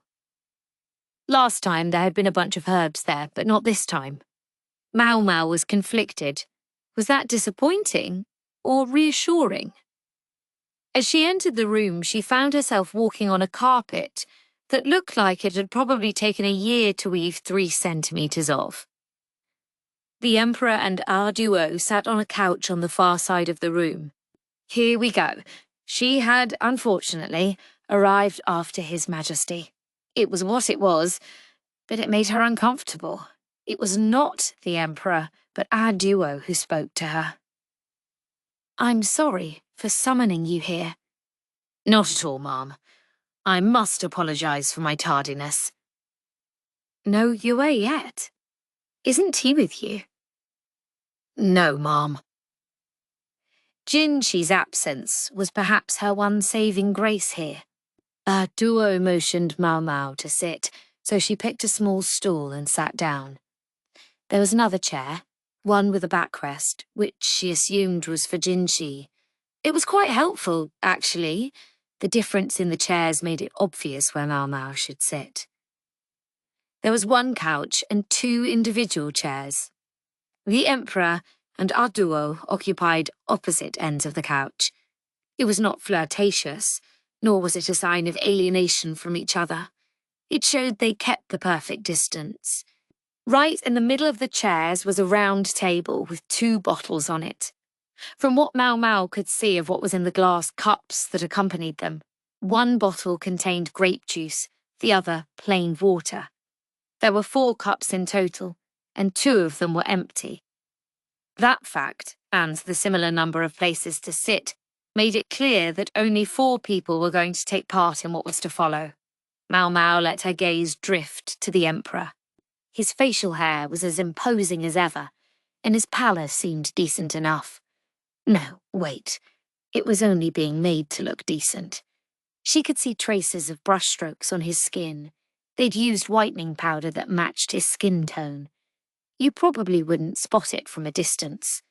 Evidently, they were making every effort to ensure that his advisors wouldn't notice that there was something wrong. She suspected it was Gyouyoh doing most of the work. She was still observing His Majesty when they heard footsteps. I apologize for being late, Jinxi said, entering with his hands clasped and his head bowed. Ever since he had given up his eunuch persona, there was only one person to whom he bowed the head. Have a seat, said the Emperor. In essence, Jinxi was the Emperor's guest, and Maomao was Gyouyoh's. That would explain why Gyouyoh had been the one to greet her. We have no alcohol or anything to eat with it. There's juice and there's plain water. Which would you like? Gyouyoh picked up the 2 bottles. Maomao made to pour for her, but she shooed her away. Tonight, Maomao was a guest. Juice, said Jinxi. Water, if you'd be so kind, answered Maomao. She dearly would have liked to get a bit drunk right at that moment, but if there was no alcohol, then that option was off the table. She would go with the plain water. Once their glasses were filled, the Emperor cut to the chase. Let me explain why you've been summoned here. Yes, sir, Jinxi answered. He was the only one to speak. Adu and Maomao remained silent. Adu already knew. Maomao suspected. For her part, Maomao couldn't speak until she was given permission. I suppose by now the physicians have told you that I'm cool toward the idea of tomorrow's surgery. Yes, sir. Just to be clear, I'm not being stubborn. I simply told them that I wanted to attempt the surgery only after I had done what I have to do. This meeting, she took it, was what he had to do. They say the surgery has an excellent chance of success. Is that not so, Olekan's daughter? Yes, Maomao said slowly. She wasn't thrilled with being referred to that way, but she answered, "We think it may be better than 90%. And what if we were to simply allow the current situation to continue without surgery?" "Not happening." Maomao straightened up. "If your pain were better than it has been, there might not be a problem, but the physicians appear to have judged that that's not the case." She couldn't ask the Emperor for his subjective opinion.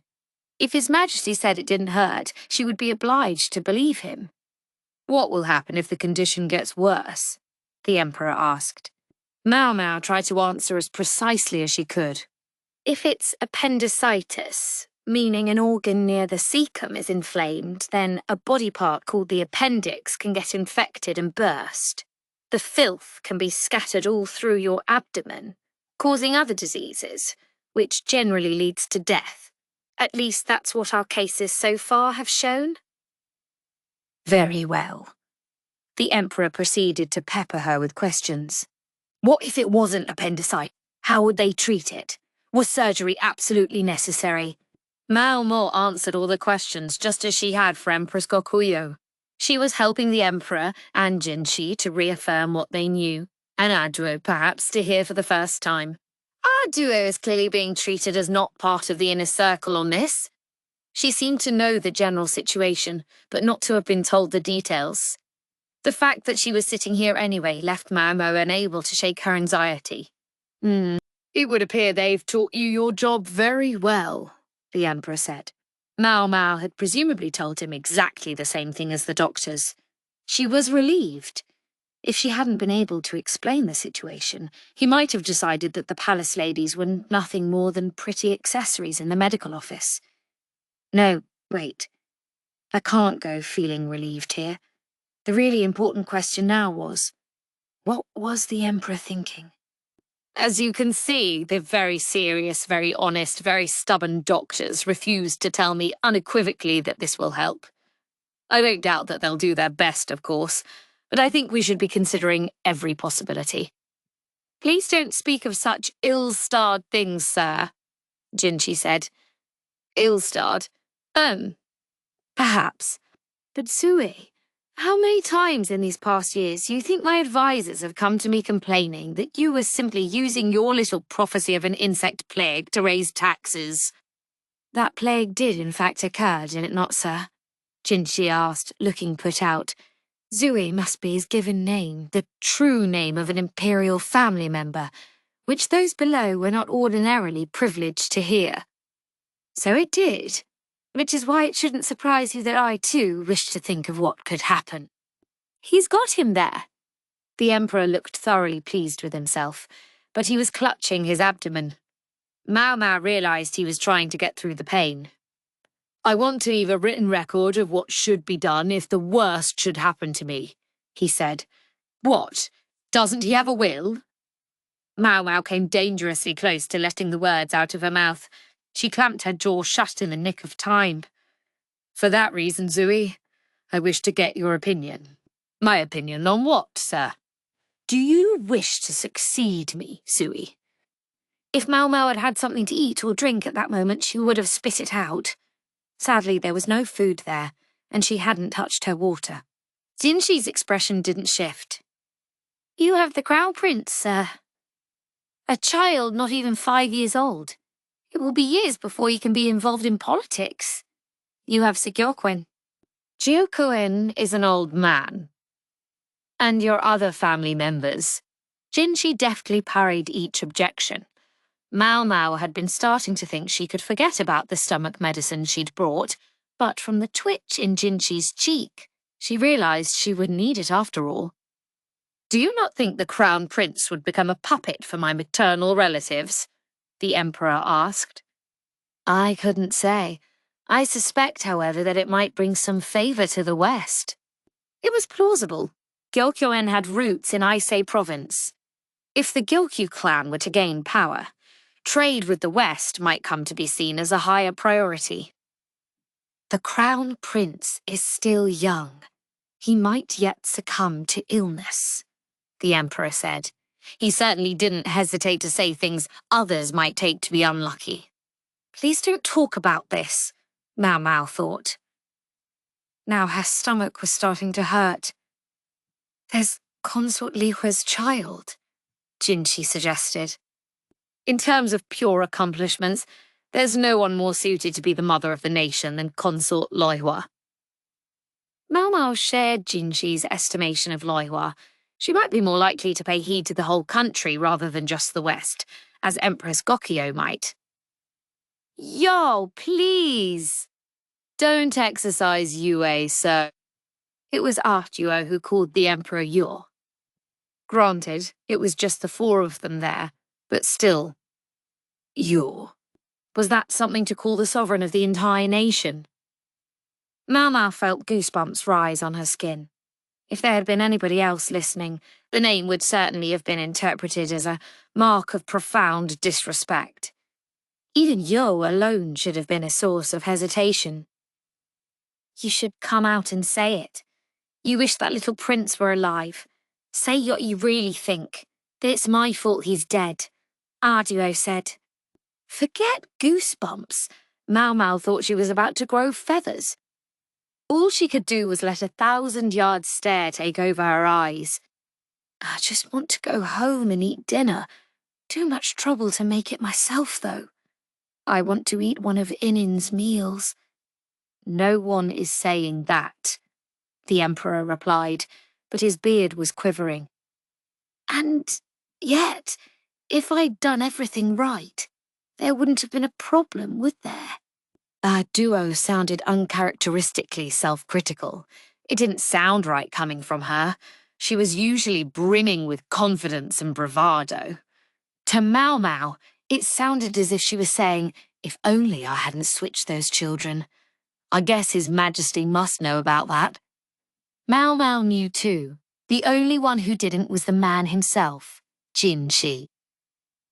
The child would have grown, become a man, and no doubt a fine one at that. Not one who would have banished a brilliant doctor just to lash out. Think how many children have died who might have lived full lives if that doctor had been there to help. That was true enough, Maomao thought.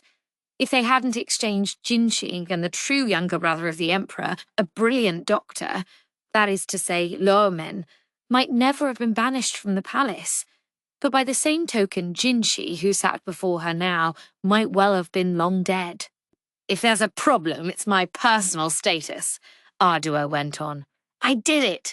I did it all!" "Silence," said the emperor. "What's that? I can't hear you. I said silence," the emperor bellowed, so loudly that Maomao thought her eardrums might burst as he rose from his seat. The great man hardly ever looked less than sanguine, but now his face was drawn and he was sweating profusely. "I'm going to need more than stomach medicine." There was a knock at the door. It was Gyouyoh and Gyouyoh outside. His Majesty had really shouted. The emperor sat back down, still sweating. He composed himself and then looked at Maomao. "Tell them it's nothing," he commanded. "Yes, sir." She went over and opened the door. We heard His Majesty's voice. "Is anything the matter?" Gyouyoh asked, worried. He was there, along with Bar something or other, Che, and even Basin, who must have accompanied Jinchi as his bodyguard. "I was told to tell you that it's nothing," Maomao replied. "I don't believe that for a second," Basin exclaimed, but Gyouyoh silenced him with a jerk of his chin. "Understood," Gyouyoh said, not pursuing the matter. If there should be any trouble, don't hesitate to call for help. Yes, sir. Maomao closed the door and returned to her stool.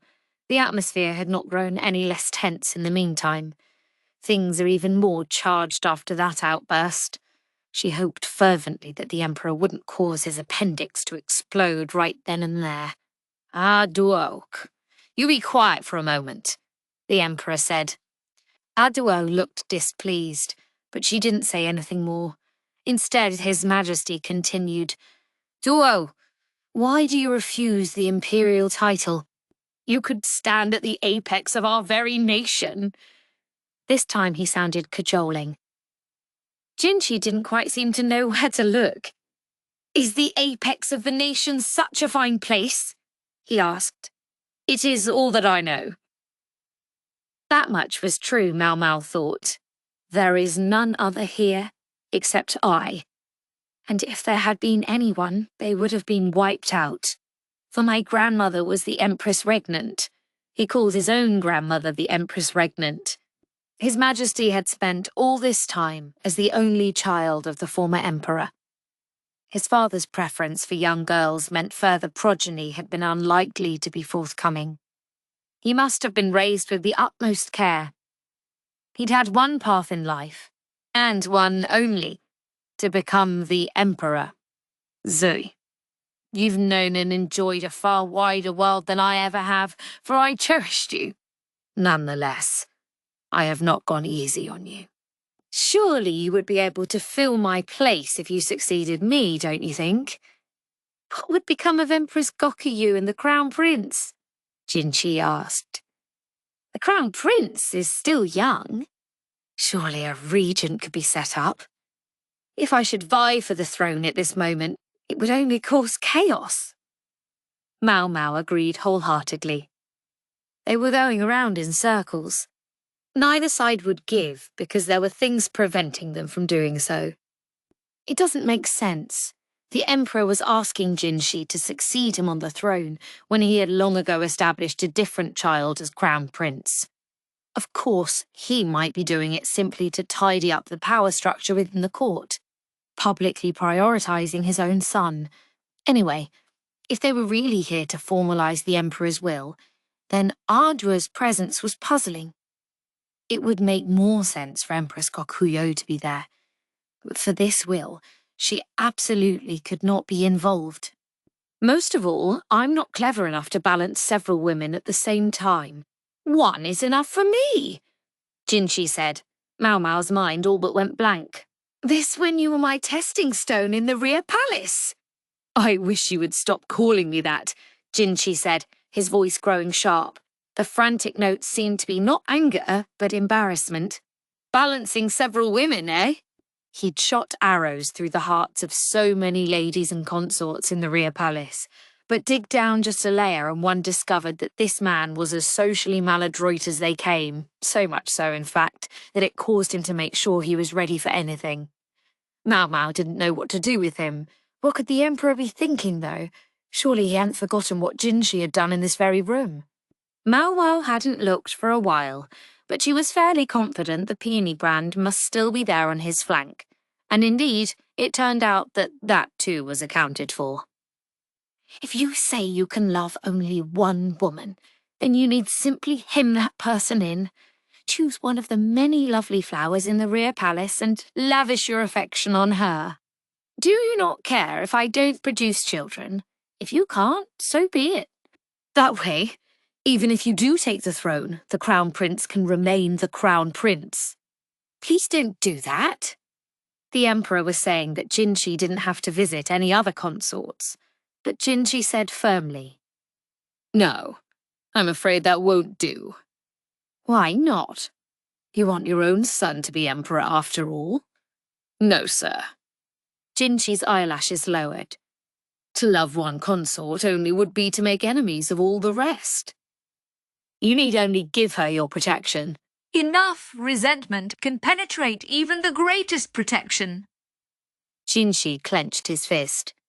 He had been in the Rear Palace long enough to know very well that however beautiful and intelligent the Emperor's women were, they could be hideous indeed. Even if it doesn't lead to physical violence, it could still wound her heart. What will you do, then, with this one woman of yours? A fair question. I'm sure I could never make her my consort. He looked slowly at Maomao. Her form is unique, and I would be putting her in a place where she would be pounded from every side. It might change her shape. It might not, the Emperor rejoined. She might make me think it had not. I don't think I could do it. Jinshi smiled. It was a hollow look, but his fists were clenched in resolution. If I must cage this unique thing, then much better to let it be free. He was clenching his fists so hard Maomao could see blue veins popping up. Can you do that? The Emperor was asking what he would do about the brand on his flank. Jinshi smiled, more brightly, and brushed his side. If I did, I suppose I'd have to cut this off, or burn it away entirely. Maomao jumped up in spite of herself and glared at him. I said never to do that again. He gave her an apologetic look, a vulnerable expression that said, Do forgive me. Maomao, her breath hot in her nostrils, swore that she wouldn't treat him even if he scorched himself again, but she sat back down. I see you're quite a romantic. Isn't that so, Gyouyoh? The Emperor looked at Gyouyoh, who had stayed silent just as she had been bidden. Now she sat with her mouth hanging open, looking stunned. A single tear rolled down her cheek. Gyouyoh? Air him! Yes. Yes, you're right. She shook her head as if to fling away the tear. Gyouyoh? The Emperor looked outright perplexed. What? May I speak again? Her spunk was back. Maomao might have thought she'd imagined the look in the tear if it weren't for the small dark spot where it had landed on the couch. Gyouyoh placed her hand over the spot as if to hide it. Then she asked, So then, what do you want to do, Yue? I want to be His Majesty's subject, and when a change of rulership comes, I wish to be the Crown Prince's subject as well. Even if the Crown Prince leaves you to handle the weight of the throne, or the bustling garden we call the Rear Palace? It was a loaded question, Maomao thought. A ruler's subjects are there to help lighten that weight. Beyond that, I can only hope that the Crown Prince will prove to be skilled in the handling of flowers. Jinshi sounded almost shy. He'd noticed Gyouyoh's tear. You heard him? The Emperor didn't say anything. He looked steadily at Gyouyoh, not at Jinshi. His gaze moved from her eyes to her nose, her lips, and finally her hand, as if tracing the path of the tear she had shed.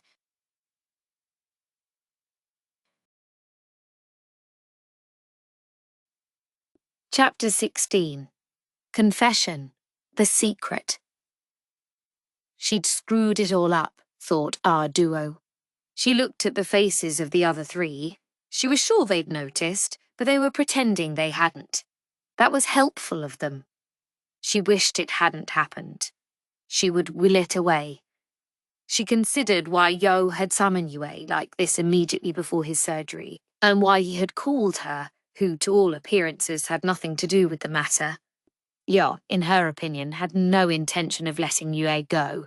Was that because of that silly promise he'd made to her so long ago, or because, in order for him to be heaven, he wanted Yue to succeed to the same? Whichever, it had caused him to bring Gyouyoh to this making of his will. Normally, a woman like her, not even a consort, would have no place at a gathering like this. He ought to have brought his empress. Gyouyoh. There was a simple way for him to ensnare Yue. All the Emperor had to do was publicly name him as his successor. Yue might have many enemies, but he also had many allies. It would confound people that His Majesty had named his younger brother and not his own son to follow him, but that could be dealt with. He only needed to tell Yue here and now that he was in fact Yue, his own child. Even Yue would not be able to refuse a direct order from Yo. The other princes were still so young. and Gyouyoh was a superb administrator. Those two facts would far outweigh the lowly status of his birth mother Arduo. Plenty of families would be eager to back him.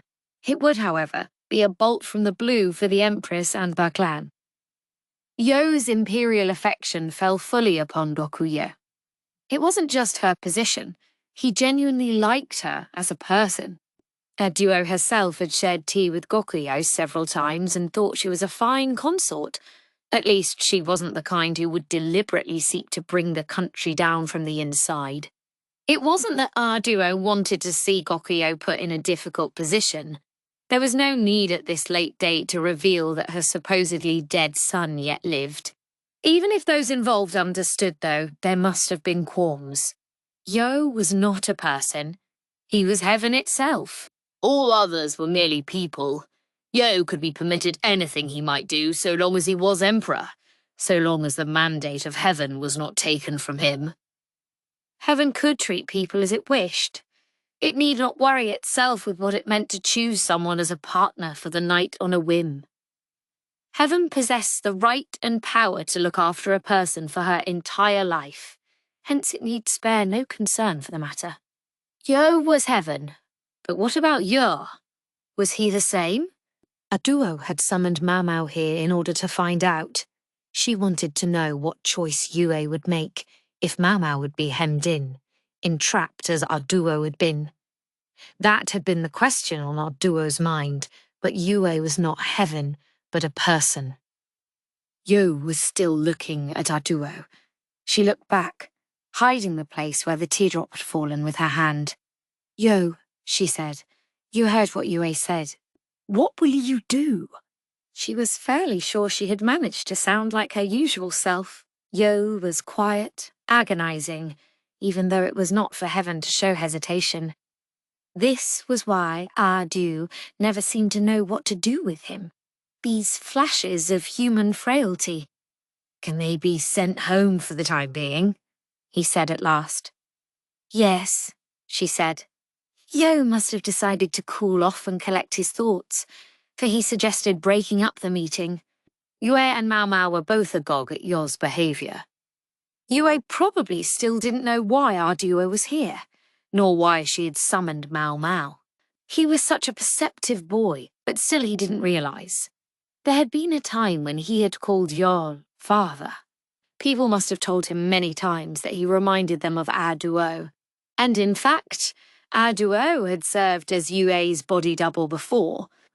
If he actually did understand what the relationship was between himself and Gyouyoh, and was simply acting as though he didn't, that was fine too. Or perhaps Surin had hidden the truth just that skillfully. It didn't matter either way. To Arduo, Gyouyoh was human. She had been able to determine as much tonight. To Arduo, Gyouyoh was a son, but she was not able to say so. For him to remain human, he could not be her son. Are you quite sure about this? Gyouyoh asked Gyouyoh. Yes. What will you do about the surgery? Don't fret. I will accept it, as I must. Maomao looked even more relieved than Gyouyoh at that. And what about your will? It was Arduo, not Gyouyoh, who asked this hardest of questions. I'll write it later. For the time being, I want you to go. Gyouyoh's face was filled with anxiety. Maomao looked uncertain as well, but not too distressed. It seemed that knowing Gyouyoh would accept the surgery was what mattered to her. I suppose I should excuse myself then? Dao got up to follow Gyouyoh and Maomao. Wait, said Gyouyoh. For what? I want something with you. He took her hand and would not let go. Yes, very well. Don't mind us, kids. You go home. Gyouyoh and Maomao shared a look, but left the room. Once it was quiet, Gyouyoh finally released Arduo's hand. Don't ask me to take dictation on your will. If you die, I'll end up executed when people think I forged it. As if I would do such a thing. Gyouyoh looked at the ceiling. You're not going to write that Gyouyoh should be the next emperor? Gyouyoh remained silent. So Arduo went on. If Gyouyoh was sitting in that seat, he would do the job perfectly well. and most likely abdicate of his own accord when the crown prince came of age. Still Gyouyoh gazed up at the ceiling. He might not be one of the greatest rulers known to history, but he certainly wouldn't be one of the worst. Gyouyoh's eyes were open wide. Finally, Gyouyoh said, "Can you live with yourself if you don't tell Yue that you're his father? Can't I write it down?" "Oh, no, I'm not suited to be the mother of the nation, right?" Gyouyoh replied with self-deprecation. "You know, I really thought you were going to tell him about the mistake I made." "You thought I was going to do that, and yet you're the one who deliberately brought in an outsider. That girl has less and less hope of ever running free again." "I don't think it would be a problem to tell her. Maomao is clever." "She ought to be. She's Lacan's daughter. If she ran off, I'm not sure we could catch her. If she ever tries, I'll be sure to help her." "Whose side are you on?" She saw now why Gyouyoh gazed continually at the ceiling all throughout their conversation. He was trying not to let the tears spill out of his eyes. All this blustering talk was probably just an act so that he looked strong. "Ah, Gyouyoh," he said. "Do you resent me?" "Gyouyoh," she replied, "do you think I couldn't? Is there something that I failed to give you?" "Ha ha ha, that's the thing." Gyouyoh had been good to Arthur, both as the crown prince and, once he became emperor, he had ensured that nothing would hamper her. Even after she left the rear palace, he had looked out for her, making clear to all and sundry that she was special. "Did you wish you could have made me mother of the nation?" she asked. "You were the one who asked me to, weren't you?" There was a scratch in Gyouyoh's voice. "You'll keep your promise with me, won't you, Gyouyoh? So long as it stands." "I will." "And on your part, how many promises to me have you broken?" Gyouyoh reached out to her little partner in crime. Not to do anything so kind as to wipe away his tears. Instead, she tugged on his beard. "I suppose you assumed that even if you had set up the crown prince instead of Yue, I would be there while he was young." "I did, because you are honest and faithful." Yue felt a flash of anger. She squeezed the beard in her hand as if she might rip it straight out. "Setting up the crown prince would be an excellent way to control your other subjects. And were you of a mind to switch him with Yue when he grew up bold and strong? Or were you planning to break your promise to me? If you were, you should have just said so. How many years, how many decades did you plan to keep me like a pet?" It was vacillation, pure and simple. It shouldn't have happened, but for Gyouyoh it would be allowed. If it were a political matter, you would have been able to make up your damn mind. I was useless baggage, and you should have just cut me loose. You're not baggage. I am. Do you know how many years I spent being mocked as a consort with no part to play? No, you don't. You look down from on high, content in the belief that the wars of women are not as brutal as those waged by men. It's true. I suppose we don't beat each other so often as you men do. Just the occasional stabbing, or poisoning, or setting on fire. Gyouyoh gave Gyouyoh's beard another good tug, forcing him to meet her eyes. The tears that had been gathering in his eyes spilled over with such force that they landed on Gyouyoh's cheeks. "I'm no longer able to bear children. When the child died, why didn't you release me from my promise on the spot?" "Gyouyoh, you won't abandon the promise on your own.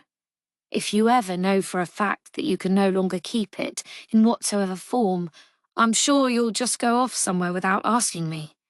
And yet, Gyouyoh was still there with Gyouyoh. Was that it? Is that what tipped you off that the babies had been switched? Gyouyoh found she couldn't resist the smile. She'd always wondered how Gyouyoh had found out, when she was certain that her conspirators Anxi and Suiren would never have betrayed her. "I must admit, you do know how I think." "Yes. And since you know me so well, I'm sure you haven't forgotten what I wanted to do." "No, Back when Gyouyoh had been crown prince, he'd often snuck away when he was sick of studying, and the two of them would hide and eat snacks together, chatting idly as they ate. I'll never be an official, so maybe I should be a merchant or something. Gyouyoh had been so bright and eager as she spoke those words. How many decades ago had that been now? But once she had spent the night with the Emperor as his instructor, she lost any opportunity even to leave the rear palace, let alone to be a merchant. There was no way Gyouyoh could fail to understand that. Ordering me to spend the night together may have been a whim for you, but it has dogged me for my entire life, she said. After a moment, Gyouyoh said, "If you'd become a merchant, you might never have come back to the palace." His hair, which was starting to show streaks of white, seemed to droop. His cheeks, covered with whitening powder, were sunken. You would have left me here and never come back. What does it matter if I'd stayed or if I'd gone? Without an order from you, I would never even see you, would I, Gyouyoh? Gyouyoh certainly had no right to summon him. It was he who had the authority. Their positions in life had been fixed at birth. If Gyouyoh's mother, Sowing, hadn't happened to be Gyouyoh's nursemaid, they would never have laid eyes on each other. She understood what Gyouyoh was trying to say. He could give her anything, but he could not go anywhere. He must have feared that Gyouyoh would go somewhere far away. At the tender age of 12 or 13, he couldn't have been able to give it much deep consideration. "I didn't want to let you go anywhere," he said, "so I tried to keep my promise." "A promise that benefits no one? Even though you knew I didn't really want to be mother of the nation." "That's right." As heaven, Gyouyoh possessed, owned, the human called Gyouyoh. What about Gyouyoh's son Yue? Would he walk the same path as his father? That was why Gyouyoh had summoned Maomao, to find out whether Yue intended to possess her or not. Her fears had been groundless. Yue was not heaven, but human. "Duh! If you had become a merchant, could you have been my friend? If you had allowed me to supply the Imperial court, I would have been very friendly indeed." Ha ha ha. Gyouyoh's eyes narrowed, his face crinkling as he laughed. "Listen, I have a favour to ask." Gyouyoh let go of Gyouyoh's beard and wrapped her arms around his neck instead. She leaned in close to him, her palms picking up some of the whitening powder on his skin. "I'll vacate our promise myself." "You mean you'll leave me?" Gyouyoh was trying to raise his head. Gyouyoh did everything she could not to let him. "No, I'll be with you until the end. The baggage in my pavilion is too heavy for anyone else to carry."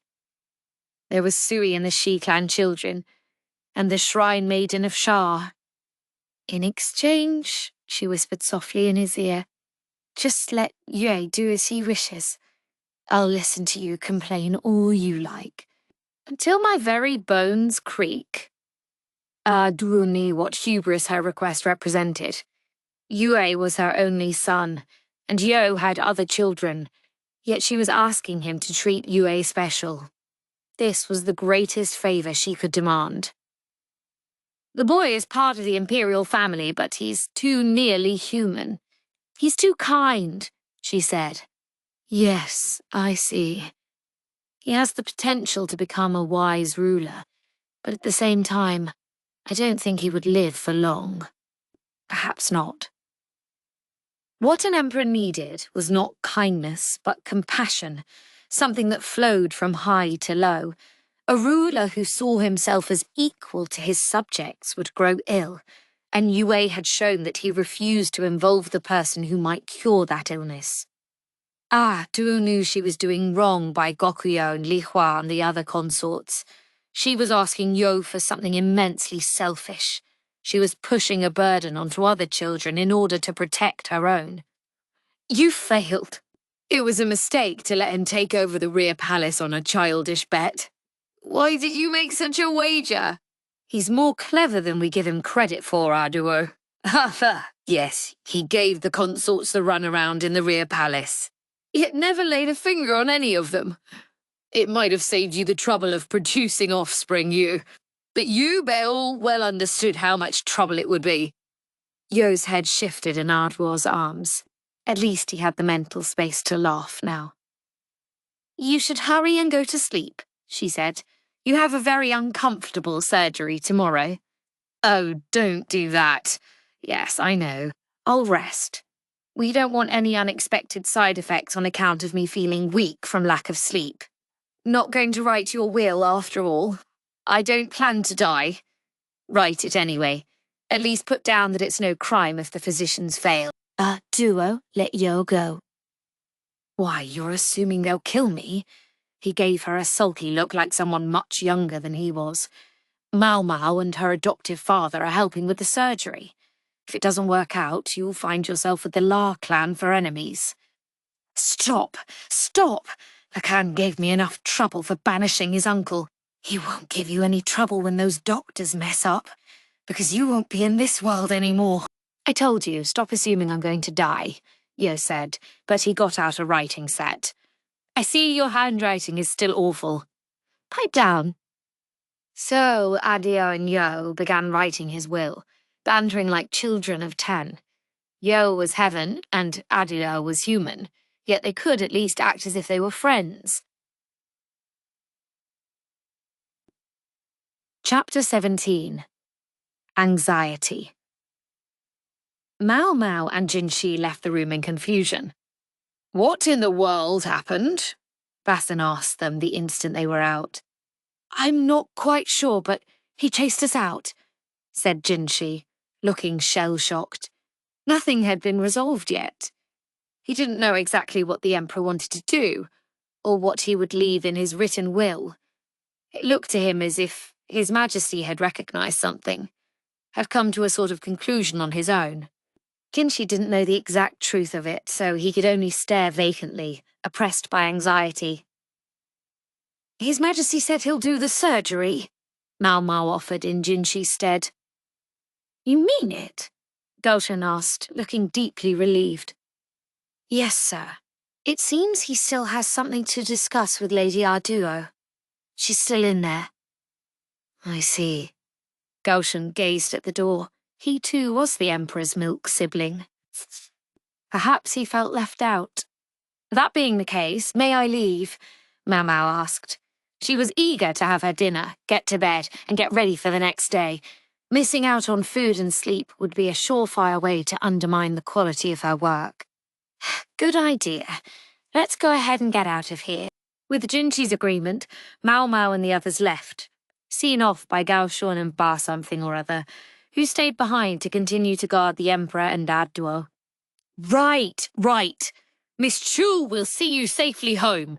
Perhaps you'd like to stop for dinner somewhere on the way, Chua chirped. I like that idea, Maomao said. They were both getting into it, but they were interrupted by Jinshi, who said, Oh, is something the matter, sir? Asked Maomao. Oh, no. He hardly seemed to know what to say. Hey, Basin exclaimed, his vigour directed at Maomao and Chue. Yes? It's already late. A couple of women shouldn't be out dining by themselves. If that's how you feel, dear little brother-in-law, come with us, Chue True. Drop off the moon prince first, and then there'll be no problem, right? Well, when you put it that way, Basin started. It was clear from Jinshi's expression that that was not the issue he had been concerned about, but he couldn't say anything. If you're going to drag me out to eat, I think we should get noodles. Noodles? Good idea. I know a great Toshman place, said Cheer. Ooh, Toshman. Basin was unexpectedly eager. At least it sounded like he had actually eaten out before at some point in his life. But he still can't read a room. Does he really expect to wed Lady Lishu like this? Maomao thought irreverently. Jinshi, meanwhile, looked anguished. A member of the Imperial family could hardly go out for noodles in the middle of the night, so he couldn't exactly tell them he wanted to come along. I'm sure the noodles he gets with his meals are way classier, Maomao thought. She was sure that when he got back to his pavilion, the old lady, Swearin, would have a hot dinner waiting for him. The ingredients and the chefs were both top class, and it would have to taste better than some random noodle joint in town. But that's that. And this is this. Going out for noodles was special, so Maomao could understand Jinxi's envy. She remembered how delicious the meat skewers seemed to have tasted to him when he'd been out on the town in disguise. Maybe a certain commoner flavour was to his liking. She was starting to feel genuinely bad for him. She decided she had better throw him a lifeline. I'm pretty tired. Maybe I'll pass on eating out, she said. Oh, really? Gyouyoh asked theatrically. Unlike Basin, she knew perfectly well what was going on. What do you want to eat, then? Maomao paused. This is where I'd like to bring up Ennen's sweet and sour pork, she thought, but she said, I think I'm in the mood for the abalone congee that Lady Surin made for us once. Oh, yes, Jinchi said, his spirit suddenly revived. I'm sure Surin would be more than willing to make you congee any time. Yes, I'm sure. Shall we eat at my pavilion before you go, then? No, sir. It's already so late. If I could simply get some to take back with me. Maomao was angling for takeout. I see. No noodles. It didn't look like Basin was eager to go out to eat with Gyouyoh by himself. Dear little brother, I have a riddle for you. If you hurried along now and told Lady Surin to get the congee ready, what would happen? It would save time. Maomao wouldn't have to wait as long for her food. That's right, so kindly skedaddle. But who will guard the Moon Prince? You're not his only bodyguard, right? It'll be fine. Get going. Basin shuffled off. Once he was out of sight, Gyouyoh turned to Jinshi and Maomao with a smile. I'm terribly sorry, Moon Prince, but Miss Gyouyoh simply must go powder her nose. May I go ahead of you? Ah, yes. I don't think there's anything especially dangerous in this palace, so as long as you're in here, you should be okay without a guard. Yes, I suppose so. Go ahead and use the bathroom. Oh, no, sir, Gyouyoh drawled. It's not the bathroom. It's powdering my nose. She winked broadly and then ran off. It was all too obvious that this was a pretext to leave Jinshi and Maomao alone. Jinshi's steps had slowed to the pace of a turtle, so Maomao matched him. Master Jinshi, she said. Yes. Are you anxious? She peered at him. What else could I possibly be? What will you do if it turns out His Majesty's will names you as his successor? What else? I suppose... I can't exactly shrug it off, can I? Indeed, sir. It might cause considerable discord in the nation, but I think everyone believes you'd be able to handle it somehow.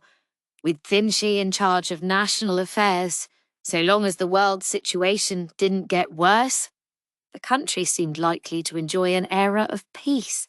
It would be bought, however, with the life of a young man, neither god nor immortal, who would devote himself diligently and without rest to maintaining it. Would you be all right without me by your side at that time? After a second, Jinshi said, Don't put it that way. You make me want to make it an order. In other words, Jinshi had no intention of putting Maomao in the difficult position of being a consort. This was the man who had once said he would make her his wife, but his consort, it seemed, he would not make her. Please don't burn your flank again. I want to see if I can do a skin graft before you do that. Skin graft? You write it with the characters to plant skin. There's a record of a time when a master who was burned had his slave's skin pasted onto him. Jinshi looked dismayed. Does that work? The record says it failed. It sounds like it would. Yes, sir. But I wonder if the graft might adhere if it was the person's own skin. I would cut some flesh from the rump and... Jinshi reflexively put his hands on his behind. Sir, I would never take it by force. Please, don't ever do that to me. Yes, sir. Jinshi took his hands off his buttocks, although he still looked suspicious. You think I was on the hunt for his arse? Other parts would work just as well. She just figured the rear was wide enough that it would be easy to harvest from. Turnabout is fair play, Jinshi said. Are you nervous, Maomao? I should say so, sir. You don't look it. True, she was probably less worried than Jinshi. My current goal is the success of the surgery. My greatest concern was that His Majesty wouldn't agree to the procedure, but now that he's confirmed that he will, everything is all right. What comes after that doesn't bother you? I have a special talent for forgetting troublesome things when I need to. Yes, I had an inkling. In any case, Jinshi seemed to accept the situation. I take it from your attitude that you have faith the surgery is going to succeed. You did say it had a 90% chance of working, but aren't you afraid of the other 10%? The surgery itself will succeed. I know it will because Dr. Liu will be holding the scalpel, and my father Luomen will be assisting him. They've also cultivated a number of other physicians who are very skilled with a knife. She didn't love that Tianyu was one of them, but there was nothing she could do about that. As for the anesthetic that would be administered before the procedure, they would use a combination of needles and a drug with minimal toxicity. Maomao's job would be to track His Majesty's progress after the surgery was over, so that worrisome 10% would depend on what she and her colleagues did. But dissenting voices had been silenced. The patient's consent had been obtained, and as far as she was concerned, everything was as good as done. You're quite the optimist, Jinshi said. It's not optimism. I've mixed up enough poison for all the physicians involved to take some should anything happen. Jinshi didn't say anything. We'll all be able to shuffle off this mortal coil with no pain and no suffer. Ow! Ow! Jinshi had taken a firm grip on Maomao's cheek. You are not to use that concoction under any circumstances.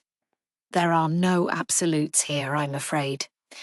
Maomao decided, however, to refrain from saying anything that would further upset Jinshi.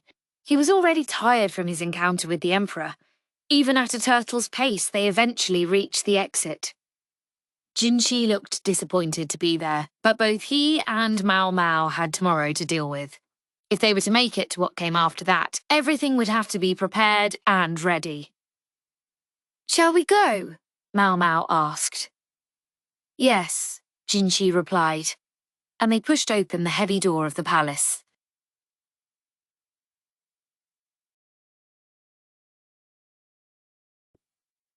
Chapter 18. Before the surgery. The procedure would begin at noon. Bandages, check! Salve, check!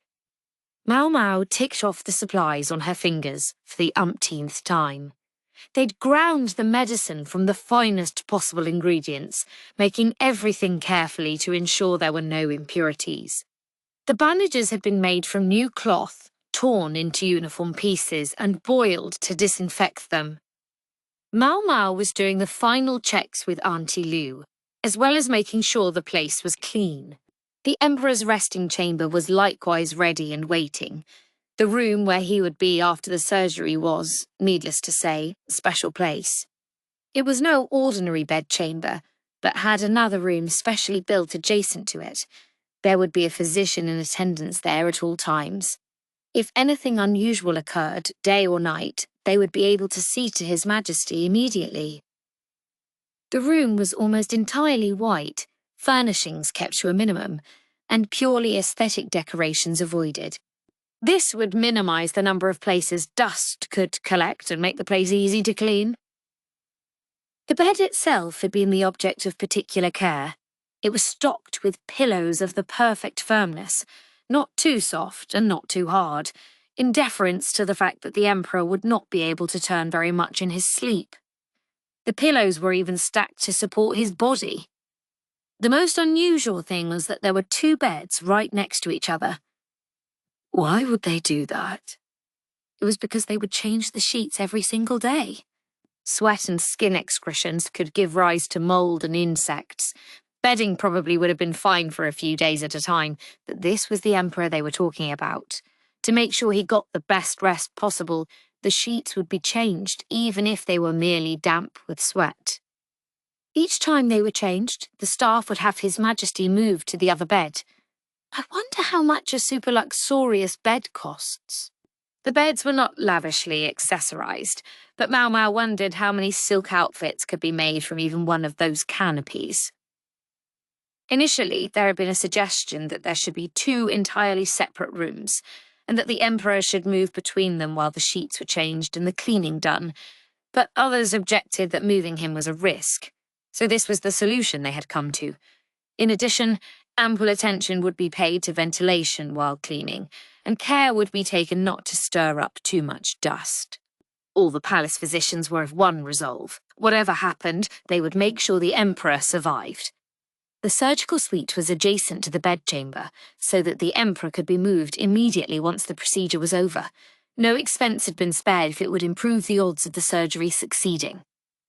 Thanks to this arrangement, Maomao could see the emperor lying there from where she was. They had requested His Majesty to take no meals starting the day before, and already had him lying on the surgical table. They'd administered the anaesthetic not long ago, and also planned to use needles to dull the pain. Choosing the right anaesthetic sure was difficult. They'd settled on a concoction focused on hemp, which had some addictive qualities, but would not present issues as long as it wasn't used long-term. Maomao wasn't sure how much it would lessen the pain, but they would just have to ask the emperor to endure what remained. As far as Maomao could tell, the emperor seemed calm. Maybe Lady Gyouyoh was able to talk him around. She didn't know what kind of will he had left, but she was determined that it wouldn't be necessary. Something nagged at her, though. Isn't he a little too calm? The emperor looked oddly at peace, despite the fact that he had no makeup concealing his pallor. Everything looked normal. Maomao asked the physician, checking the effect of the anaesthetic. Yeah, pretty good. The doctor seemed relieved, but Maomao was still unsettled. Dr. Liu and Liu Men were having their last discussion. They'd spoken to the emperor briefly before the anaesthetic had been administered. He still looked like he was in pain then. So the anaesthetic was doing its job. That was good, but Maomao thought it had worked a little too quickly. This seems oddly familiar. She was almost sure she'd seen something written somewhere about when appendicitis pain abruptly receded. I'm pretty sure it said, "What's the matter?" Auntie Liu asked Maomao. I'm sorry, I need to go back to the medical office. Is that all right? Yes, it's fine. We're just about set here. Thank you. Maomao hurried to the medical office. The post-surgical team was there and looked startled when she burst in out of breath. What's going on? Asked Tall Senior. Where's Carter's book? Maomao gasped out. Over here. One of the physicians took her to a room in the back. Ordinarily, it was kept locked, so only authorized personnel could get in. Maomao sank her proverbial teeth into the book. Hey, not so rough, you'll tear it. Maomao ignored the voice, looking desperately through the pages.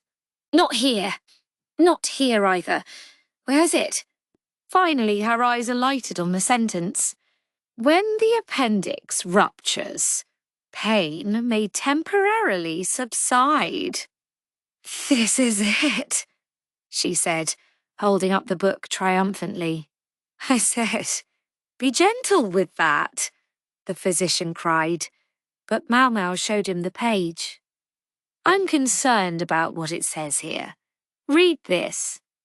Easy for you to say. The physician squinted at the characters, which were written in an unfamiliar style. Something about the pain subsiding?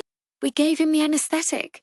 The pain shouldn't be a problem. I know, but don't you think it should have taken a little longer for His Majesty's pain to go away? Maomao looked for the materials on the anesthesia experiments but couldn't find them. The anaesthetic should take a little more time to kick in. The physician paused. Maybe we should report it to Dr. Liu, just in case. Maomao and the others hustled to the room where Dr. Liu was conversing with Luomen.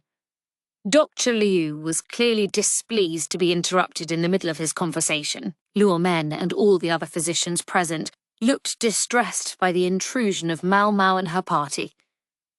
"What in the world is going on?" Dr. Liu demanded. "We're concerned about His Majesty's status," Tall Senior said, cut to the chase. From the moment he heard the words, His Majesty, Dr. Liu was ready to listen. He knew very well that it was impossible to predict how an illness might progress, and where a clue that it had might come from. It could be in the smallest change. "The anesthetic was administered only a short while ago, but he already says he feels no pain," Maomao said, showing Dr. Liu Kada's book. Dr. Liu and Luomen peered at it, their faces grim. "All right, this conference is over. I want you all to get ready as quickly as you can and get to your posts," Dr. Liu said, and then he proceeded toward the surgical room at a brisk trot. "Tell me how he's looking." "I think Maomao would be best placed," Tall Senior said, giving her the lead. Dr. Liu tapped Tall Senior on the shoulder and jerked a thumb in Luomen's direction. "An instruction to help Luom into the operating room." "Maomao? Situation?" Dr. Liu asked. "Yes, sir." Maomao had to jog to keep up with the doctor's long strides. His Majesty was experiencing stomach pain when you and Dr. Khan examined him an hour ago. "That's right. The anaesthetic was administered about 30 minutes ago, I believe. When the physician asked His Majesty how he was feeling shortly after, His Majesty reported that there was no pain." "Shortly after?" Dr. Liu's strides became even longer. Luomen walked behind them, supported by Tall Senior. Dr. Liu stopped in front of the operating room and took a deep breath. "Dr. Liu," said the physician who had examined the Emperor, "aren't you a bit early? What's His Majesty's status?" "Sir, he's stable. The anaesthetic seems to be working brilliantly and a glare from Dr. Liu stopped the explanation in its tracks. "Liu, you can't go giving people that look," Yuorman admonished him as he and Tall Senior arrived. He and Dr. Liu went into the operating room. Maomao and Tall Senior prepared to wait outside, but Dr. Yu turned and said, "I want you both in here." "Is that all right?" Maomao wondered, checking her outfit to make sure there were no stains or dirt. "What is it?" the Emperor asked as they entered. His eyes were unfocused. "The anesthetic is working." "How are you feeling? Any nausea or pain?" Dr. Yu asked. "I feel very calm. Your medicine must be working. Why didn't you give this stuff to me ages ago?" "Because it won't help nearly so much if you overuse it, sir. And it can create dependency." The difference between an anesthetic and a narcotic was in how you used it. "I'd like to perform a physical examination. All right?" "Sure." Dr. Liu touched the lower right of the Emperor's abdomen. "How does that feel?" "No pain," the Emperor replied. Dr. Liu looked less than thrilled. "I'll be back in a moment." He left the operating room, and practically no sooner was he through the door than he stamped on the ground like a child throwing a tantrum. Auntie Lou, still cleaning nearby, gave him a worried look. "Of all the times," pressing on the site had convinced him. "I think it just ruptured." "Well, that's no good," Auntie Lou said. "You're blasted right, it's no good." It was hard to blame Dr. Liu for being upset. The whole point of moving as fast as they could to do surgery was to fix the problem before the appendix ruptured. If it spread filth throughout the body, other illnesses could follow. "Is something the matter, sir?" asked the doctors of the surgical team, who had just arrived. "We're moving the surgery up. Get ready," Dr. Liu said. "Yes, sir," the others answered. Realizing this was an emergency, they hopped to their tasks, readying equipment and changing into surgical garments. Maomao prepared extra gauze. They had plenty already, but there would never be any harm in having more. They would probably use scads of it cleaning out the filth. Yikes! Whoa! What are you doing? Sorry. A doctor in a surgical gown had nearly fallen, rescued only by the other physicians holding him up. The doctors might act cool, but the panic was starting to show. And that's going to invite mistakes. Maomao took a deep breath, telling herself to calm down. In the operating room, they were placing the needles in the Emperor's honoured body. With other patients, the needles and the drugs had been shown to help with pain when administered at the right moment, but Maomao worried how the effect might change on an accelerated schedule. In the middle of it all was one man who looked totally unperturbed, who, in fact, seemed excited. It was Tianyu, so at ease that he even had it in him to hum. He was like a child enjoying a special trip. There might be endless questions about his humanity, but in moments like this he was completely calm, so there was no need to worry about him. He almost seemed to be enjoying the danger. Well, now I'm glad I ate my meal early, said Auntie Liu, methodically and soberly getting ready. He certainly won't have any chance to eat now, Maomao agreed. Yes, and who wants to do surgery on an empty stomach? Auntie Liu smiled. She went to where the members of the post-surgical team were waiting and tapped them on the shoulders. All right, you lot. If you don't have anything to do, grab a light meal. There won't be time for it once the procedure is over. Now that's mental fortitude. She hadn't lived such a long life for nothing. No wonder Dr. Liu had brought her along. Chapter 19. During the surgery. The surgery began. Maomao and the others on the post-surgical team waited outside the operating room. Dr. Liu would be wielding the scalpel, with 2 upper physicians as well as Tianyu assisting. Luo Men's bad leg left him unable to stand holding a knife for very long, but he was stationed in the operating room so they could benefit from his wealth of experience. For all their history, I think Dr. Liu likes my old man. The chief physician might gripe and grumble, but he trusted Luo Men implicitly. Otherwise, he wouldn't have him there to offer advice should anything happen. With that crew present, they should be able to handle some unexpected development. Then, however, Maomao heard a crash from the operating room. Did something happen? There was a collective gasp as Dr. Liu emerged, blood pouring from his right hand. In the operating room, a doctor was collapsed on the floor, his face pale. What's going on? Someone exclaimed. Calm down, Dr. Liu said in a low voice. It happens all the time.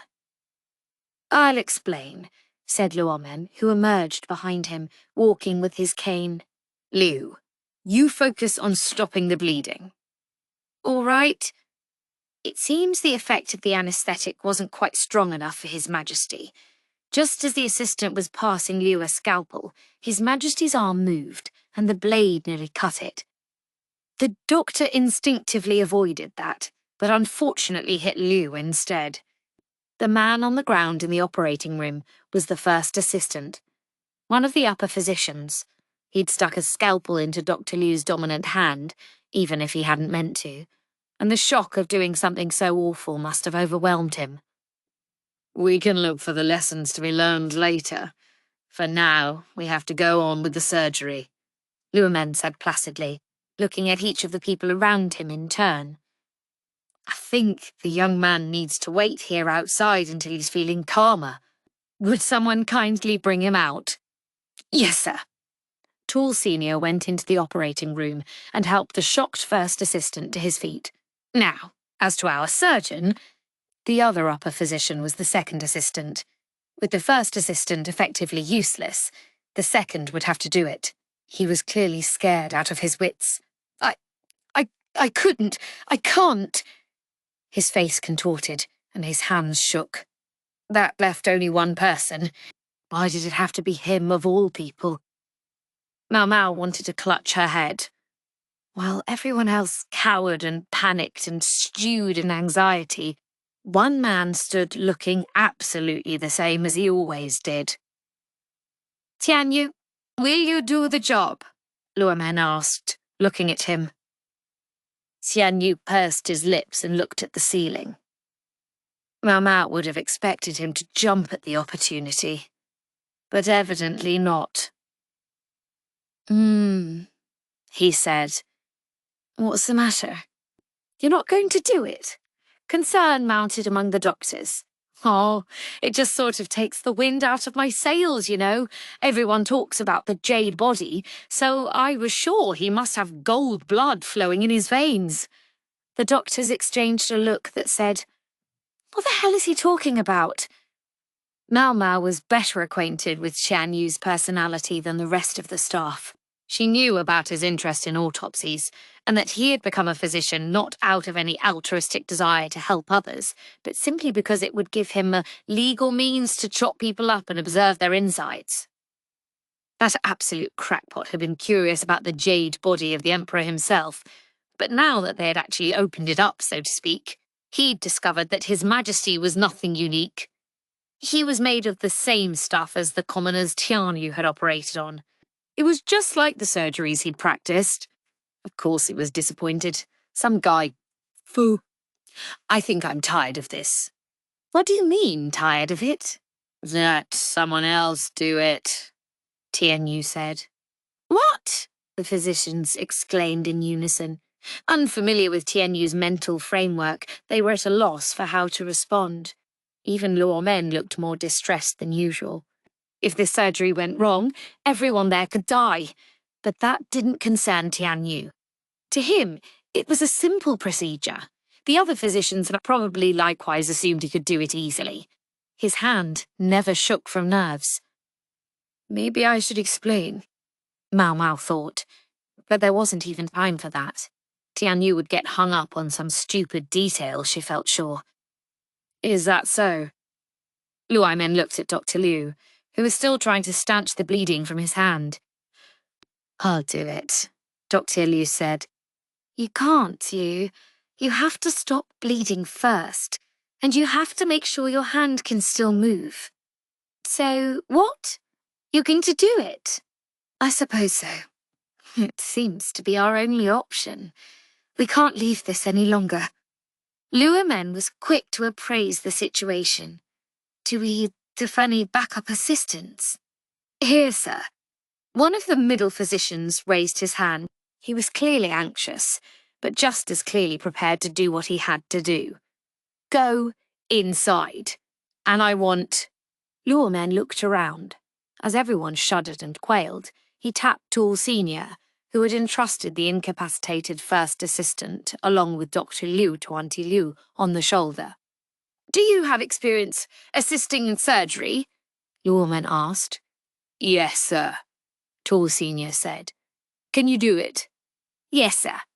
He slapped himself hard on the cheek, then pulled on a spare surgical gown. And you, Maomao, Luomen said, do you know how to assist? I do. All right. Well, I'll need you to support me. I can't very well do the surgery while sitting in a chair.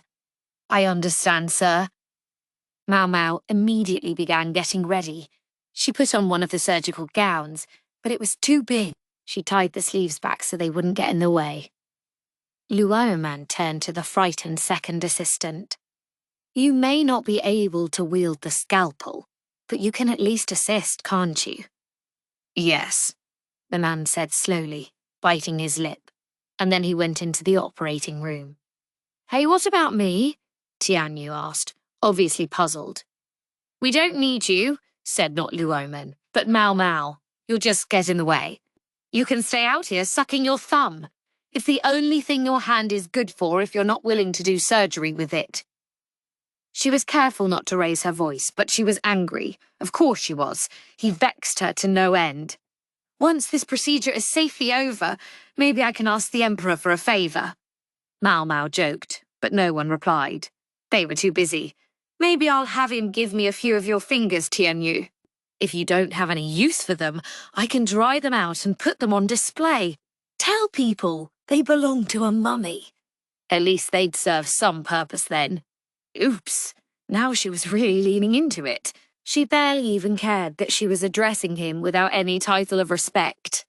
The crowd around them muttered, but she ignored them. She had to say something, or the fury would keep her from doing her job. Maomao, that's enough, Luomen said. Maomao didn't say anything. She would have liked to add 2 or 3 more choice bits of invective, but she refrained. It was more important to hurry up so they could resume the surgery. The moment they walked into the operating room, Luomen went to work. They couldn't leave things one moment longer with the abdomen already cut open. Maomao held Luomen up so he wouldn't get tired. The second assistant became the first assistant, the backup assistant became the second assistant, and Tall Senior served as the third assistant. A scalpel, Luomen said. Sir, the first assistant said, passing him a fresh knife as he stabilized the surgical site. The second assistant kept mopping up blood and filth with gauze, producing an ever-growing pile of the stuff stained yellowish red. The third assistant, that is, Tall Senior, took the used gauze and threw it away, then brought fresh. He was especially busy. We could probably use one more assistant just to do the little chores. Luomen cut carefully and precisely. As the blood was wiped away, they could see the object of their operation. I suppose I'm glad it was indeed appendicitis, said Luomen. The organ, like a protruding worm, was attached to the large intestine. The assistants looked at Luomen, worried. Their heads and mouths were covered with cloth to ensure that no saliva or hair got into the incision, but just their exposed eyes were enough to show how shaken they were. Why so shocked? We've done this procedure before. You were with me, Xiaodong. It was the name of one of the other men. The first assistant nodded. As we expected, filth has come out of the appendix. But it hasn't been very long, so if we keep our cool and clean it up, it should be fine. Shen Song is always attentive to detail. I know he can handle this. The second assistant nodded too. And Dr. Wang, isn't it? I'm sorry, I don't remember your given name. I know you're a man of fortitude. Just keep up the work you're doing. My given name is also Wang, sir. A different character. Ah, I see. I'll remember that. Wang. In that moment, Maomao learned Tall Senior's name. She found it inspired an unexpected sense of closeness to him. Luomen began to gently peel the appendix away from the large intestine, working quickly but very carefully so as not to damage the latter. My old man is incredible, Maomao thought, unable to suppress the shock of amazement. She watched his hands move. She saw Dr. Liu had had a very good reason for including him on the surgical team. Luomen, however, lacked one very important thing. Maomao could feel him growing heavier and heavier as he leaned against her. Luomen had lost a kneecap when he had been sentenced to physical mutilation. Hence, he had trouble walking, as well as standing for long periods. Maomao had spent many years ministering to Luomen, so she knew the knack for helping him stand. But amid the tension of surgery, even Luomen grew tired, no matter how accomplished he was. Sweat dribbled down Luomen's forehead, and Tall Senior Wang wiped it away. Once the appendix was successfully detached from the large intestine, Luomen grabbed it with a pair of tweezers. Can you hold this? He asked the first assistant. Yes, sir, the other man said, taking the tweezers. Make sure you hold it up, but don't pull too hard. Luomen fixed the worm-like part in place. His work was still exemplary, but his movements lacked the crispness they'd had earlier. He was growing ever heavier against Maomao. She gritted her teeth, holding him up with all her strength. Come on, hurry. Maomao was starting to panic. An hour had passed in the blink of an eye. The worm-like part had been cut away and placed in a metal tray. There were careful stitches in the large intestine. Yikes. Luomen had to concentrate until it was completely finished. Maomao felt his weight slump against her. She struggled to hold him up, but he fell to his knees. Are you all right? Senior Wang exclaimed, helping Luomen up. Do pardon me. Luomen was white as a sheet. He was pushing himself, and they all knew it. His hand was trembling. His breath came hard. Wang Wang helped him to a chair, but it was clear he couldn't wield the scalpel anymore. He'd taken out the source of the problem, but the belly was still open. "The operation isn't over yet," he said. "All that's left is to sew it up." The first and second assistants wore expressions that said I can't. They were completely terrified. Dr. Wang Wang didn't look much better, but he at least had the presence of mind to summon help from outside the operating room.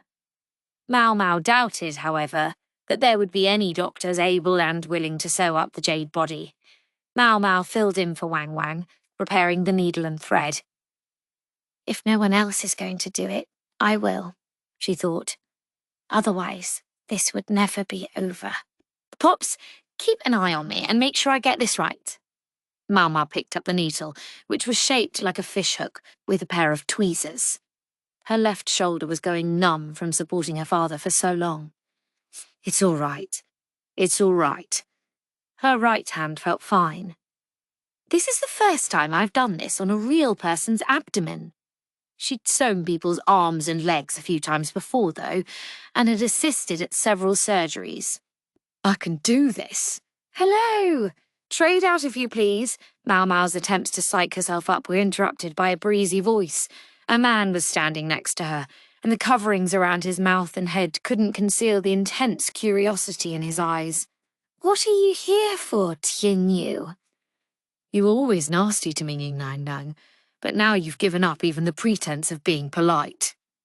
Tianyu snatched the tweezers from her. "Give that back!" Maomao tried to grab them from him, but a tingle shot through her arm as she reached for them, and she was left scowling. "Don't think so. Tell me, is your left arm tingling? You can't sew like that, can you?" He was right, but since no one else was volunteering, she had no choice. "I thought you weren't interested in a normal human body that didn't flow with golden blood." "That's true. Then get out." "The only thing here is a normal person that we happen to describe as having a jade body. If he dies, he'll be just a normal lump of meat. I'm not going to get thrown to the wolves just because you're not personally interested. I don't care if you die, but do it on your own. Me and the rest of the medical staff happen to like living. But if I don't do this, you'll cut off my fingers and dry them for prizes, right? Let me... What's the expression? Get my honour back. Like hell. You can't half-ass this. Now scram. You're in my way." Maomao stamped her feet. "Maomao!" "Calm down," said Luo Men. Auntie Liu had come in at some point and given him a damp rag. "Hey, mister. If this surgery succeeds, we'll get to do harder and harder operations, won't we?" Tianyu asked. "Who's he calling mister?" Now Maomao was angry that Tianyu had dreamed up this obnoxious way to refer to her old man, but Liu Armin simply said, "That's right. There are many people in this world with strange diseases or born with unusual anatomies. There are even some people whose organs are all flip-flopped." "Oh," Tianyu's eyes shone. Dr. Liu came in, a bandage wrapped around his hand. It was still stained with red. "If you want to see the most interesting cases, you have to become a doctor worthy of meeting those patients. Don't decide whether to do surgery just based on your personal feelings." "I'm not saying I won't do it," Tianyu objected. "Then do it. Show skills that will have your patients begging you to work on them. You hear me?" Tianyu's eyes went from goggling to completely focused. He was looking at the Emperor's still open surgical site. Maomao watched him silently. She bit her lip, but there was nothing she could do. Tianyu was better at suturing than she was. He'd proven that all too well with Xiao Hong.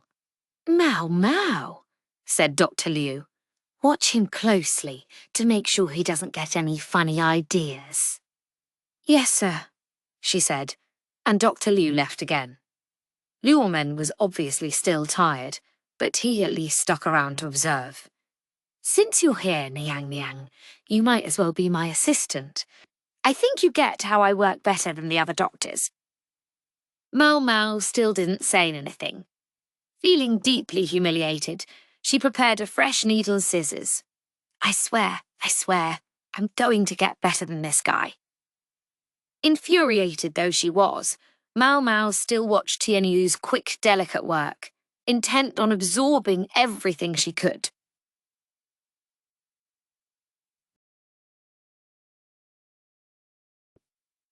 Chapter 20. After the surgery. After that, the surgery ended uneventfully. It wrapped up so quickly it was almost as if all the excitement had never happened. To Maomao's intense irritation, Tianyu's work was beautiful. She put salve and a bandage on the Emperor's impeccably sutured stomach. All right, now we've got to clean up. The operating room was a mess of bloody instruments, along with a pile of blood and filth-soaked gauze. The moment the assistants, dripping sweat, got out of the room, they slumped into chairs. Maomao did the same. It hadn't actually taken that long. It had been hardly 2 hours from the time they'd made the incision, including the interruption. And yet she felt many times, maybe many dozens of times, more exhausted than from her usual work. Okay, yes, fine work, said Auntie Liu, hustling the nearly immobile Maomao from where she had collapsed in the hallway. While Auntie Liu hadn't been directly involved in the surgery, there was the distinct sense that without her, things would not have gone nearly so well. She was just that talented a helper. Maomao remembered Auntie Liu wrapping her arms around her and dragging her away. After that, nothing. No matter how tired she was, after some sleep, work began. Ah, finally up, said Auntie Liu, who was making the bed next to Maomao's. Maomao struggled to grasp what was going on through the brain fog. Where am I? She asked. It wasn't her room in the dormitory, she knew that much. It was a cramped chamber with a row of 3 cots. We're in the surgical team's room. They made us a place all to ourselves, knowing we would have to sleep here. I see. The blood started making its way to Maomao's head. Yes, she did vaguely remember that they had set up such a room. But why are there 3 beds? The surgical team had only 2 women, Maomao and Auntie Liu. I think they called in some redoubtable helper, just to be safe.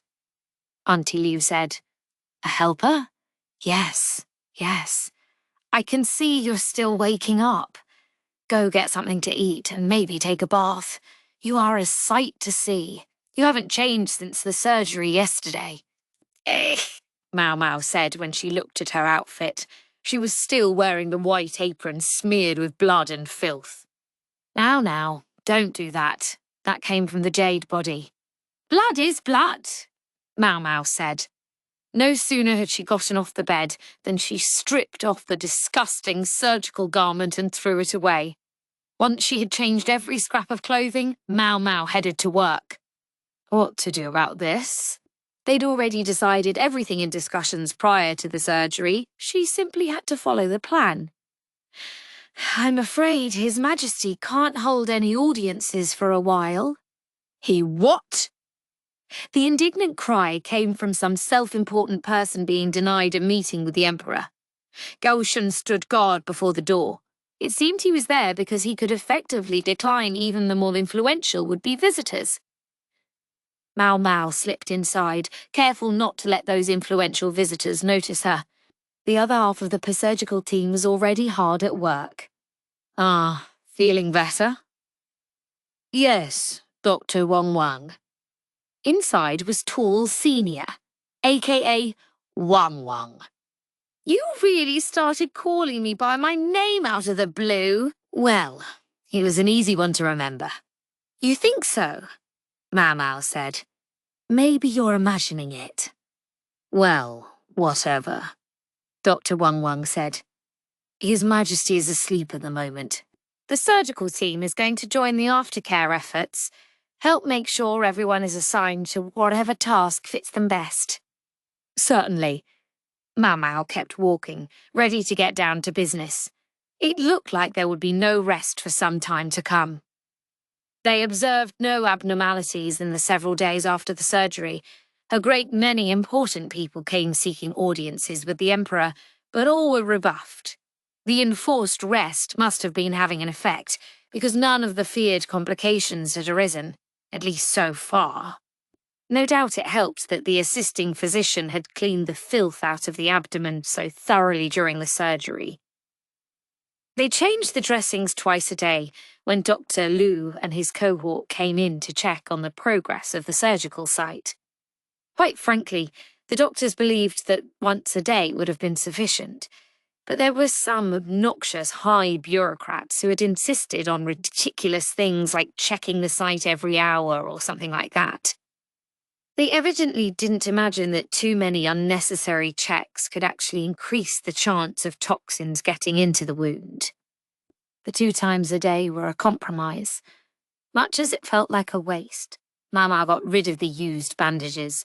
Bandages for soldiers could be washed, disinfected, and recycled repeatedly, but dressings from the Emperor, if carelessly reused, could be considered a gift from him. Just another troublesome aspect of dealing with the Imperial family. The Emperor would be on a liquid diet for a while. They'd spoken with the royal chefs to arrange it.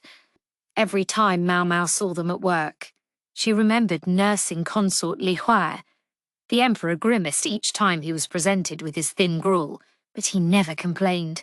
His belly hurt because it had been cut open, but the chronic pain and nausea were gone. Meanwhile, the doctors handled changing the Emperor's clothes and bathing him when they changed his dressings. Why couldn't the ladies-in-waiting or palace women do it? They claimed it was so no coquettishly dressed women might approach His Majesty. Not that even he of the prodigious facial hair would probably be in a mood to lay a finger on them, Maomao thought. The palace ladies might get some funny ideas, thinking this was a perfect opportunity. Every ambitious woman in the palace, with her parents' hopes lying heavy on her shoulders, was looking for a chance to become an imperial mistress. Such dalliances couldn't be permitted with a convalescent, of course, and even Empress Gyouyoh was asked to refrain from visiting His Majesty. Maomao and Auntie Liu took care of cleaning the room, along with the special helper who had been called in, Sowing. That was who the third bed in the nap room had been for. Cleaning with Sowing was, in fact, exactly what Maomao was doing at that moment. They were moving methodically but swiftly, taking extreme care to not send dust flying into the air as they worked. Maomao thought back on when she had been assigned directly to Jinshi and cowered a little. It brought back memories of, well, not torture, but some very stern scoldings. She really does seem like she can do anything. She was Jinshi's lady-in-waiting, yes, but before that she had been nursemaid to the Emperor himself. That must make it easy for him to get along with her. "There are no flowers in here," came a voice from behind the curtain of the bed as Maomao cleaned. "It belonged to none other than the Emperor himself." "Oh, heavens, how can you say that?" You know, in my time, people compared me to the lotus, just like my name. Whose fault is it that I'm a white-haired old lady now? Sowing shot back, even as she hummed. There was an audible silence from the doorway, where a guard was glaring at her. He appeared to be contemplating what to do with an old woman who took such a flippant tone with the Emperor. He was probably a member of the Ma clan, but now, as Maomao understood all too well, he was put between a rock and a hard place by this uniquely special old lady. Normally they'd probably drag her off for insulting royalty, thought Maomao, but even the Emperor deferred to Sowing. I wonder whose idea this was. The Emperor, who just had to lie there with nothing to entertain him, seemed to be enjoying Sowing's banter. If anything, it seemed like anyone who tried to stop Sowing would be the one who got punished. Who suckled you at her own breast and changed your diaper? I take no responsibility for anything I was too young to remember, the Emperor replied. However, I am grateful to you for saving me from that assassination attempt. It would substantiate the reputation of the legendary lady-in-waiting who had protected the young emperor. Maomao wanted to ask what kind of stage drama-worthy events they were referring to, but she decided it wouldn't be wise to pursue the question too deeply and instead kept polishing with her cloth. Did our duo face the same thing? The emperor asked. Yes. You didn't know? I didn't. She never said a word. Goodness gracious me. Suiren sounded quite at ease, but Maomao thought she detected a hint of resentment in her voice as well. I guess she really should have fled this court once she had a bit of money saved up. She was thinking of doing that, the emperor said, sounding as if it were news to him. I can sure sympathize with the desire to get away. Well, that girl never did like women's clothing, did she? She was such a tomboy. You would never have taken her for someone who could be a palace lady even if she'd stayed, would you? She was actually talking about taking the money she'd made and becoming a merchant. Until I interfered with her plans, as I gather. I knew you were quick on the uptake. Now, it wasn't just the guard. Maomao, too, felt a chill. Still, she knew the emperor would never punish Suiren, so she forced herself to keep breathing and try to calm down. Since you're here, Suiren, about Zvi? Yes. Does he know? Know what? Maomao understood that they were talking about the circumstances of Jinshi's birth.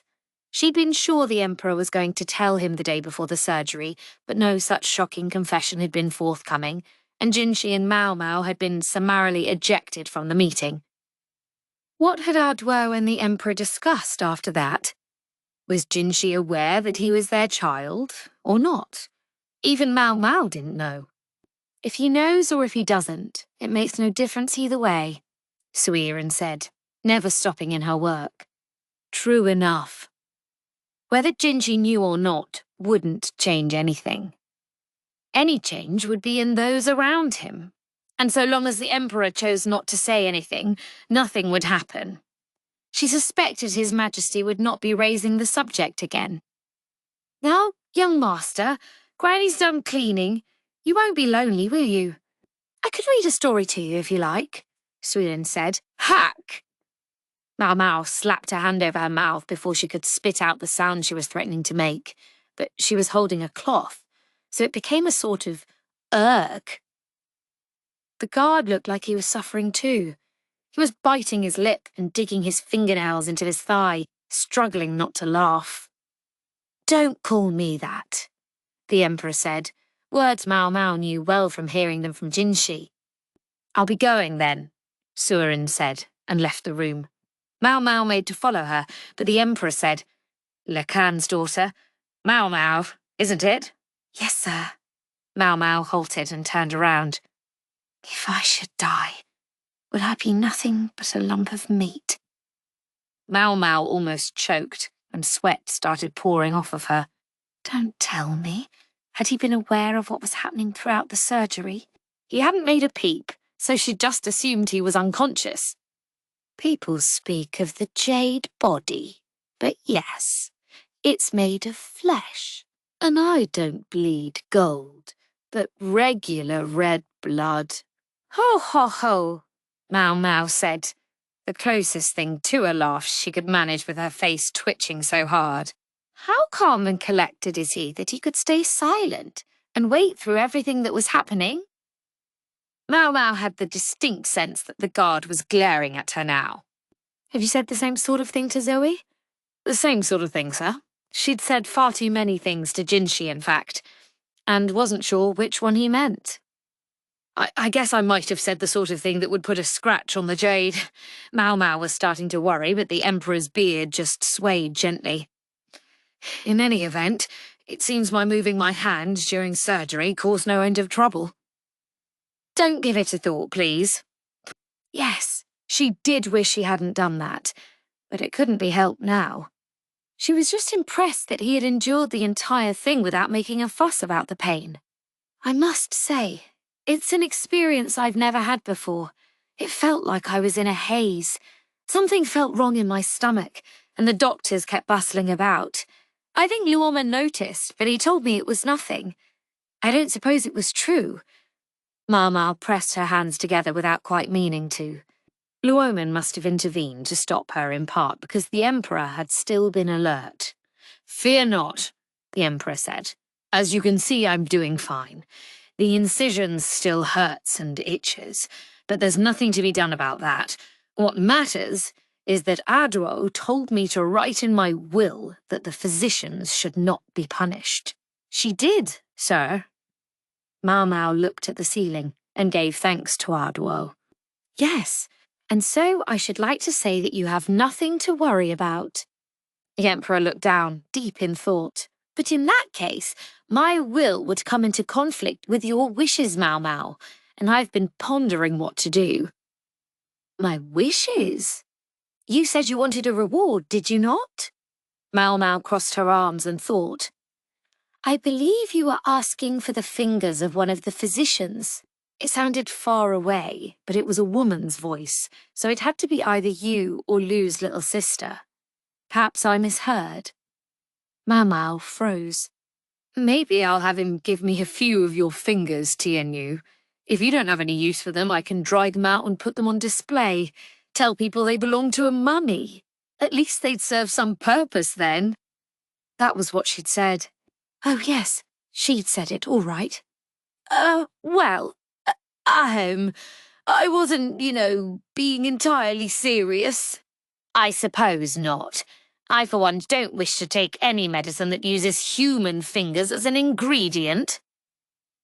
"Hell, neither do I." Either way, it was actually strange that no punishment had been handed down for the problem child who had declared on a whim that he wouldn't do surgery. The surgery had been successful, and if the Emperor said that no punishment was to be meted out, then certainly none would be. "Wait!" Maomao cried, realization dawning. "What is it?" Maybe it would be possible to dock that physician's pay instead of cutting off his fingers." "Dock his pay?" "Yes, sir. For 6 months." Yes, very well. I'll speak to Liu." That meant it was as good as done. Maomao hadn't seen Tianyu for the last few days, but she suspected he was a little taller now, at least by the height of the bump raised by all the knuckles he'd been subjected to. "I'll excuse myself then," Maomao said. "Hold on," replied the Emperor. "There's still something else." Maomao thought, trying to remember any other outbursts she might have had during the procedure. "I simply have so much time on my hands here. Maybe you could bring me the textbook? The one that you presented at the Rear Palace?" "The textbook? Ah." He was talking about the instruction manual she'd given to the Rear Palace consorts. She'd also offered it to him at one point. "I'm afraid it might fall afoul of one of Dr. Liu's inspections," Maomao said. "One of Liu's? Ahem. I think I asked for too much." "Not at all, sir," Maomao said. Then she bowed and finally left the room. Epilogue. After some 2 weeks, the Emperor resumed his public duties. His progress after the procedure was excellent, and there were no complications. Once Maomao had seen the stitches in the surgical site safely removed, she'd thrown up her hands for joy. And she wasn't the only one. Auntie Liu, Dr. Wang Wang, and the rest of the medical staff had been equally thrilled. The post-surgical team had been looking after His Majesty in shifts, essentially without break. I'm going to find a street stall and get the greasiest noodles money can buy," Wang Wang announced. "Ooh," said Maomao. "Boy, do I know the feeling." The single biggest issue with spending nights on call was food. They couldn't leave the rooms, so the Emperor's chefs generously made extra portions of his meals for them, which would have been wonderful if he were having sumptuous royal fare, but he was on a recovery diet of congee without so much as rice in it. It was felt that the Emperor's doctors could hardly eat better than he did, so every meal that was presented to them was pathetic stuff like that. If Dr. Liu and Luo Men hadn't smuggled in some snacks for them when they came to do their exams, the surgical team might have started to suffer from malnutrition, Food time, food time.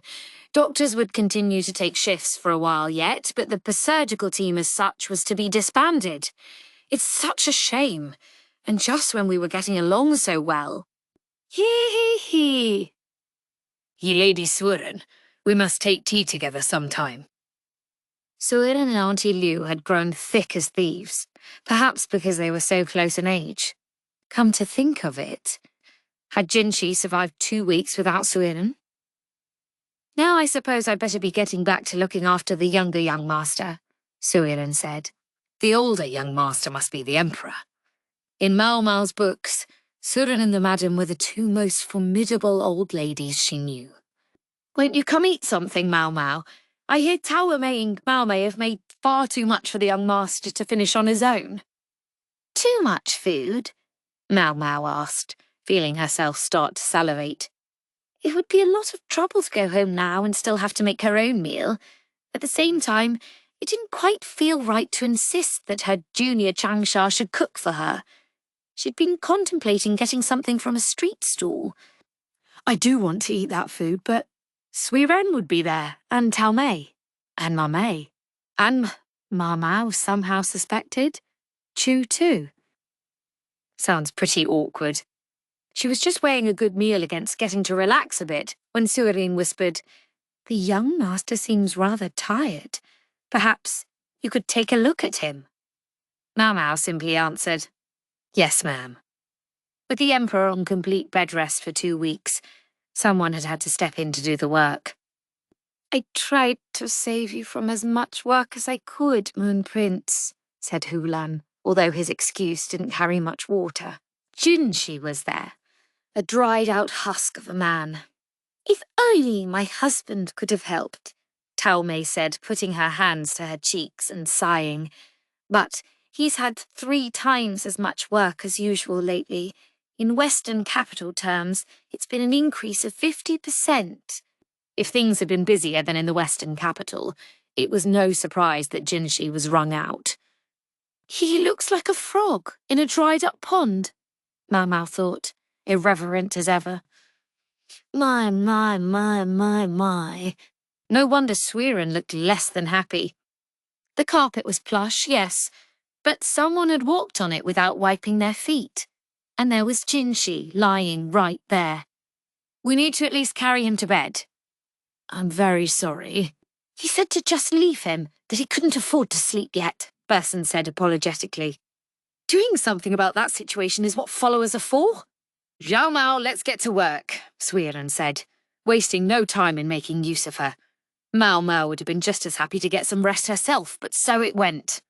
"Could you make up some sugar water, for a start?" Maomao asked. "I'm on it." The prompt reply came from Chiu, who instantly produced carafe. "Here, Master Jinshi. Drink." Maomao propped his head up and made him drink the sugar water. After a moment of taking it in, Jinshi's eyes snapped open. "Ugh!" he exclaimed. "Yeah. What's that mean?" Maomao asked. "Young master, what crass behaviour," Suiren said gently. "Master Jinshi, would you like something to eat?" After a second, he said, "Yeah. And while you're at it, perhaps you could bless me with a meal as well. I'm very, very hungry." "Eat your fill," he replied. "Thank you, sir." Then Jinshi realised he was in Maomao's arms and sat up, looking awkward. "We'll keep the food coming," Taomei said as she and her daughter Mammy started producing a feast. The round table filled with food, and Maomao's stomach growled. "Miss Maomao, Miss Chu hopes you'll leave enough for her," Chu said. She was even hungrier than Maomao. "You, over here," said Taomei, grabbing Che by the collar. "You look liable to eat this whole thing." "No! My feast!" Taomei dragged Chu off somewhere. It wasn't just the 2 of them. Basan, Halan, and Mamei likewise disappeared. "Just call me if you need anything," Suiren said. She set down a bell with which to summon her, and then went into another room. "Sit," Jinshi said. "Eat as much as you like." "You do the same, Master Jinshi." Jinshi smirked with his dry lips. As long as you eat. With no one around, Jinshi didn't worry about his manners. He put his elbows on the table and stared at Maomao. Well, he ordered me to eat, so... She started with the noodles, which felt wonderful as they slid down her throat. Jinshi didn't touch the food, but only watched her intently. Maybe he was still a bit dehydrated, because his gaze remained somewhat vacant, like he wasn't quite all there. I can't eat if you don't take some food too, sir, Maomao said. Right, yes. Jinshi clutched a bean bun in one hand and took a bite. What did we say? Bad manners. Master Jinshi, I can see you would die if you became emperor. A sudden prophecy of my demise, he said. Yes, sir. You're totally unsuited for the throne. Maomao was exhausted too, and because there was no one else around, the disrespectful words came flooding from her. I see. I'm not suited to be emperor, you say? Jinshi slurped some noodles, looking oddly happy. Please don't ever be one. I don't wish to. Are you going back to work after you eat? Please don't speak of work. I want to at least relax during my meal. Yes, sir. Their conversation, along with their meal, wound on slowly. Maomao should have been starving, but she found herself strangely sated, and her chopsticks moved at a glacial pace. Jinshi, likewise, started tearing little bits off the bean bun. The feast gradually went cold, yet somehow they still enjoyed eating it. It was, Maomao thought, an unusually serene moment.